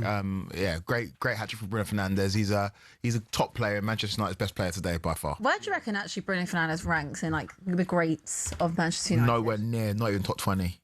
Not even in the top 20. Nah, come on, man. We're talking about a football club, aren't we? They've got obviously of lot. Course. He takes his goal really nicely, doesn't he, as well? Because he has to sort of feet out quite quickly, doesn't he? Yeah. The finish in the end is only from a couple of yards out, but Mbeumo has a shot. It takes a wicked deflection, and then the first touch is perfect, and then he just slots the ball past the goalkeeper. But I mean, he just seems to get better and better and better. And the numbers Abby pulled up last season was incredible. And well, if today's anything to go by, it looks like it could be another great year for Bruno Fernandes. He could be on it again. I mean, he's always been the best part of Manchester United, hasn't he? Over the last couple of years, everything goes through him. He is Manchester United. So I think from their standpoint, oh my gosh, he tried to. I think Fernandes there shot a shot from the halfway line, and it's just gone over the bar. The cameras missed it. Ipswich give the ball away in midfield. Bruno Fernandes gets it back, and then from just inside Ipswich's half. He tries his shot from the half. Do you know who else was worried? The cameraman who didn't come back to it in time. Imagine if he missed that. Thought his job was on the line. It's a weird one. Do you remember like a year or so ago with Bruno, and there was was it maybe Roy Keane, who was one of the more high-profile voices on the overlap, was it, that was critical of him? And I've always found that strange that in a United team that for a long period of time have massively underachieved, there's been lots of bad players in that team. He has been the best player, yet sometimes seems to be the one getting criticism.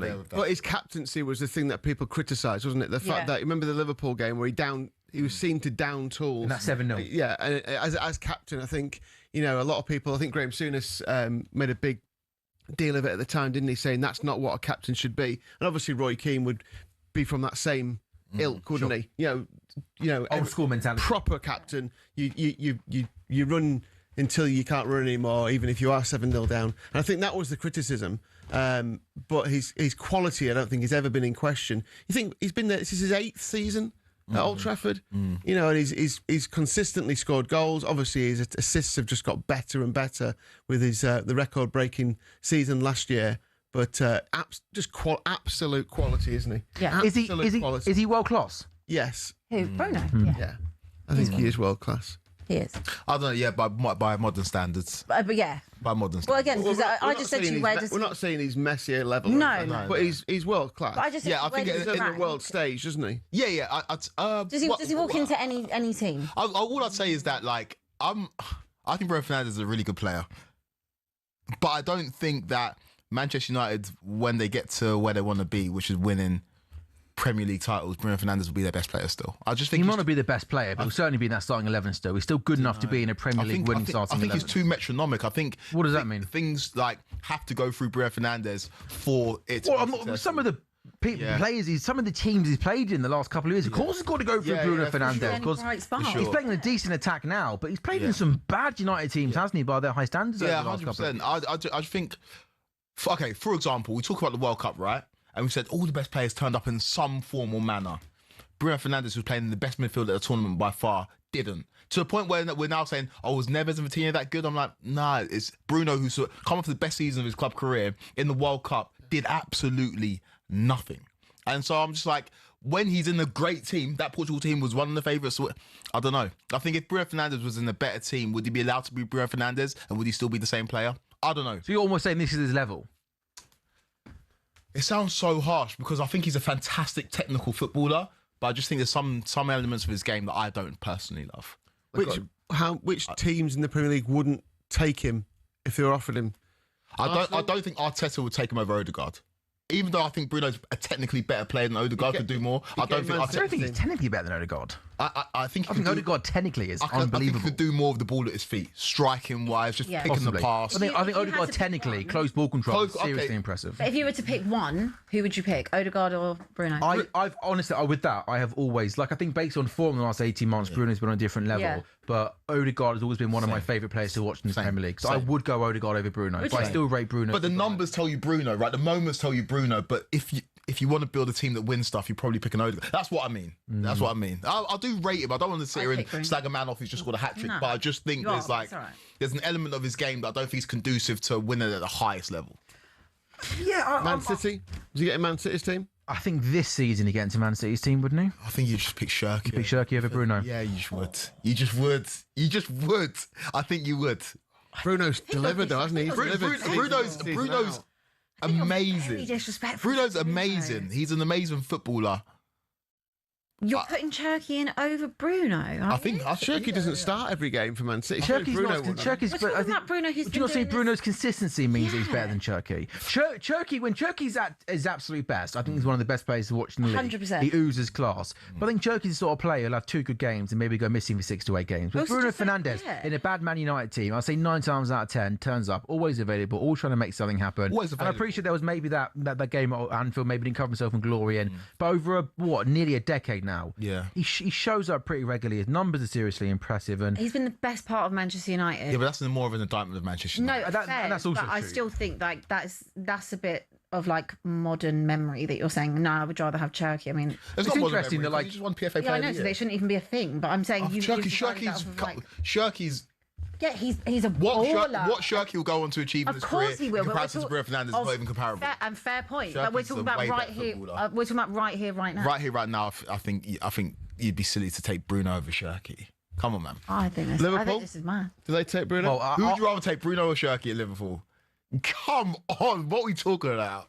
I think this is crazy. Well, I mean, obviously I'm a Liverpool fan, so I wouldn't want a Man United player in my team. If I'm building another team that isn't Liverpool, and I've got Bruno over Cherky, I'm going Bruno Fernandes. Yeah, I think that's fair. Fair enough. I think Ryan Cherky on his day is a joy to watch and a delight, but Bruno Fernandes, I think over a 38-game season, will be more consistent than Ryan Cherky. At the moment. Put up better numbers than Ryan Cherky. Fair enough. Lee, who would you have? I'll take Cherky. Bruno Fernandes. Who would you have as just first? Consistency. Bruno Fernandes. Bruno Fernandes or Xavi Simons? Bruno Fernandes. Bruno Fernandes, James Maddison.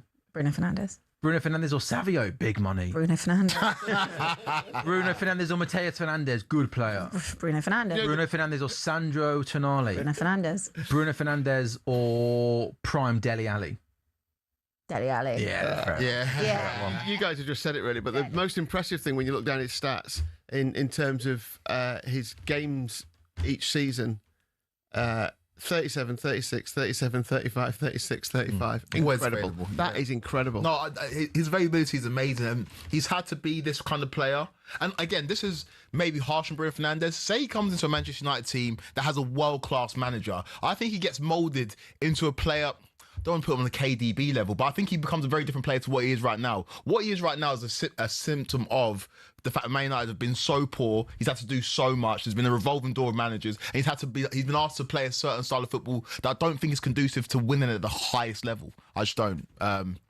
But maybe I'm wrong. The players don't agree with it. They vote him as the best player in the league. The football writers obviously clearly don't agree with it. But I just watch him play football. For example, I watched the whole game last week and I said, you're a proper 10, a proper kind of general in that position, puts his foot on the ball and starts to make things happen. Bruno Fernandes was trying to hit Hollywood balls and grenade passes. And if there's one criticism of Bruno Fernandes, I do sometimes think he can too often try and play a really difficult pass where sometimes there's a more simpler pass. Odegaard just play it short. That's one thing I think that's a very, very fair point on Bruno Fernandes. He sometimes tries to play a ball, and you're like, even though you're really good, you're not going to play that ball. No. Like, no one can play that ball. Bosley for Bruno Fernandes. Slightly different types of players. Yeah, slightly. Szoboszlai plays a little bit deeper than Bruno Fernandes. You know, Szoboszlai, like, he had a really good first half of last season. Even in Szoboszlai's form, Rashford. It's a great ball through to Rashford. Still got it. Oh, he still got it. Oh, goes to a couple of players. Bruno Fernandes. That would have just been perfect if you put that top bins. Cunha! Keeper makes a good save. You called it 15 minutes ago, didn't you? You said this could get messy for Ipswich. They're clinging on now, aren't they, at 4-1 down? Yeah.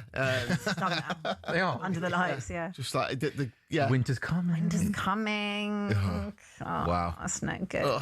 Harry Maguire there just steps in. I tell you, Bruno Fernandes could have a double hat-trick at the moment. There's so much space in midfield This is there. one of your weird takes as well. Like, do you reckon football's better in the winter or the summer? Winter. Under the lights. Under the lights. Yeah. When a 4:30 kickoff is dark, it's come on, man. It doesn't get better. Yellow ball. You know what I mean? It's serious. Gloves are on. Yeah. I know we always hark back to previous times. That Mourinho documentary, watching that Chelsea team around when obviously Invincibles and Man United got.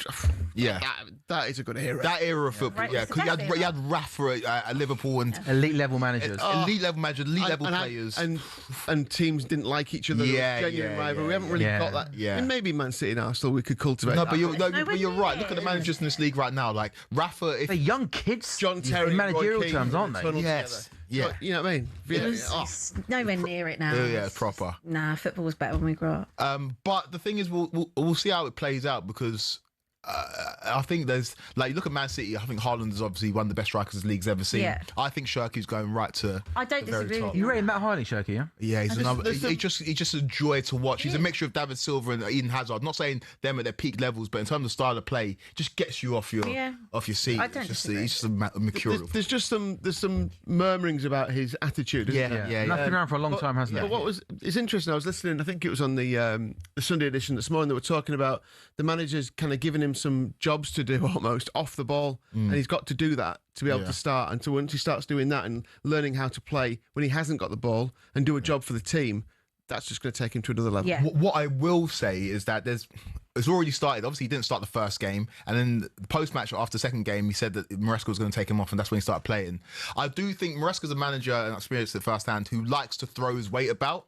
And I just think where he hasn't really got the cachet at City, say it starts to go west with Shirky or Haaland. I don't know. I'm just interested to watch that situation. If he's got the personality to kind of deal with it. And I think if Man City were to choose between Shirky and Haaland or Maresca, I don't think it's not the same as Pep. I think it's Haaland or Maresca. That's an easy decision. So that's a situation just to watch closely because they haven't had that for a little while where there's players who've got bigger personalities than the manager. They've never really ever had that situation at City. Their appointments have always been pretty spot on. They've all won the league. Yeah, but even before it's been three, hasn't it, in the era of the takeover? Mancini, Pellegrini, and obviously Pep. They've never missed when it's come to that. So I just saw Marcus Rashford has just been substituted. He just put in a sliding tackle deep in his own half on the edge of the box, and I saw everyone at Old Trafford stand up and applaud that. And again, we talk about attitudes. Maybe towards the end of his time at United under Ten Hag, there was some question marks about Rashford's attitude, but just seeing him there, run back and put in that slide tackle. Yeah.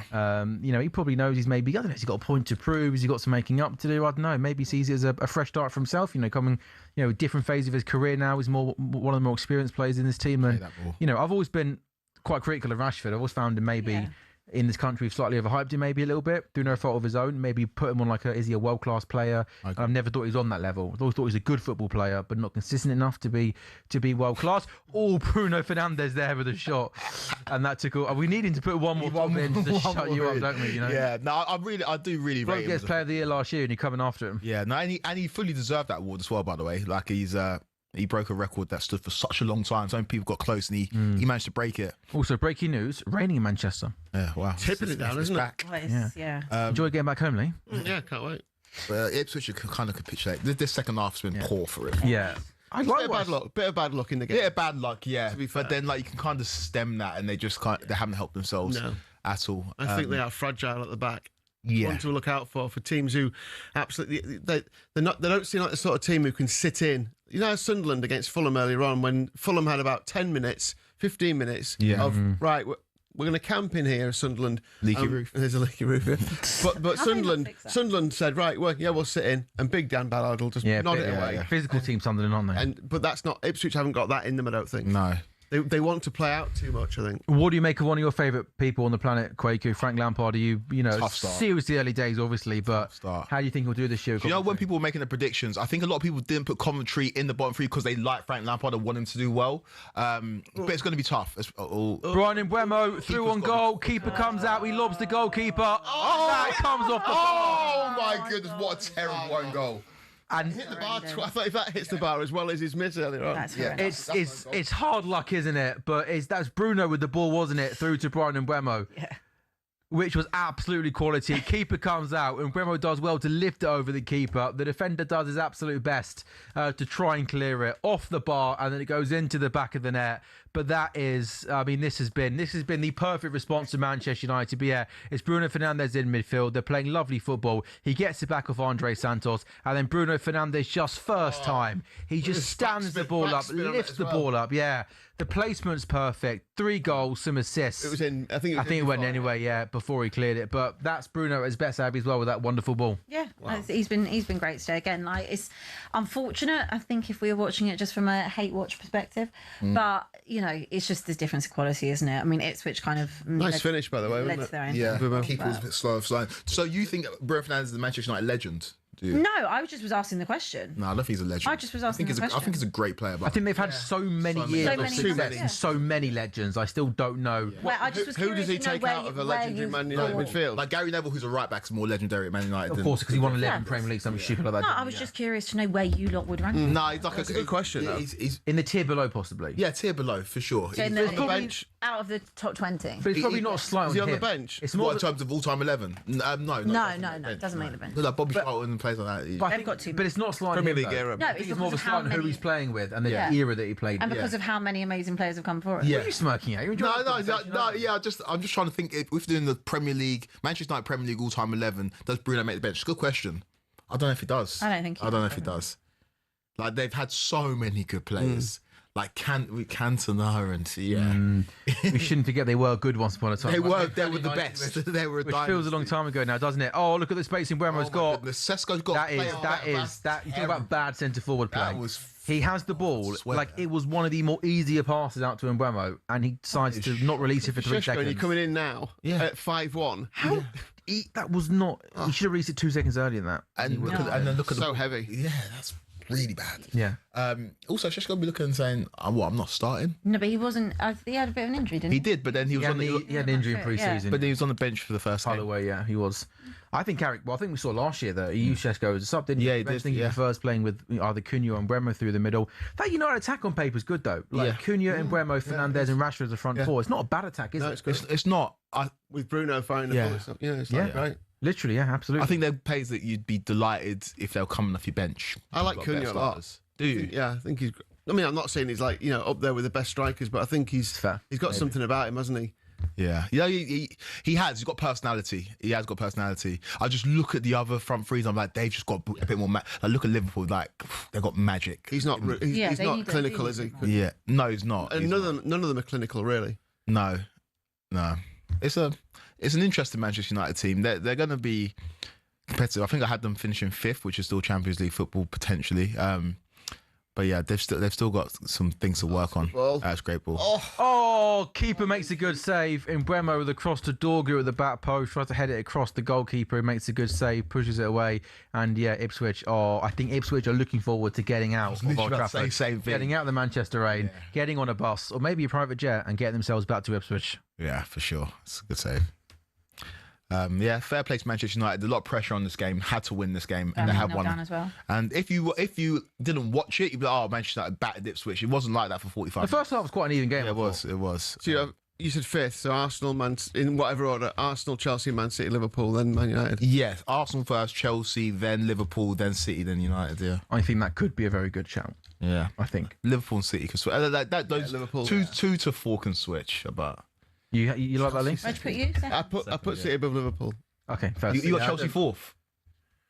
Yeah, that's fine. No. Have you not seen you guys defend? Yeah, Arsenal, Man City, Chelsea, Liverpool, Man United. Okay, fair. Yeah, fair. The defence is concerned, and we saw it play. Yeah, I had you second. That was terrible because he's 3 goals. But they'll get better, won't they? At that. Surely he'll sort that out. He knows he doesn't need to sort the attack out, doesn't he? Yeah, they're going to score goals. Yeah, and it's going to be an interesting season. I know everyone talks about that one game a week, but that was the reason why Man United went from 15th to 3rd. Of course. And so we'll see how Carrick deals with European football. Doing defensive drills Monday to Thursday. Yeah, literally. So just a question then. So where did you actually put Spurs in yours? 7th. Fair. 7th. Yeah. Where did you put yours? I can tell you because I wrote it down. Give me 30 seconds. Okay. Yeah, I think I was 7th or 8th. I can't remember off the top of my head, but yeah. I'd Villa 6th and I just don't see how they can not finish in the top 10 given once that team beds in. Yeah. Agreed.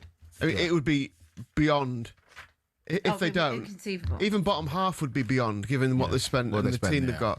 He's got to sort it out. Yeah, well. Before a ball was kicked, I went Arsenal, Liverpool, City, United, Chelsea. I should have gone Chelsea higher than 5th. Chelsea 5th. That was before a ball was kicked. That's fair. Yeah. We finished 10th last year. That's fair. But I do think looking in the first, it's very early in the season. I think you look stronger than United. I think above United. You should be able to do these again after the transfer window. Yeah, that's fair. That's fair. We can revise. I went Spurs 7th. I went Villa 6th, Spurs 7th, which feels quite. That's why I was Villa 6th and Spurs 7th. Yeah, Villa are a weird one because Villa lost lots of players and people are just, obviously last week was a mess for Villa and lots of people are just looking at Leeds 17th. Yeah, I know that. Yeah. Again, before ball was kicked, I did go Leeds 17th, which again might be one that I've got slightly wrong. Someone's got to be down there though. Haven't they? I think Palace are probably take Adam Wharton out of that Palace team. Yeah, that Palace team looks like it's lacking. Like 100. First game of the season, they had a 2 behind the centre forward. Yeah. There was Dwight McNeil and Eddie Nketiah playing off the centre forward in 2026.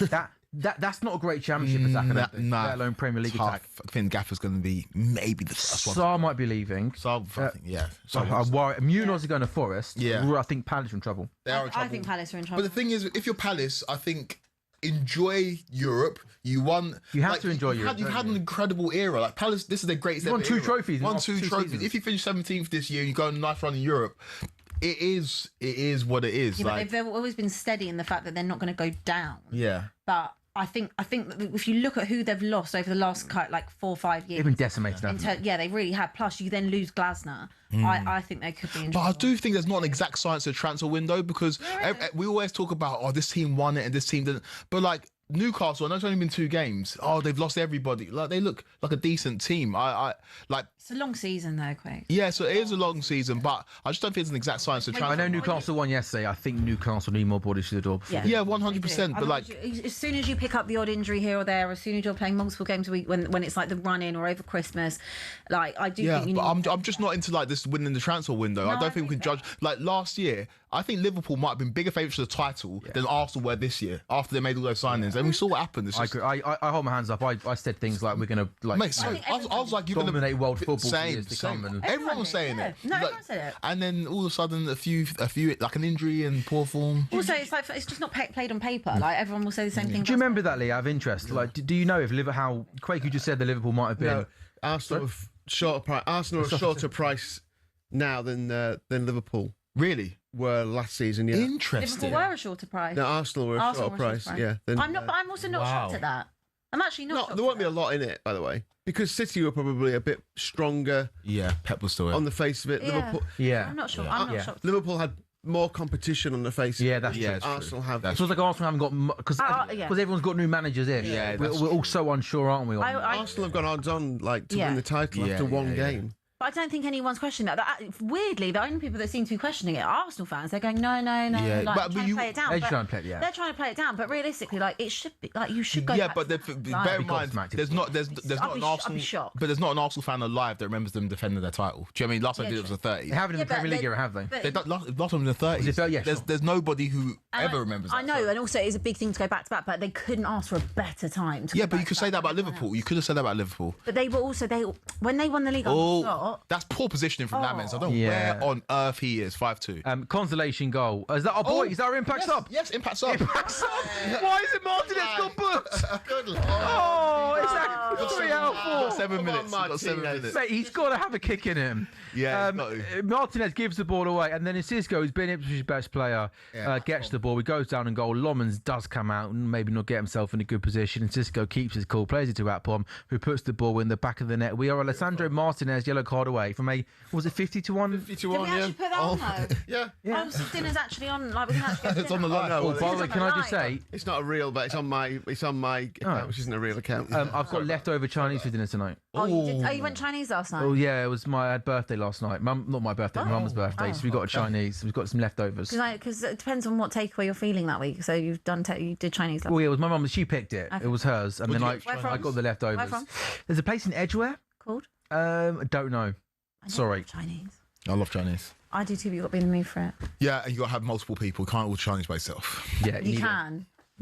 You need enough You're to. limited. Yeah, You are limited when you do it by yourself. The old Smithy. Are you eyeing up my boo now? Bank holiday, keep forgetting. Bank holiday. Yeah, I know. And I've got bank holiday off, by the way, just to let everyone know. England have beaten Pakistan. Oh, they did. In the second test Well match. done. So bank holiday off for me. That's nice, There we man. go. I That's think so. I think that's nice, isn't it? I think that's nice. What you do? Well, bank holiday. What are you doing tonight? What are you doing tomorrow? Tonight, and then tomorrow, What are you doing tonight? Just hanging out with a friend. And then tomorrow, I am taking my little boy. Oh, that's nice, Cute. boy. That's nice. Cute. As fun as that is, we got 5 minutes left of added time. Man United 5, Ipswich 2. Abby, this is just what after what happened last week with Man United.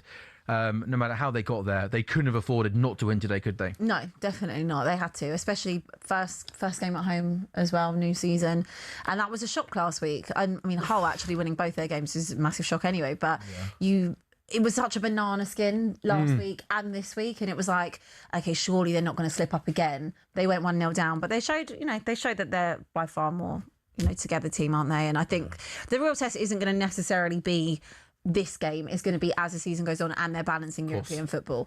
That's going to be the real test of their squad and of Michael Carrick. But this was there for them to slip up on, and they passed the test. So yeah. Well, Quakey, what impressed you most about Man United today? Bruno Fernandes. Yeah, Bruno Fernandes. He just turned on. He just put his will, or imprinted his will on the game in the second half. There was about 15 to 20 minute spell where it's just like, oh my goodness, this is one of the best players in the league. And yeah, that's the difference. Not better than Turkey, though. No, it's not better than Shirky. He's not. Shirky's unbelievable at football. No one's saying he's not. Yeah, I'm not saying Bruno Fernandes isn't either. It's just how dismissive you were. No, I just like what I like. I think I've given him all the I think he's a fantastic footballer. Dorgu. Dorgu's got space here down the left-hand side, and Buemo and Šeško in the box, and he just overhits the cross to Brian and Buemo, and it's going to remain Man United 5. I don't want to be overly critical of Šeško, but there's no movement from him at all. He's not moving towards the ball. He's just kind of waiting for the player to waiting for Dorgu to find him. And there's like quite a lot of yellow shirts. I don't think he moves anywhere. I don't think he makes any effort to get to the. He's looking up, thinking, "Where am I going to put this?" And he has to go to the far post because he's just hanging back. Yeah, he's basically just hasn't made any run, has he? No, he either go near post or back post. He might be thinking, or don't just stand in the box. Find me by cutting it back here, I guess. But just don't. Yeah, weird. Yeah, I mean, I wonder if, do you think, from his point of view, is he thinking, why on earth am I not starting? Do you think he's kind of got the big target man, isn't he? Watch him put a great cross in here.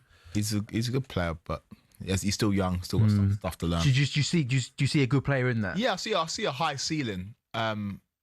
But it's whether it comes together. And it's so hard to be a traditional number 9 these days. There's only a few of them that are world class. And when I talk about João Pedro being great, that's because he drops deep. Do you think João Pedro is the second best centre forward in the league at the moment? Yeah. Yeah, I do. If Isak can reach the levels that we saw, Isak at the moment, I think isn't Isak's he? showed a higher peak than Pedro. But yeah, I think João Pedro's there. Did you think he would be the number 9 long term for Chelsea? Because kind of at Brighton, he sometimes play off the striker. Yeah, I think he's a long term number 9. Yeah. Giving him a new contract, he's taking the number 9 shirt. That's him. And the cursed number 9 shirt. The cursed number 9 shirt. I think he's going to break the curse. He got a goal and assist in the first game. Got a goal and assist today. 2 goals, 2 assists. In the first 2 games. Just absolutely it's a healthy start, isn't it? Not bad. He's a good player, man. I think the people who used to beat him with at Brighton was he scored a fair few goals, but most of them were penalties. Sure. And at Chelsea, he doesn't take penalties, and he's still scoring goals and still affecting the game. So yeah, good player. Right, 2.5 minutes to go then. Come on, Martinez, pick up a booking. Yeah, where's the Martinez? How's Martinez not got a yellow card? I know. Give this to Encisa. Let him take Martinez off. Yeah, and just that'd be lovely. So obviously, I feel flat. I went, you? I feel flat. Oh God, bet builders. Yeah, so close. We've got many more. How many weeks we got left? 36. Yeah, but this one was like long odds, man. Do you think 1 week we should just go tap-ins? I don't know. Well, can you get 4 tap-ins though? It's hard. If we're doing 4, we can. Yeah. If you're doing 4, you can get. Do you know what? You'd be able to on a 3 o'clock if we're doing Saturday. 4 show. games. Yeah, on a Saturday 3 o'clock. Yeah. Let's do a Chelsea game. Yeah, Everyone's got cards. Yeah. Yeah, I did think on the way in over 3.5 and Chelsea Brighton felt like a. I'll text you in my one for next week. Yeah. Oh, May night break. Let's see what he does. Let's see what he does. He's not moving like a man that moves, does he? Big Dorgu with a shot at the near post. I've had a go at a lot of players' mobility today, haven't I? Early in the season, wasn't it? Yeah, early in the season. But I think we're here at talkSPORT Goals. Would you say we're off to a slow start, or we're off to a good start here, Abby? What have you made of our first 2 weeks here at talkSPORT Our Goals? first 2 weeks, us as individuals. Yeah, well, as a team, everyone, yeah. Yeah, decent. Yeah? Yeah, good. I mean, just carry it while I'm gone, and I'll see you after Carry it while I'm gone. You carry us, Abby. What we can do without you? Don't know. I'll zoom in. You'll zoom in, like you did for the Europa League final. Yeah. Remember that? Yeah, I couldn't hear you, by the way. I couldn't hear you either, to be fair. Lee, what have you made of Man United today? Yeah, similar to what Quaker said, really. I think they were they were good to start the game off, and then they just kind of lost their way a little bit, didn't they? Ipswich played well. I just think it's almost like Bruno sat in there at half time and went, we're better than them. Let's win this game. I'm going to have to do this again. I think Ipswich, though, Lee, have shown that they've got in attack good players that will give them chances of winning games of football. Yeah, I'm worried about the defence, though. Not because they've conceded 5 goals, but because they just look. They don't look that hungry. But like last week, games like Sunderland at home, those sort of teams at home, I think they've got enough quality to win those games, and that could give them enough to stay up, possibly. Definitely, but how many of those are there, Sam? Like, you've got like, I wouldn't expect them to beat Brentford. No, but your Palaces, your Fulham, your Sunderlands, they can have a go at teams like Brighton and Brentford. I don't know if there's enough of those to be able to get enough points together. You need to find high 30s and 37, 38 points, don't you? So. Don't leave me hanging. There is the full-time whistle at Old Trafford. A day dominated by Bruno Fernandes. As Lee said, they were losing at half-time. He needed to drawing at half-time. Bruno Fernandes and Man United needed something special, and Bruno Fernandes produced something pretty special in the second half with a hat-trick. Man United beat Ipswich by 5 goals to 2 to pick up their first victory of the season after losing last week against Hull. Lee, thank you as always. Pleasure. Safe journey back. Abs, Kwaku, thank you. Enjoy your holiday, Abby. Hopefully we'll see you in a couple of weeks' time. Thank you very much for watching talkSPORT Goals on talkSPORT's YouTube channel and your smart TVs. talkSPORT Goals will be back same time next Sunday at 2 o'clock. Up next, the final word. Get your calls in 03717 22 3344. Imagine Pods, they're next.